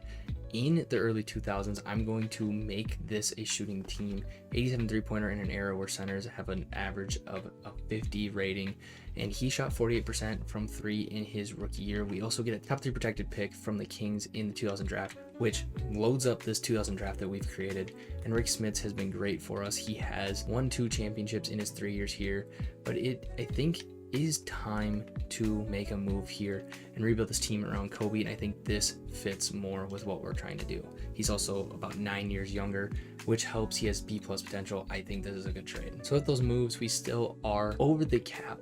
However, I think that did clear up just a little bit of money where we can go get a better bench guy for us. Before we do that, I'm going to lock up Kobe, our new star player, long term to a 5-year deal. I'm going to see if I can make it a little team friendly here. Put him about 8.25 a year, and he's going to take that. So he's here 6 years, $52 million. We locked him in long term. Nobody else on the roster currently is eligible. What I was actually looking for was these cap holds, to renounce these cap holds to see if we can clear up any sort of cap space. Looking at next year, Derek Coleman, a guy we just got, potentially is getting flipped here, as I'm not sure at 34, 33, he's going to be worth $3 million. Oliver Millage, potentially a guy we also move on from. And we have a decent amount of dead cap we do owe. However, we can get rid of that trade exception at some point. Dikembe Mutombo is going to be taking his 3rd trip to Las Vegas with this trade. I know he's a little bit older, but he is cheaper, and we add a 1st-round pick. Oliver Miller is a guy that is going to go. I see this more as a retool than a rebuild, but it's just another move in this offseason. It's going to be interesting when it's all said and done how many times that man has been on my basketball team, that being Dikembe Mutombo. I'm going to go ahead and get Blue Edwards here. He can shoot the ball. We have the money for him. He wants a relatively cheap contract. I'm going to give him 4 years. And that is going to be our big get for the offseason, to be the backup to Kobe Bryant. He did sign with the Detroit Pistons, which is fine because Chris Whitney is also a very good option. Can still shoot the ball, 3-level scorer, as you can see there. However, he is a point guard. I was looking at the wrong one. James Robinson or Jeff Hornacek is a little bit cheaper. He is on the older side. He might be able to fit into the backup shooting guard role very well. Keeps us a little bit under the cap room in terms of we're not too deep. We can make a trade at some point to get us back underneath the cap space for a different offseason. I'm going to go ahead and throw a contract his way, which he also accepts another offer to Detroit. I don't really know what's going on at this point. I'm just trying to get players onto my team that can shoot the basketball. But James Robinson, he is also a guy that can shoot the basketball. Can you tell I'm trying to get a shooter to back up Kobe Bryant, and we finally get our guy at 3 years, $6.61 million. Also giving... All right. Age of Mythology is done, everyone. I'm also getting Tony Delk for a 2-year minimum, and then Rick Fox, hopefully I'm getting for a 3-year minimum to round out the roster. Larry Johnson leaves the Supersonics to go to the Charlotte Hornets. Chuck Person leaves the Trailblazers to go to the Wizards. Rod Strickland leaves the Phillies to go to the Trailblazers. Michael Finley stays home. I was on a roll there of only picking guys that actually left their teams. Looks like the rest of these guys stayed home for the most part. David Wesley leaves Miami to go to Philly. Chris Mullin re-signs with Phoenix. Joe Smith re-signs with Orlando. Doug Christie stays in Cleveland. So decent amount of movement at the top of that free agency. Going into player progression with Kobe Bryant going up 2 to a 95. And this is what I was hoping for, is Raf LaFrentz going up 4 to an 80 overall. So he should be able to replace Rick Smits pretty well within a year or two. And I still think we're very good. Terry Mills at an 88. Grant Hill still at an 84. I was hoping to see a little bit of progression from him. Jalen Rose is now peaked at an 83. It does not look like he's going to get any better. And Derek Coleman, who I could not trade because of the 60-day thing, goes down 1. Kevin Mutombo goes down 1 because he is 33. And Nazir Muhammad goes up 4 to 71. So he is now a serviceable big as well. And like I said, I think we should have a spot open to sign one of those second offseason like buyout market guys. I've been loading up on draft picks, completely forgot that like the 2000 draft pick is considered one of the worst draft classes of all time. Kenyon Martin is the best player, but if we can get a Kenyon Martin, a Hedo Turkoglu, and Jamal Crawford in this draft class, which I believe we have like 4 or 5 picks, then I'm sitting pretty good and rebuilt the team pretty well. Yeah, we have 4 first-round picks, including 2 with no protections, our own and Chicago's. So we should be able to get somebody there. I would hope no crazy free agents to add, and we don't really have the money to anyways, which is fine. Yeah, the little bubble of being able to get guys here has popped.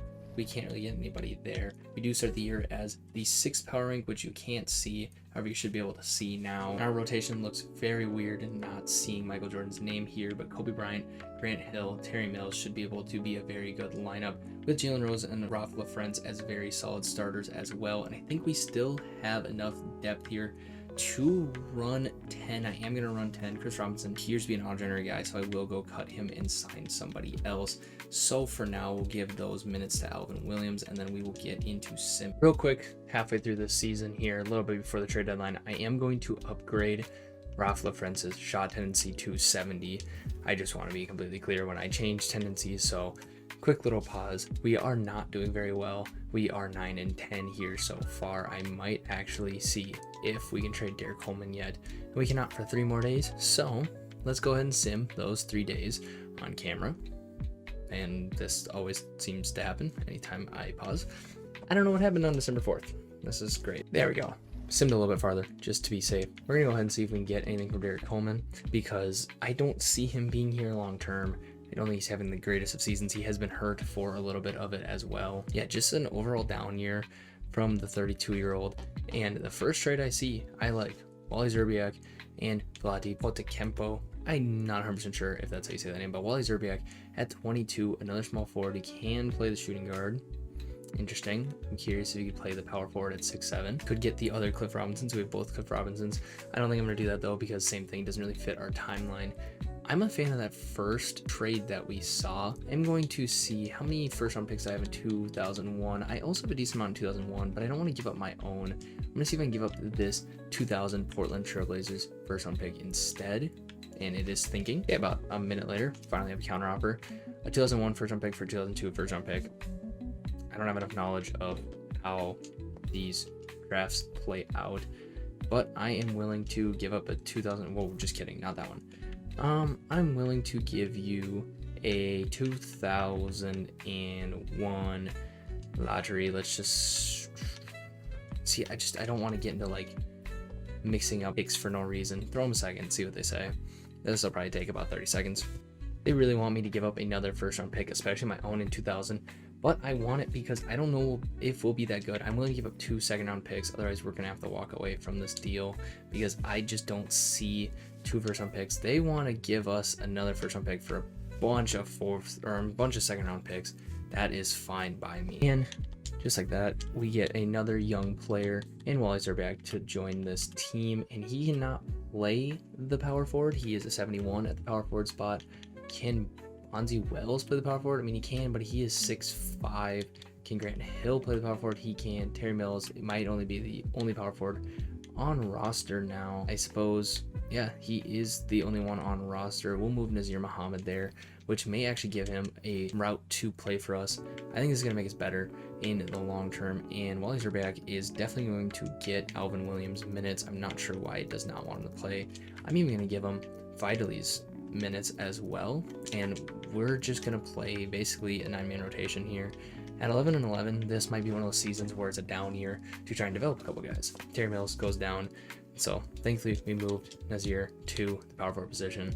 And yeah, I can't wait to have to do this every single time I want to deal with an injury. I'm also going to just skip the trade deadline because we are spending a lot of time on a year that I wanted to be quick. So if I make any moves at the trade deadline, which I don't think I will, given the team state right now, we'll show you those trades, but I'm going to assume Kobe is our only all-star. I'd be very surprised if anything else happens. On screen will be the true 2000 award winners. We were surprisingly good, better than I thought we were going to be. Finished out the season well once we got healthy. Jason Kidd wins MVP. Manu Ginobili, who was the number 3 pick, wins Rookie of the Year. Had a very big role, it looks like, on the Clippers. Damon Stoudemire wins 6th Man of the Year for the Grizzlies. Kevin Garnett wins DPOY. Vince Carter wins Most Improved, which it's a number 2 pick, making a jump in his second year. I will never understand why that is ever a thing in real life or in 2K. The Lakers head coach wins Coach of the Year, and they win Executive of the Year. Kobe Bryant, where is he at? He's not on an All-NBA team. He was an All-Star. He is not on an All-Defensive team. And do we have any rookies? Not even Wally Szczerbiak. So, a little bit of down here. We were a 4 seed at 52-30. Kobe was our PER leader at 26. He was our only 20-point per game scorer. Terry Mills was our leading rebounder with 9.8. Jalen Rose was our leading passer with 7.1 assists. Kobe Bryant was our steals champ. The blocks champ was Terry Mills. Field goal percentage was Kobe Bryant. And 3-point percentage was also Kobe. Wally Szczerbiak also right here. And Ralph LaFrentz was kind of disappointing with a 34%. Not regretting that trade yet. I think he can still develop, but definitely kind of what I've expected when I made all these trades. Stephon Marbury averages 28 to lead the league in scoring. KG is the rebound champ. Gary Payton is the assist champ. Jason Kidd's the steal champ. Kevin Garnett's the block champ. Field goal champ is Shaquille O'Neal, who is having a quiet career low-key. I mean, obviously we've seen him as a leader in stats multiple times, but I mean, he has 4 All-NBA first teams, a couple defensive teams, but no big major awards to his name so far in his career. And 3-point percentage was Steve Smith. You see Kobe Bryant here in the top 10 in 3-point percentage at number 9, and I am curious to see. I'll probably can find him the best in assists. Where is Michael Jordan? In his first year in Atlanta, better year than his last year in Las Vegas. We're number 45, 14 points a game, 5 assists a game. We'll give him 6. Same amount of steals, still a very good defender. And yeah, still played a pretty solid role. I would assume start for them the whole season, was hurt a little bit. And so I'm glad to see the old timer making a pretty solid end to his career. And I think Atlanta is a pretty solid team. And they're not a playoff team. Just kidding. I was totally wrong. They weren't a playoff team. Thought I traded into a good situation. I did not. This might have been a sneaky pickup. Vitaly Potapen. I don't even know how to say this guy's name. I will figure it out at some point if he continues to be very solid. It wants me to start him over Ralph LaFrentz. I'm going to do it in this 8-man rotation here, which also takes Wally Szczerbiak and Dikembe Mutombo out of it. And in the first round, playing Shaquille O'Neal, I think we're staring at a first round exit here. And yeah, I would be very surprised to get out of this first round here as we go to game 5. Home court advantage for game 5. However, it's a back and forth game, which I never like to see because it makes it a lot harder to predict. And it looks like we are going to lose. I lost track of time. Lose by 4. And the 8 seed Timberwolves upset the reigning champs. And so we're going to need a new champion in the NBA, and it is the Golden State Warriors, led by Mohamed Abdul-Rahif at 18 points per game. He shot 63% from 3 during the series. That is a ridiculous clip. Wow, this is a guy that is like one of the bigger what ifs in NBA history, I believe. I'm thinking of the right guy. I think his career was ended a little short, if I remember right. So good to see him having a career here. The season I expected. This was exactly what I expected this season to be. I'm not gonna lie to you at all. And Michael Jordan, he retires after 1 year in Atlanta. This will be the first jersey retired in Las Vegas, no doubt about it. For his legacy's sake, we'll ignore his 1 year in Atlanta, kind of how we ignore his years in real life in Washington. 26 point per game score, 6 rebounds a game, 6 assists, 2 steals a game, 1 block a game. Shot 56% from the field in his career, 36% from 3, 90% from the free throw line. To end out his career, 32,000 points, which has to have him towards the top. We will take a look at it in a second. 4-time champion, 1-time MVP, 3-time finals MVP, 15-time all-star. He was an all-star in every single year of his career except for this past year. 12-time All-NBA first team, a couple other All-NBA third teams, 2-time DPOY, multiple-time defensive first team guy. the best player in Fortune history, no doubt about it. Ends his career. Hakeem also retires, the number 1 pick in his draft class. This is a lot of players retiring. Patrick Ewing, this is a massive retirement class. Patrick Ewing, another Hall of Fame player, no doubt about it. He is retiring at 37. We're seeing our second set of legacy players retiring in this save. Chris Mullin calls it a career. Charles Oakley calls it a career. Del Curry, a former Fortune, calls it a career as well. It'd be interesting to see if he gets his jersey retired by the game, since I have no control over it. Will Perdue, who I believe was on the Fortune, we did indeed draft him, or we did not draft him, we got him in his rookie year. Steve Kerr, a former Fortune.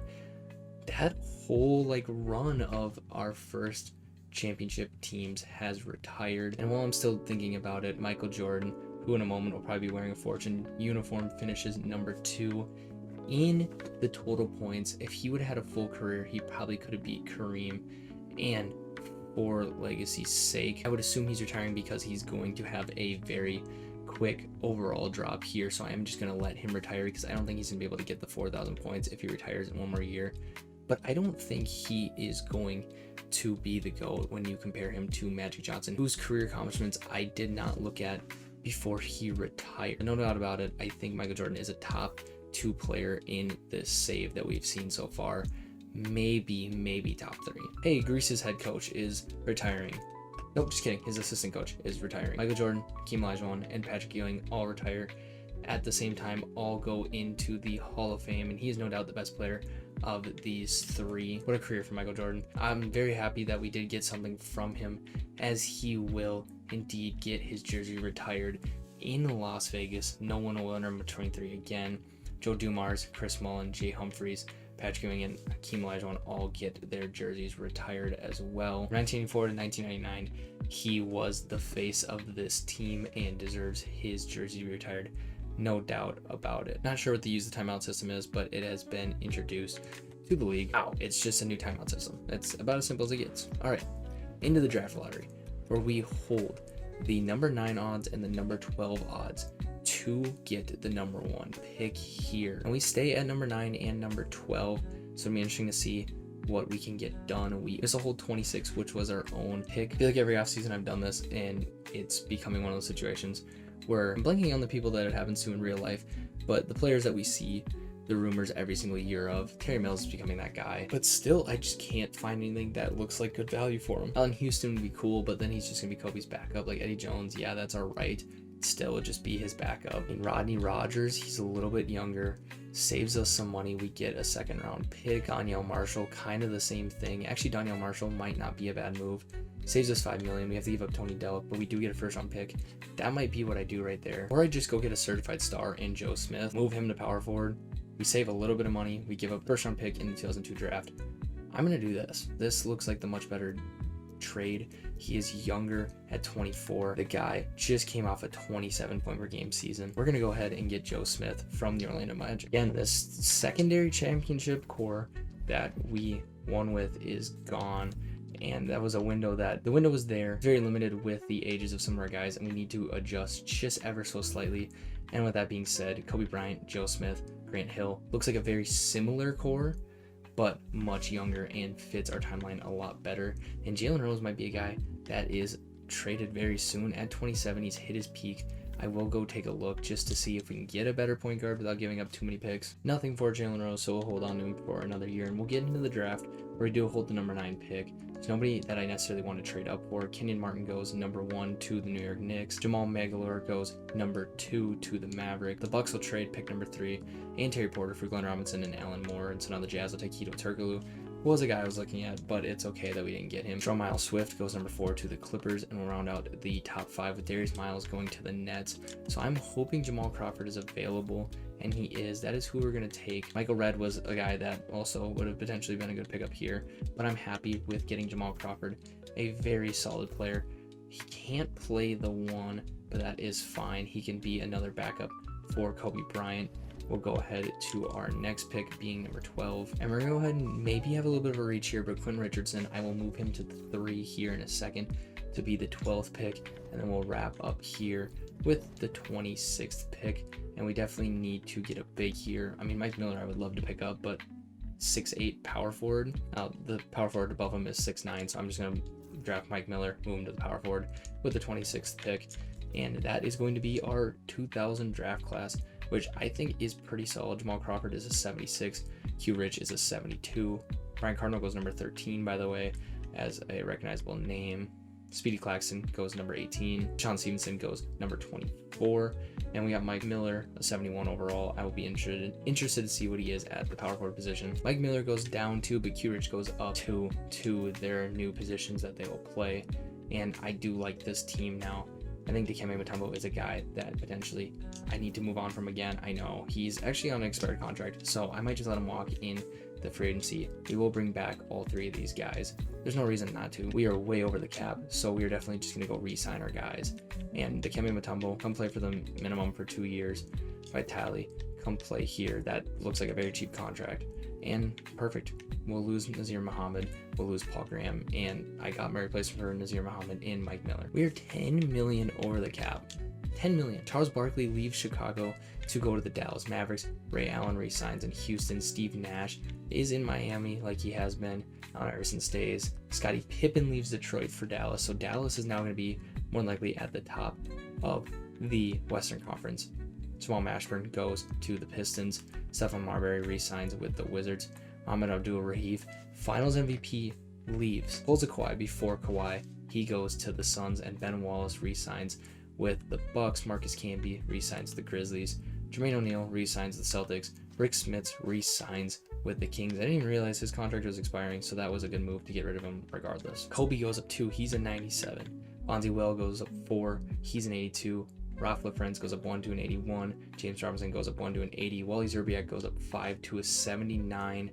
And Dikembe Mutombo only goes down 1 to a 76. Very good player progression here, as this may be the last season. We have too many players. So my goal of this at this point is to win one more championship and then finish in the Kobe era at that era shift. If we don't win a championship, I maybe will do 1 year in the Kobe era, but I'm going to call it there because I have this team set up where they should be relatively successful, but it leaves enough NBA history where there's a lot that can happen that's unwritten. You can spin the story however you want.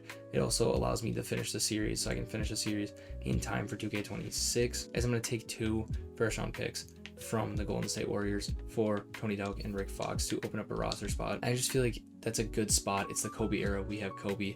I might do a quick sim of it, but I'm going to quit doing the in-depth of it, and we'll do it. I'll finish out this series maybe from a bird's eye view of the last 20 years of this save at some point. As like I've said before, I think ending just modern day is almost a harsher ending than ending at an era switch. So ending at an era switch, it would be the Kobe era, and I would hope to win a championship by then.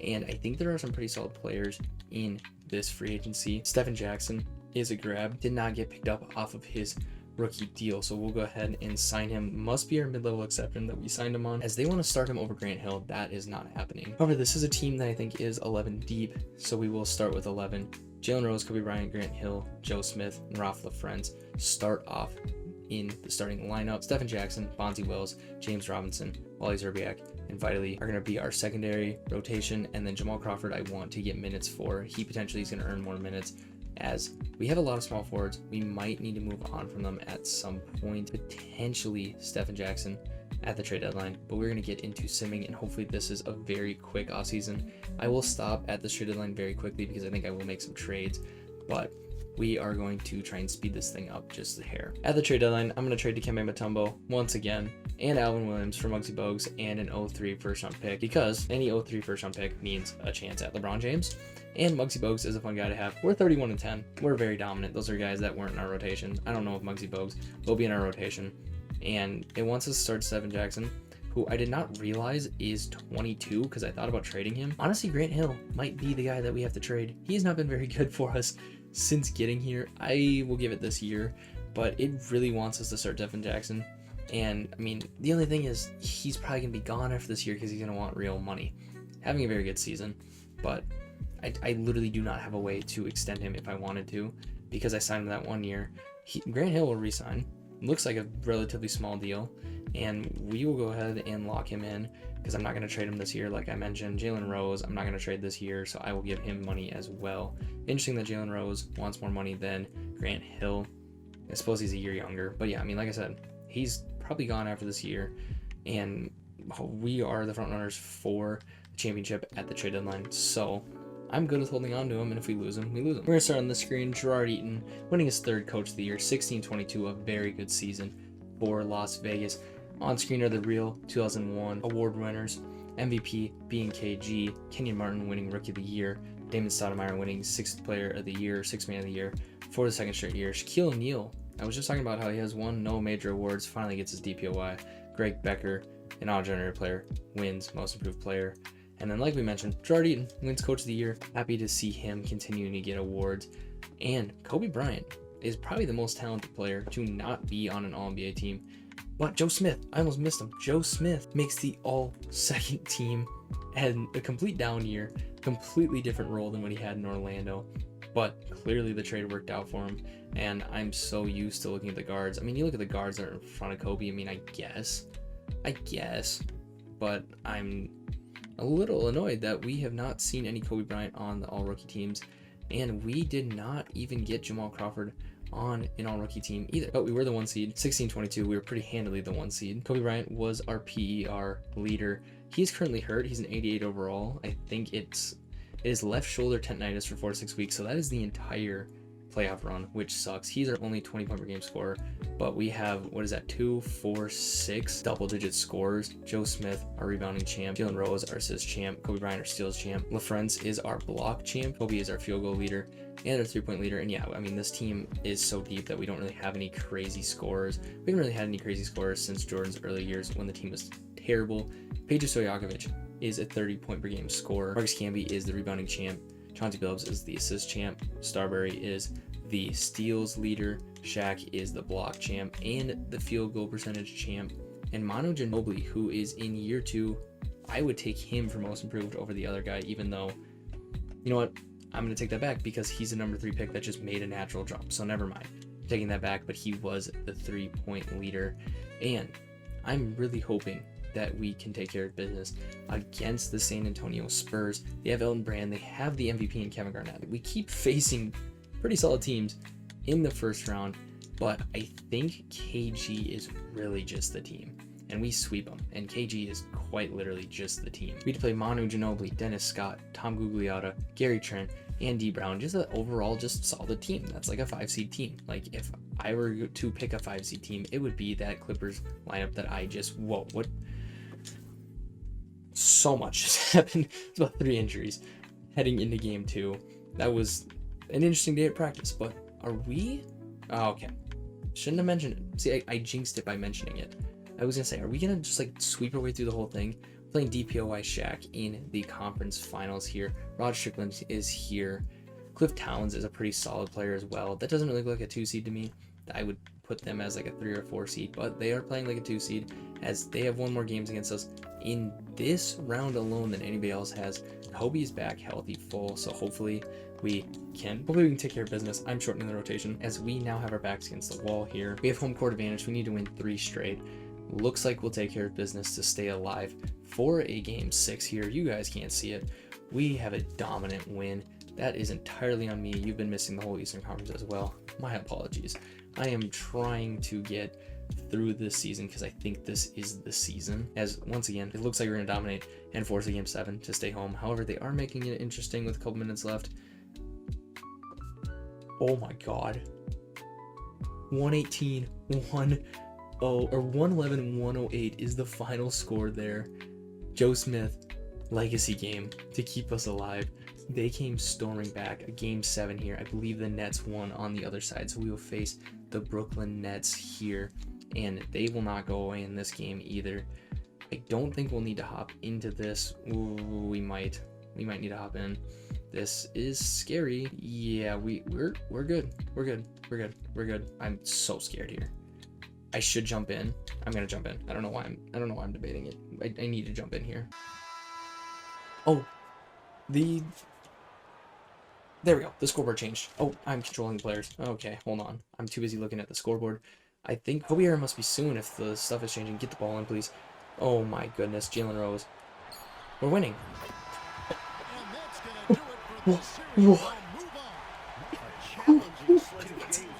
Why? Why? Oh my god, and then he's just gonna dab him up and walk away. Make it to the finals. But really, this is just the beginning for them. They know there's still a lot of work to be done preparing mentally and physically. Alright, we're in the finals. Coming out of the East. It's gonna take everything Nobody they cares. have. A walk-off 3 that we didn't need to win the series. They get to celebrate tonight, and they've earned it as champions of the West. Well, there we are. We're the Western Conference champions. I have no clue what they're saying, by the way, over the audio. I don't have headphones on. It's a bad habit of mine that I'm not wearing headphones. What's the scenario? Oh my goodness. What is the scenario that is necessary to happen? I'm gonna clip that. I don't understand. I don't understand the necessity of that. We are playing the Brooklyn Nets. This is probably the New Jersey Nets still. Dirk Nowitzki's here. Vlade Divac's here. Allen Houston's here. This is a scary team. Are we potentially going to lose in the finals? I don't think we've lost in the finals yet. We take game 1. We take game 2. They take game 3. Joe Smith done for the season. Vitale's going to have to step up. I know I'm butchering his name. We go up 3-1 here. And this may be the last championship we see. Just kidding. They're staying around. They are potentially... Please don't get reverse sweeped. Please don't get reverse sweeped. I don't want to celebrate too early, and I did. I think domination is the only word for this. This is... Ooh, we came back, though. Okay. Game 4. I'm sorry, game 7. 7-man rotation. We don't need anybody else to play basketball except for these 7. I'm not a fan of this. I believe in him. I think he can do it. Not a fan, but I don't really have any other options on roster currently. And you can't make trades before game 7. So, it is what it is. The Brooklyn Nets are leading here in game 7. We are going to be reverse swept here in a matter of moments here. However, we do make it a 2-point game. We tied up with 3 minutes left here. We have control of the game here with a minute left. And it looks like we are going to win championship number 5, the first without Michael Jordan, and the first with Kobe Bryant as the team's main star. Chris Anderson's going to inbound the ball here. One stop, and this series is over, and we would have stopped the 3-1 comeback, and they are going to play the foul game, though, to try and keep this game alive. I'm going to go ahead and flip my camera off here for the last 10 seconds. This is really going to confuse me when I edit this, because I'm so used to seeing it in a timeout. Just kidding. So we're going to put it back on here while we wait for this timeout. 9 seconds left. It's a 5-point game. A 3 technically keeps them alive, but this game is pretty much over. And you know what? Joe Smith going down doesn't surprise me that we got 3-1. They almost came back from 3-1 because Dirk is their best player here.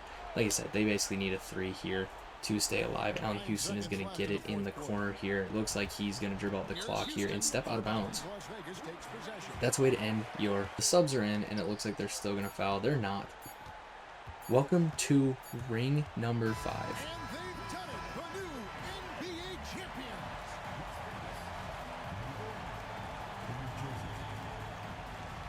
All the travel, all the practices, all the meetings, all the games, wins and losses, the emotion, the exhaustion, culminating into tonight.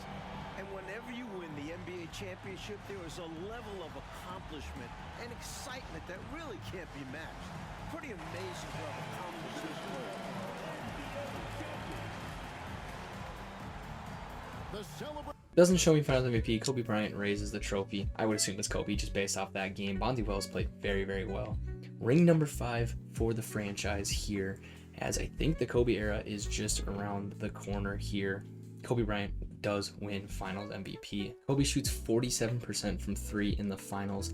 We have one more season after this, so I hope that we do get ring number 6 next year for that storybook ending, because the Kobe era starts in 2002-2003.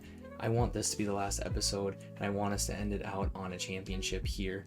Clyde Drexler retires at 39 years old. John Stockton retires as a free agent. He played for the Wizards his whole career. Respect to him for staying loyal and staying in free agency instead of signing somewhere else. there. I don't see any former Fortune, at least anybody that's coming to mind. Yeah, oh, well, a couple like role players that were here for a couple years, but I don't think we really see any former stars of ours in this pretty loaded retirement here. And of course, I got to double check and make sure none of our people retire. Team USA head coach Doyle Palmer, unfortunately, retires. I love that they added that in way too early in this eras that they didn't turn it off. Clyde Drexler and John Stockton are the two Hall of Famers, and Clyde gets his jersey retired by the Portland Trail Blazers and the Orlando Magic. I suppose he was there for a very long time in Orlando, most of this save, and then obviously John Stockton, it was a career Wizard. The G League now exists, the defensive key now exists, all kinds of different rule changes, and the Memphis Grizzlies are now a thing.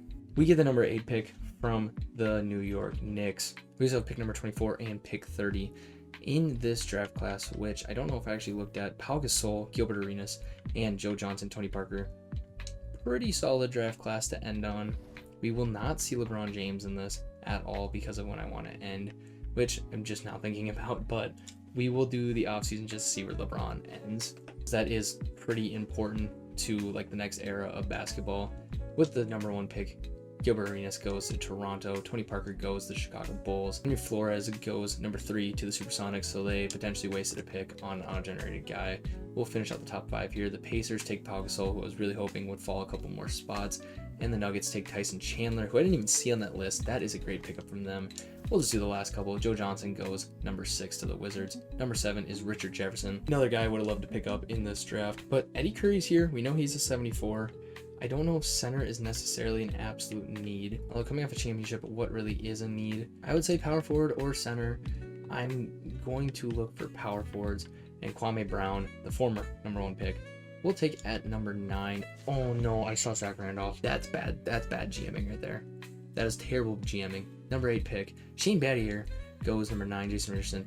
Please fall. I'm only staying in to see. Please fall. Trade to announce here, Gerald Wallace goes to the Knicks. The Warriors are also going to trade away their pick to the Bulls, who take Zach Randolph. Oh, terrible GMing. Just horrible GMing in my last draft. They're the same overall. I mean, I guess Kwame Brown's 19. I mean, I guess he probably has better potential in the game. I suppose. What do they make his potential? He has C potential with Zach Randolph. He has A- potential. Just terrible GMing. Horrible GMing. We'll take Brendan Haywood here because we can always take another big. Here with pick number 24, and to round it out with pick 30, we'll go ahead and take Jason Collins, another big as well. Kwame Brown over Zach Randolph is going to haunt me. Luckily, we won't see far enough in the future for it that truly haunt me, but that's gonna sting for a while. That was just dumb. It was just going too fast, not paying attention. Our team's like locked up, like long term. We have to go get Muggsy Bogues back. More than willing to bring Muggsy Bogues back. More than willing to let him sit on my bench for 3 years. Oh, Stephen Jackson. Oh, that's gonna be a big get. I don't know if we can get that one done. Oh, I got excited. I mean, I'll throw him the offer. Yeah, I was gonna say he's just gonna decline it.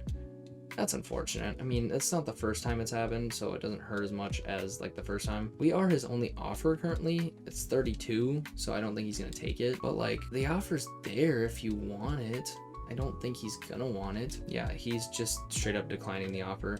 So we're gonna lose Stephen Jackson. That's gonna hurt our team just a little bit. Chris Webber goes to the 76ers, leaving, I believe, the Phoenix Suns. It was indeed the Phoenix Suns. Sean Kemp re-signs with the Lakers. Jason Kidd re-signs. Penny Hardaway leaves Philly for the Cavs. Gary Payton leaves Memphis for the Bucks.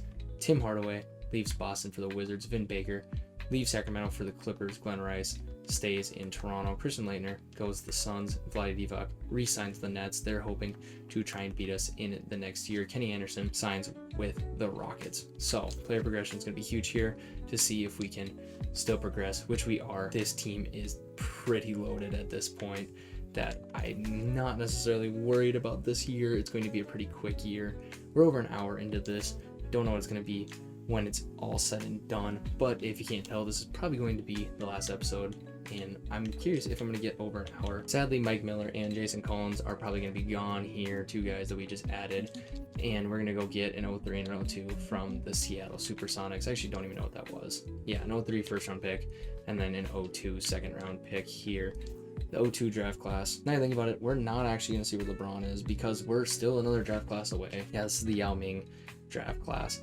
So obviously something to keep our eyes on, but this is the last season before the Kobe era, which I will call it at the end of the Kobe era.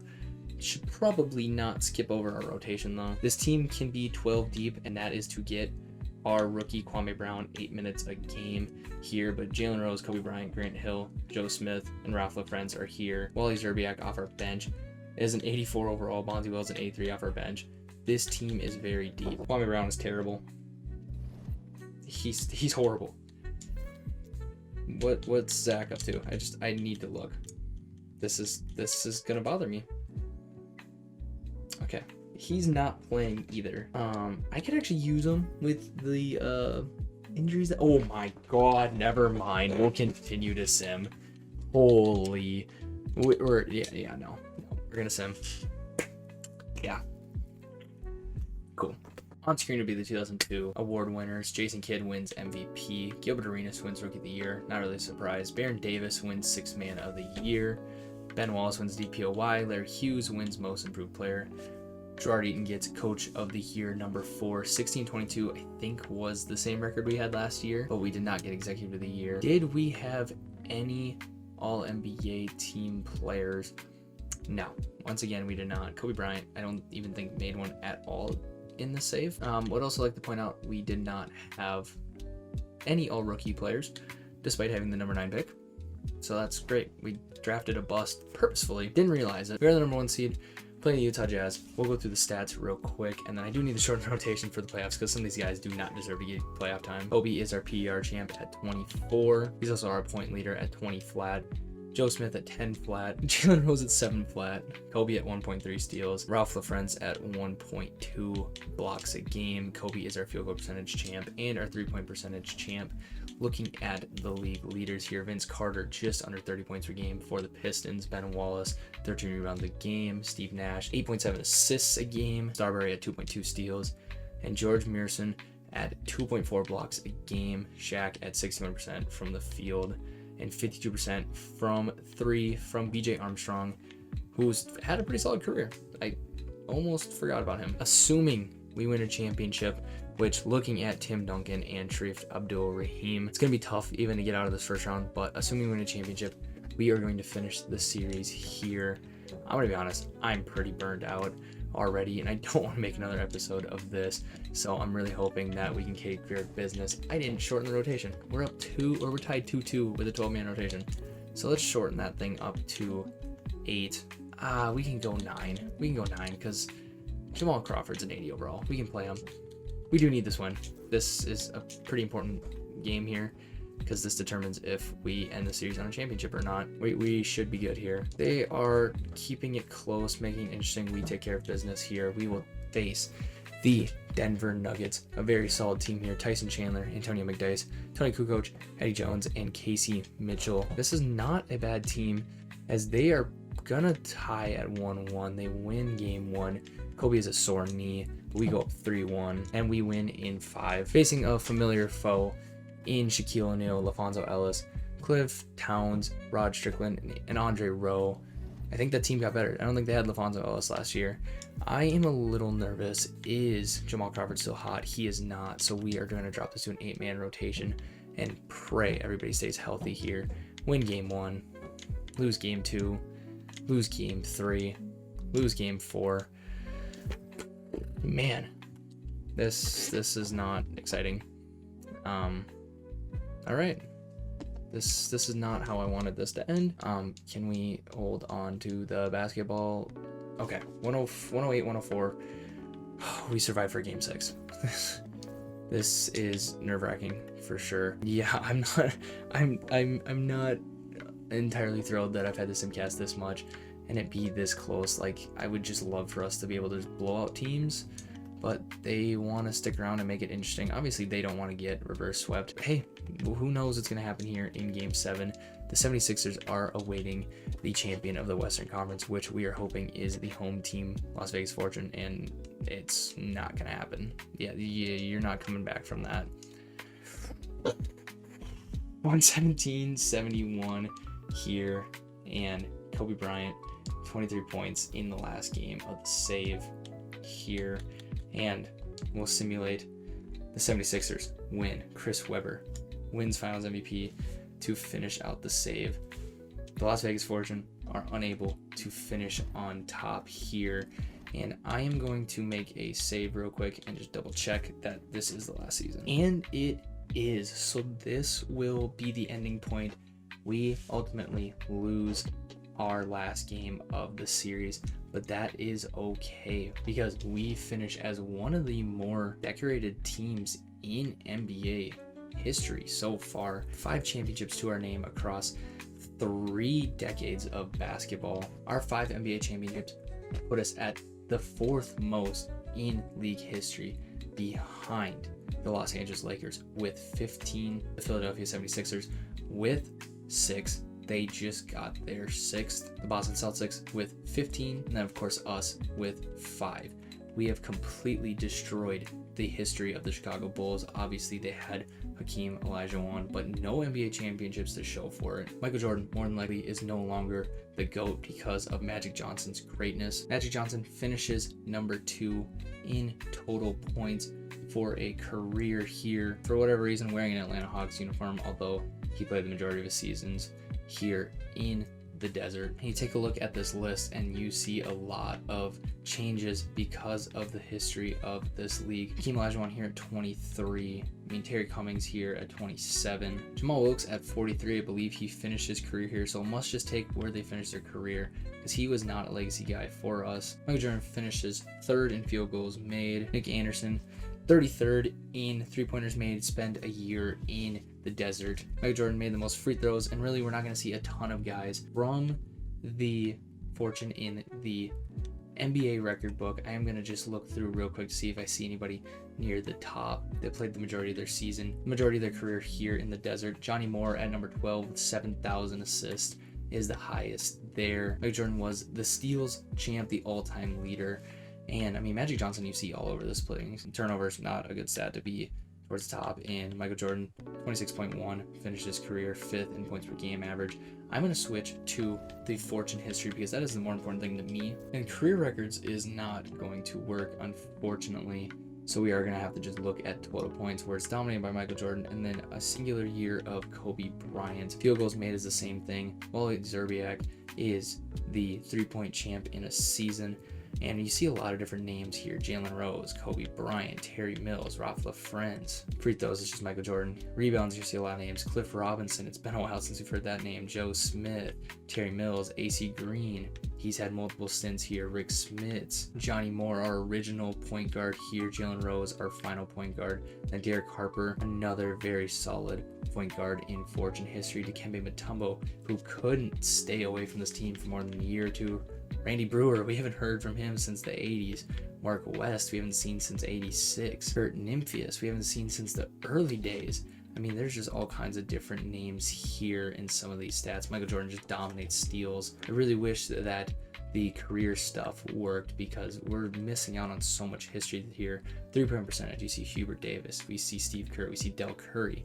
Del Curry, another guy that won us a ton of championships. Wally Szczerbiak's here. Sam Vincent, of course, would come in for a year or two when we needed a backup point guard and then just set the free throw record. Jamal Crawford here in his young career, a free throw champ at some point on the team. Even Antonio Davis here, we haven't seen that name in a while, but you see, we have had a lot of talented players come through the desert so far, and obviously there's still 20 years of NBA history that we are not going to sim through.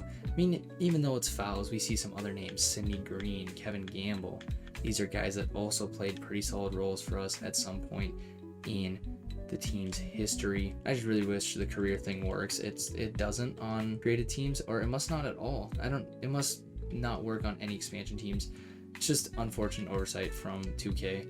I will look at total games, see if we can see anybody else that I am forgetting about, but even as I click through this, you're seeing a lot of the same names. We've had a lot of talented players come through, and obviously Michael Jordan, no doubt, is the GOAT of this franchise, which is why he has his jersey retired.